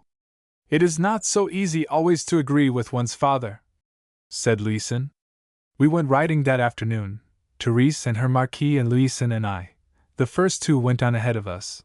We rode slowly, and for a time no word was spoken. Winds had stripped the timber, and swept its harvest to the walls and hollows. Where it lay bleaching in the sun, birch and oak and maple were holding bared arms to the wind, as if to toughen them for storm and stress. I felt a mighty sadness, wondering if my own arms were quite seasoned for all that was to come. The merry-hearted girl beside me was ever like a day of June, the color of the rose in her cheek, its odor always in her hair and lace. There was never an hour of autumn in her life. Alas, you are a very silent man, said she, presently, with a little sigh. Only thinking, I said. Of what? Dieu! Of the dead summer, I continued. Believe me, it does not pay to think, she interrupted. I tried it once, and made a sad discovery. Of what? A fool, said she, laughing. I should think it might have been a coquette, said I lightly. Why, upon my word, said she, I believe you misjudge me. Do you think me heartless? For the first time I saw a shadow in her face. No, but you are young and beautiful and… What? She broke in impatiently, as I hesitated. I long to know. Men will love you in spite of all you can do, I added. Captain? Said she, turning her face away. Many will love you, and you can choose only one, a very hard thing to do, possibly. Not hard, said she. If I see the right one, and he loves me also. I had kept myself well in hand, for I was full of doubts that day, but the clever girl came near taking me, horse, foot, and guns, that moment. She spoke so charmingly, she looked so winning, and then, was it not easy to ask if I were the lucky one? She knew I loved her, I knew that she had loved me, and I might as well confess. But no, I was not ready. You must be stern with the others, you must not let them tell you, I went on. Seal, said she, laughing. One might as well go to a nunnery. May not a girl enjoy her beauty? It is sweet to her. But do not make it bitter for the poor men. Do you? I am one of them, and know their sorrows. And you have been in love? Desperately, I answered, clinging by the fingertips. Somehow we kept drifting into fateful moments when a word even might have changed all that has been, our life way, the skies above us, the friends we have known, our loves, our very souls. She turned, smiling, her beauty flashing up at me with a power quite irresistible. I shut my eyes a moment, summoning all my forces. There was only a step between me and God knows what. Captain, you are a foolish fellow, said she, with a little shudder. And well, I am cold. Parbleu! Feel my hand. She had drawn her glove quickly, and held out her hand, white and beautiful, a dainty finger in a gorget of gems. That little cold, trembling hand seemed to lay hold of my heart and pull me to her. As my lips touched the palm, I felt its mighty magic. Dear girl! I wonder if she planned that trial for me. We must ride faster. You are cold, I stammered. She held her hand so that the sunlight flashed in the jewels, and looked down upon it proudly. Do you think it beautiful? She asked. Yes, and wonderful, I said. But mark me, it is all a sacred trust, the beauty you have. Sacred? More sacred than the power of kings, I said. Preacher, said she, with a smile. You should give yourself to the church. I can do better with the sword of steel, I said. But do not be sad. Cheer up, dear fellow, she went on, patting my elbow with a pretty mockery. We women are not so bad. When I find the man I love… Her voice faltered as she began fussing with her stirrup. I turned with a look of inquiry, changing quickly to one of admiration. I shall make him love me if I can, she went on soberly. And if he does? I queried, my blood quickening as our eyes met. Do you? I would do anything for him, said she. I turned away, looking off at the brown fields. Ah, then, for a breath, my heart begged my will for utterance. The first word passed my lips when there came a sound of galloping hoofs and Teresa and the Marquis. Come, dreamers, said the former, as they pulled up beside us. A cold dinner is the worst enemy of happiness. And he is the worst robber that shortens the hour of love, said the Marquis, smiling. We turned, following them at a swift gallop. They had helped me out of that mire of ecstasy, and now I was glad, for, on my soul, I believed the fair girl had found one more to her liking, and was only playing for my scalp. And at last I had begun to know my own heart, or thought I had. Dearie came over that evening with a letter from General Brown. He desired me to report for duty next day at 2. War, it is forever war, said Therese, when I told her at dinner. There is to be a coaching party tomorrow, and we shall miss you, Captain. Can you not soon return? Said the Baroness. I fear not, was my answer. It is to be a long campaign. Oh, the war! When will it ever end? Said Louise, sighing. When we are all dead, said Louison. Of loneliness? Said the old Count, with a smile. No, of old age, said Louison quickly. When the army goes into Canada, it will go into trouble, said the Comte de Chaumont, speaking in French. We shall have to get you out of captivity, Captain. Louise would rescue him, said her sister. She has influence there. Would you pay my ransom? I inquired, turning to her. With my life, said she solemnly. Greater love hath no man than this, said the good Père Julien, smiling as the others laughed. And none has greater obligation, said Louise, blushing with embarrassment. Has he not brought us 3 out of captivity? Well, if I am taken, I said, nothing can bring me back unless it be a miracle? The Baroness prompted as I paused. Yes, even a resurrection, was my answer. I know what it means for a man to be captured there these days. Louise sat beside me, and I saw what others failed to notice. Her napkin stopped quickly on its way to her lips, her hand tightened as it held the white linen. It made me regretful of my thoughtless answer, but oddly happy for a moment. Then they all besought me for some adventure of those old days in the army. I told them the story of the wasps, and when I had finished, our Baroness told of the trouble it led to, their capture and imprisonment. It was very strange, said she, in conclusion. That Englishman grew kinder every day we were there, until we began to feel at home. They were all mystified, but I thought I could understand it. We had a long evening of music, and I bade them all goodbye before going to bed, for they were to be off early. Well, the morning came clear, and before I was out of bed I heard the coach horn, the merry laughter of ladies under my window, the prancing hoofs, and the crack of the whip as they all went away. It surprised me greatly to find Louise at the breakfast table when I came below stairs. I shall not try to say how much it pleased me. She was gowned in pink, a red rose at her bosom. I remember, as if it were yesterday, the brightness of her big eyes, the glow in her cheeks, the sweet dignity of her tall, fine figure when she rose and gave me her hand. I did feel sorry, Mamselle, that I could not go, but now I am happy, was my remark. Oh, Captain, you are very gallant, said she, as we took seats. I was not in the mood for merrymaking, and then I am reading a book. A book? May its covers be the gates of happiness, I answered. Eh bien! It is a tale of love, said she. Of a man for a woman? I inquired. Of a lady that loved 2 knights, and knew not which the better. Is it possible and reasonable? I inquired. In a tale things should go as well as God plans them. Quite possible, said she.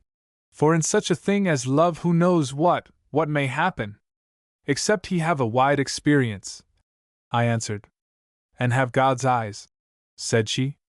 Let me tell you. They were both handsome, brave, splendid, of course, but there was a difference. The one had a more perfect beauty of form and face, the other a nobler soul. And which will she favor? Alas! I have not read, and do not know her enough to judge, was her answer. But I shall hate her if she does not take him with the better soul. And why? I could hear my heart beating. Love is not love unless it be. She paused, thinking. Do you?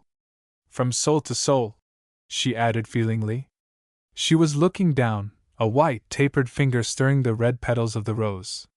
Then she spoke in a low, sweet tone that trembled with holy feeling and cut me like a sword of the spirit going to its very hilt in my soul. Love looks to what is noble, said she. Or it is vain, it is wicked, it fails, it dies in a day, like the rose. True love, that is forever. What if it be hopeless? I whispered. Ah! Then it is very bitter, said she, her voice diminishing. It may kill the body, but love does not die. When it comes, there was a breath of silence that had in it a strange harmony not of this world. When it comes? I whispered. You see the coming of a great king, said she, looking down thoughtfully, her chin upon her hand. And all people bow their heads, I said. Yes, she added with a sigh, and give their bodies to be burned if he ask it. The king is cruel, sometimes. Do you? Said I. He has many captives. She broke a sprig of fern, twirling it in her fingers. Her big eyes looked up at me, and saw, I know, to the bottom of my soul. "But long live the king!" said she, her lips trembling, her cheeks as red as the rose upon her bosom. "Long live the king!" I murmured. We dared go no farther. Sweet philosopher, inspired of heaven, I could not bear the look of her, and rose quickly with dim eyes and went out of the open door. A revelation had come to me. Mere de Dieu! How I loved that woman so fashioned in thy image! She followed me, and laid her hand upon my arm tenderly, while I shook with emotion. "Captain," said she, in that sweet voice, "Captain, what have I done?" It was the first day of the Indian summer, a memorable season that year, when, according to an old legend, the Great Father sits idly on the mountain tops and blows the smoke of his long pipe into the valleys. In a moment I was quite calm, and stood looking off to the hazy hollows of the far field. I gave her my arm without speaking, and we walked slowly down a garden path. For a time either broke the silence. I did not know," she whispered presently. "And I must tell you," I said brokenly, that I. "Hush, shh," she whispered, her hand over my lips. "Say no more! Say no more! If it is true, go quickly, I beg of you." There was such a note of pleading in her voice. I hear it, after all this long time, in the hushed moments of my life, night or day. Go quickly, I beg of you. We were both near breaking down. Illustration. We were both near breaking down. "5 Leroy," I whispered, taking her hand. "5 Leroy," she whispered, turning away. 25. How empty and weak are my words that try to tell of that day. I doubt if there is in them anywhere what may suggest, even feebly, the height and depth of that experience, or one ray of the light in her face. There are the words nearly as we said them, there are the sighs, the glances, the tears, but everywhere there is much missing, that fair young face and 1,000 things irresistible that drift in with every tide of high feeling. Of my history there is not much more to write, albeit some say the best is untold. I had never such a heart of lead as went with me to my work that afternoon. What became of me I cared not a straw then, for I knew my love was hopeless. Deary met me as I got off my horse at the harbor. His keen eye saw my trouble quickly, saw near to the bottom of it. "Bien hit?" said he, his great hand on my shoulder. "With trouble," I answered. "Torn me up a little inside." "Thought so," he remarked soberly. "Judas Priest. Ye luck yes ef a shell ad be used in your cockpit. I nothin' else spile a man quicker. Sheer off a leetle and get out o' range. And 'member, Ray, don't never give up the ship. That air s what Perry told us." I said nothing and walked away, but have always remembered his counsel. There was so much of his big heart in it. The army was to move immediately, in that foolish campaign of Wilkinson that ended with disaster at Chrysler's farm. They were making the boats, small craft with oars, of which 300 or more would be needed to carry us. We were to go eastward on the river and join Hampton, whose corps was to march overland to Plattsburgh, at some point on the north shore. Word came, while I was away, that down among the islands our enemy had been mounting cannon. It looked as if our plan had leaked, as if, indeed, there were good chance of our being blown out of water the first day of our journey. So, before the army started, I was to take Deary and 11 others, with 4 boats, and go down to reconnoiter. We got away before sundown that day, and, as dark came, were passing the southwest corner of Wolf Island. I was leading the little fleet, and got ashore, intending to creep along the edge and rejoin them at the foot of the island. I had a cowbell, muted with cork, and was to clang it for a signal in case of need. Well, I was a bit more reckless that night than ever I had been.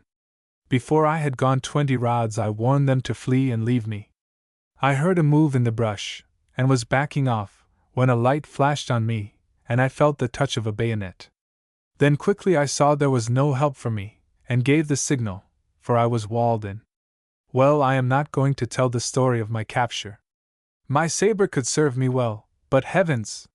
It was no magic wand such as one may read of in the storybooks. I knew then it would serve me best in the scabbard.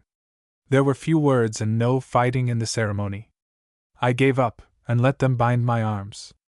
In 2 hours they had me in jail, I knew not where. In the morning they let me send a note to Lord Ranelagh, who was now barely 2 days out of his own trouble. A week passed. I was to be tried for a spy, and saw clearly the end of it all. Suddenly, a morning when my hopes were gone, I heard the voice of his lordship in the little corridor. A keeper came with him to the door of my cell, and opened it. "The doctor," said he. "Well, well, old fellow," said Ranelagh, clapping me on the shoulder. "You are ill, I hear." "Really, I do not wish to alarm you," I said, smiling. But it does look serious." He asked me to show my tongue, and I did so. "Cheer up," said he, presently. "I have brought you this pill. It is an excellent remedy." He had taken from his pocket a brown pill of the size of a large pea, and sat rolling it in his palm. Had he brought me poison? "I suppose it is better then." He shot a glance at me as if to command silence, then he put the pill in my palm. I saw it was of brown tissue rolled tightly. "Don't take it now," said he. "Too soon after breakfast. Wait half an hour. A cup of water," he added, turning to the guard, who left us for a moment. He leaned to my ear and whispered. "Remember," said he, 2 is A, and 3 is B, and so on. Be careful until the guard changes." He handed me a small watch as he was leaving. "It may be good company," he remarked. I unrolled the tissue as soon as I was alone. It was covered with these figures: 21-24-6-13-23-6. 21161510892146-13-13-5-16-16-19 221513-10-7-2120-14-2-13-13 October 24th, 15 to May 16th.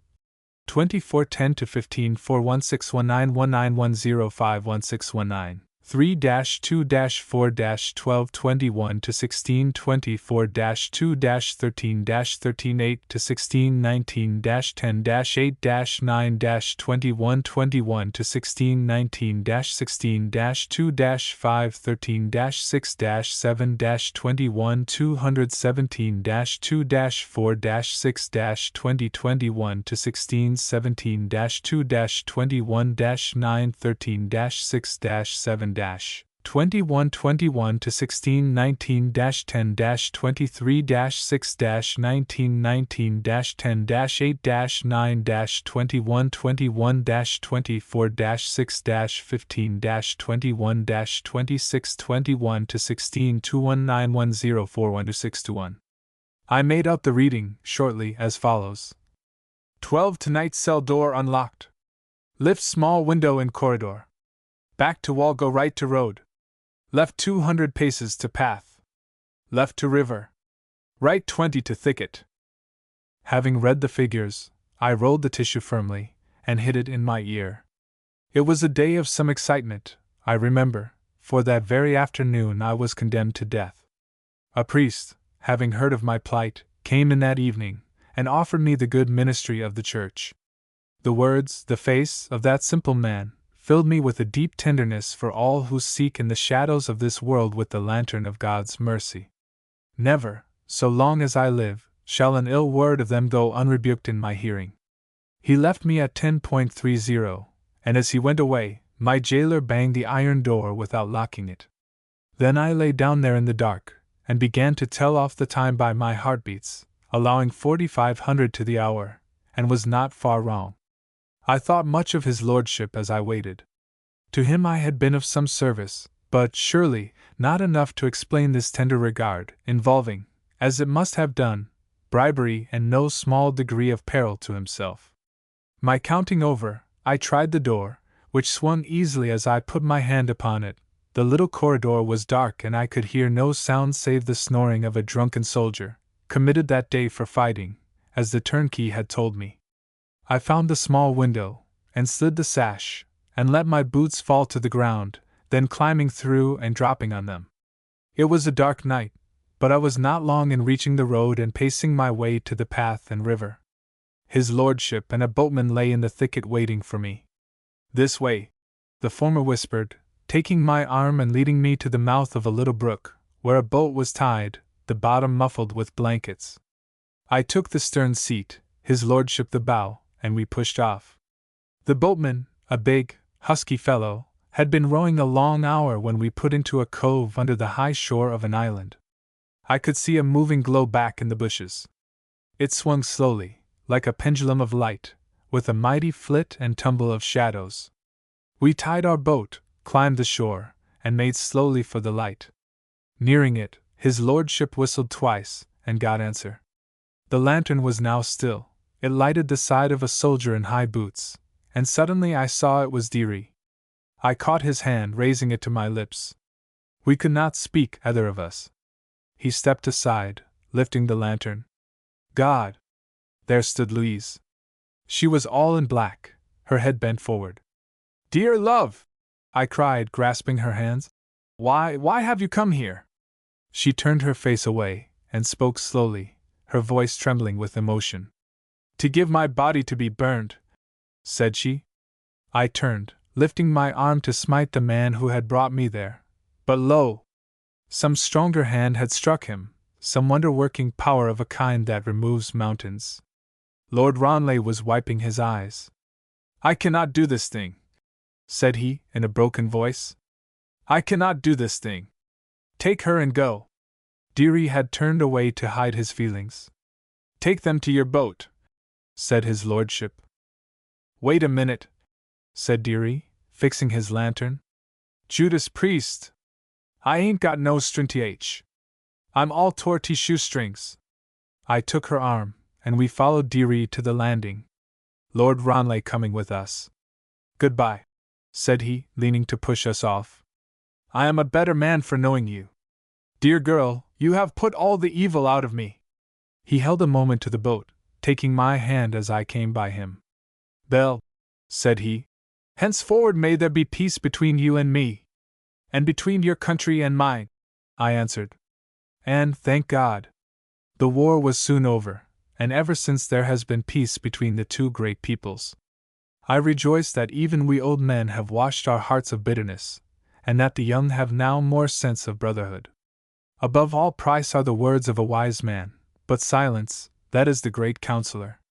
In silence wisdom enters the heart, and understanding puts forth her voice. In the hush of that night ride I grew to manhood. I put away childish things. I saw, or thought I saw, the two great powers of good and evil. One was love, with the power of God in it to lift up, to ennoble. The other, love's counterfeit, a cunning device of the devil, with all his power to wreck and destroy, deceiving him that has taken it until he finds at last he has neither gold nor silver, but only base metal hanging as a millstone to his neck.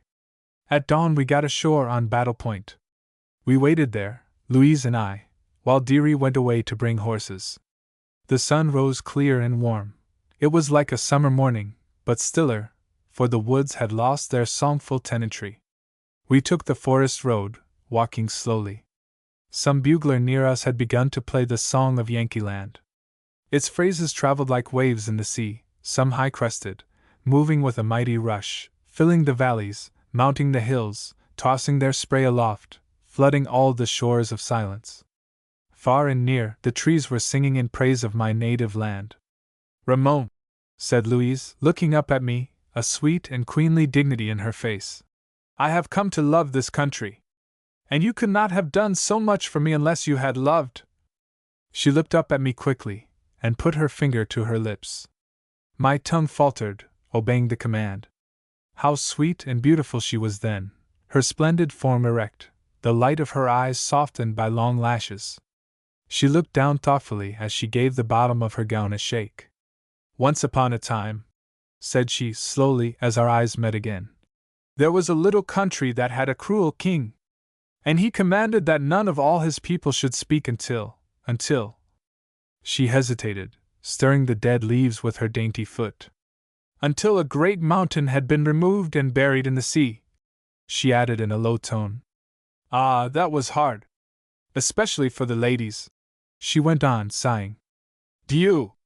They could only sit and hold their tongues and weep and feel very foolish.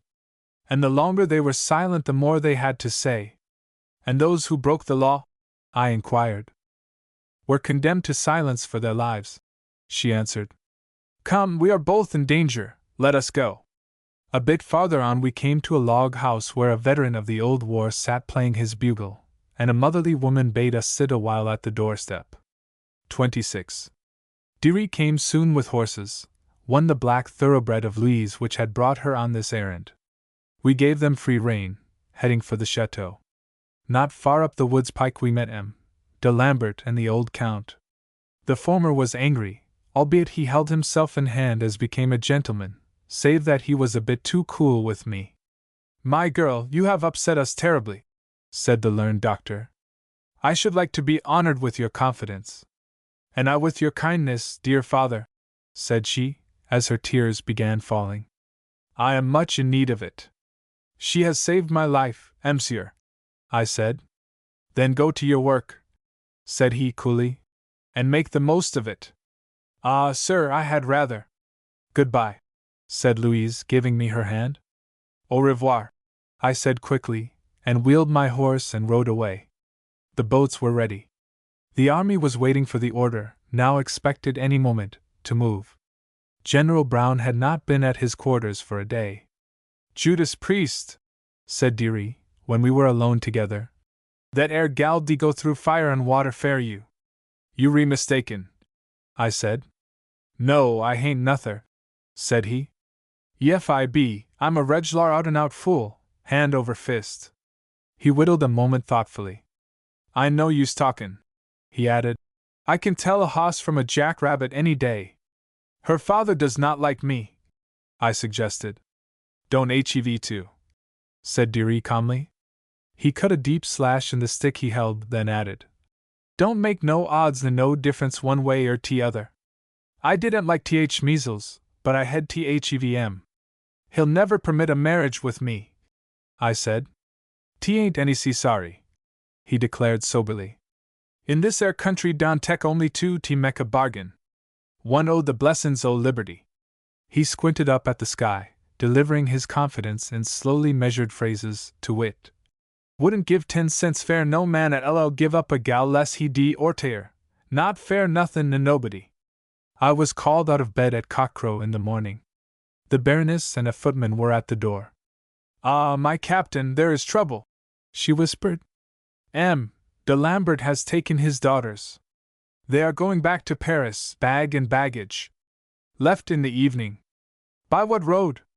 The turnpike militaire. Thanks and good morning, I said. I shall overhaul them. I called Dearie, and bade him feed the horses quickly. I went to see General Brown, but he and Wilkinson were on the latter's gig, half a mile out in the harbor. I scribbled a note to the farmer general, and leaving it, ran to the stables. Our horses were soon ready, and Dearie and I were off a bit after daylight, urging uphill and down at a swift gallop, and making the forest ring with hoof-beats. Far beyond the chateau we slackened pace and went along leisurely. Soon we passed the town where they had put up overnight, and could see the tracks of horse and coach wheel. Dearie got off and examined them presently. Pretty fresh, he remarked. Can't be more'n 5 mile or so further on. We rode a while in silence. How ye goin' to tackle 'em? He inquired presently. Going to stop them somehow, said I, and get a little information. And meb a gal? He suggested. Maybe a gal. Don care as long as ye do th talkin'. I can wrastle or fight, but my talkin' a rumpus ain't fit fair no woman t hear, that s sartin. We overtook the coach at a village, near 10 o'clock. Dearie rushed on ahead of them, wheeling with drawn saber. The driver pulled rein, stopping quickly. M. de Lambert was on the seat beside him. I came alongside. Robbers, said M. de Lambert. What do you mean? The young ladies and Bravo were looking out of the door, Louise pale and troubled. No harm to any, monsieur, I answered. Put up your pistol. I opened the coach door. M. de Lambert, hissing with anger, leaped to the road. I knew he would shoot me, and was making ready to close with him, when I heard a rustle of silk, and saw Louise between us, her tall form erect, her eyes forceful and commanding. She stepped quickly to her father. "Let me have it!" said she, taking the pistol from his hand. She flung it above the heads of some village folk who had gathered near us. "Why do you stop us?" she whispered, turning to me. "So you may choose between him and me," I answered. "Then I leave all for you," said she, coming quickly to my side. Illustration. Then I leave all for you. The villagers began to cheer, and old Dearie flung his hat in the air, shouting, "Hurrah, fair love and freedom! And the United States of America!" Someone added, "She is my daughter," said M. de Lambert, with anger, as he came up to me. "I may command her, and I shall seek the aid of the law as soon as I find a magistrate." "But see that you find him before we find a minister," I said. "The Dominie!" "Here he is," said someone near us. "Marry them," said another. "It is Captain Bell of the army, a brave and honorable man." Does not true love, wherever seen, spread its own quality and prosper by the sympathy it commands? Louise turned to the good man, taking his hand. "Come," said she. "There is no time to lose." The minister came to our help. He could not resist her appeal, so sweetly spoken. There, under an elm by the wayside, with some score of witnesses, including Louison and the young Comte de Bravo, who came out of the coach and stood near, he made us man and wife. We were never so happy as when we stood there hand in hand, that sunny morning, and heard the prayer for God's blessing, and felt a mighty uplift in our hearts. As to my sweetheart, there was never such a glow in her cheeks, such a light in her large eyes, such a grace in her figure. "Dear sister," said Louison, kissing her, "I wish I were as happy." "And you shall be as soon as you get to Paris," said the young Count. "Oh dear, I can hardly wait," said the merry-hearted girl, looking proudly at her new lover. "I admire your pluck, my young man," said M. de Lambert, as we shook hands. "You Americans are a great people. I surrender. I am not going to be foolish." "Turn your horses," said he, motioning to the driver. "We shall go back at once." I helped Louise into the coach with her sister and the Comte de Bravo. Dearie and I rode on behind them, the village folk cheering and waving their hats. "Ye done it skilful," said Dearie, smiling. "What did I tell ye?" I made no answer, being too full of happiness at the moment. "Tell ye one thing, Ray," he went on soberly. "Yef a boy and a gal loves one another, and he has any grit in him, can't nothin' keep 'em apart long." He straightened the mane of his horse, and then added, "No, they can't nothin' conquer 'em." Soon after 2 o'clock we turned in at the chateau. We were a merry company at luncheon, the doctor drinking our health and happiness with sublime resignation. But I had to hurry back, that was the worst of it all. Louise walked with me to the big gate, where were Dearie and the horses. We stopped a moment on the way.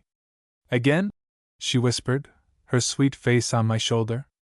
"Yes, and as often as you like. No more now, there is Dearie. Remember, sweetheart, I shall look and pray for you day and night." 27. Sooner or later all things come to an end, including wars and histories, a God's mercy, and even the lives of such lucky men as I. All things, did I say? Well, what wonder, for am I not writing of youth and far delights with the hand trembling of infirmity? All things save one, I meant to say, and that is love, the immortal vine, with its root in the green earth, that weathers every storm, and groweth not old, and climbs to paradise, and who eats of its fruit has in him ever a thought of heaven, a hope immortal as itself. This book of my life ends on a bright morning in the summer of 17, at the new home of James Donationus Loret, Comte de Chaumont, the chateau having burned the year before. President Monroe is coming on the Woods Pike, and veterans are drawn up in line to meet him. Here are men who fought at Chippewa and Lundy's Lane and Lake Erie and Chrysler's Farm, and here are some old chaps who fought long before at Plattsburgh and Ticonderoga. Joseph Bonaparte, the ex-king of Spain, so like his mighty brother at St. Helena, is passing the line. He steps proudly, in ruffles and green velvet. Gondolas with liveried gondoliers, and filled with fair women, are floating on the still lake, now rich with shadow pictures of wood and sky and rocky shore. A burst of melody rings in the great harp of the woodland. In that trumpet peal, it seems, a million voices sing. Hail, Columbia, happy land! Slowly the line begins to limp along. There are wooden legs and crutches and empty sleeves in that column. Dearie goes limping in front, his right leg gone at the knee since our last charge. Draped around him is that old battle flag of the Lawrence. I march beside him, with only this long seam across my check to show that I had been with him that bloody day at Chrysler's. We move slowly over a green field to the edge of the forest. There, in the cool shadow, are ladies in white, and long tables set for a feast.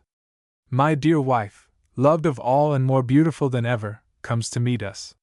Sweetheart, she whispers, I was never so proud to be a wife. And an American, I suggest, kissing her. And an American, she answers. A bugle sounds, the cavalcade is coming. The President! They cry, and we all begin cheering. He leads the escort on a black horse, a fine figure in military coat and white trousers, his cocked hat in hand, a smile lighting his face. The Count receives him and speaks our welcome. President Monroe looks down the war-scarred line a moment. His eyes fill with tears, and then he speaks to us. Sons of the woodsman, says he, concluding his remarks, you shall live in the history of a greater land than that we now behold or dream of, and in the gratitude of generations yet unborn, long, long after we are turned to dust. And then we all sing loudly with full hearts. O land I love, thy acres sown with sweat and blood and shattered bone, God's grain, that ever doth increase the goodly harvest of his peace. The end. Transcribers note the following material is the Lilliput, www.lilliput.org, source for the song found earlier in this ebook. Search for the word, roundelay. Thanks to Dave Maddock for its preparation. \version 2.0.1 Melody equals \notes, \relative C, \key, \major, \time 4/4, \autobemol, \partial 4 GIs 8, \fermata, fis 16, \bar, colon, \mark, \markup, \musicliff hashtag, scripts sanio, E8, E16 dis 8, cis 16 cis 8, B8, GIs 16, B4 B8, GIs 16 B4 E8, fis 16, GIs 4 GIs 8, fis 16, E4, GIs 16 GIs 8, fis 8, fis 16 fis 4 GIs 8, fis 16, E4 E8, cis 16 cis 8, cis 16 B8, GIs 16, B16 B8, B8, GIs 16 B4 E8, fis 16, GIs 4 B4 GIs 16, fis 8, E8, fis 16, GIs 4 E4 E \fermata E \fermata, GIs 4 B8, B16 B8 cis BA, GIs 4 B B4, B8, A4 cis 8, cis 16 cis 8 dis cis B, A4 cis 4, B8, E4 E8, E16 B8 cis BA, GIs 4 GIs fis E8, fis 16, GIs 4 GIs 16, fis 8, E16, fis 8, GIs 4 \markup, \italic, retard, fis GIs 8, \fermata \markup, \italic, ds, \musicliff hashtag, scripts sanio, fis 16 \bar, straight face, text equals \lyrics, oh, hap, py is th mill, lur who lives by him, self. As th will goes round, he gath, airs in his wealth, one hand on the hop, per and the oth, round the bag, as the wheel goes round, he cries out, grab! Oh, ain't you a lit, plea bit ashamed o' this, oh, ain't you a lit, plea bit ashamed o' this, oh, ain't you a lit, plea bit ashamed o' this, to stay all night for one sweet kiss. Oh, etc. \score, \new staff, \add lyrics, \melody, \new lyrics, \text.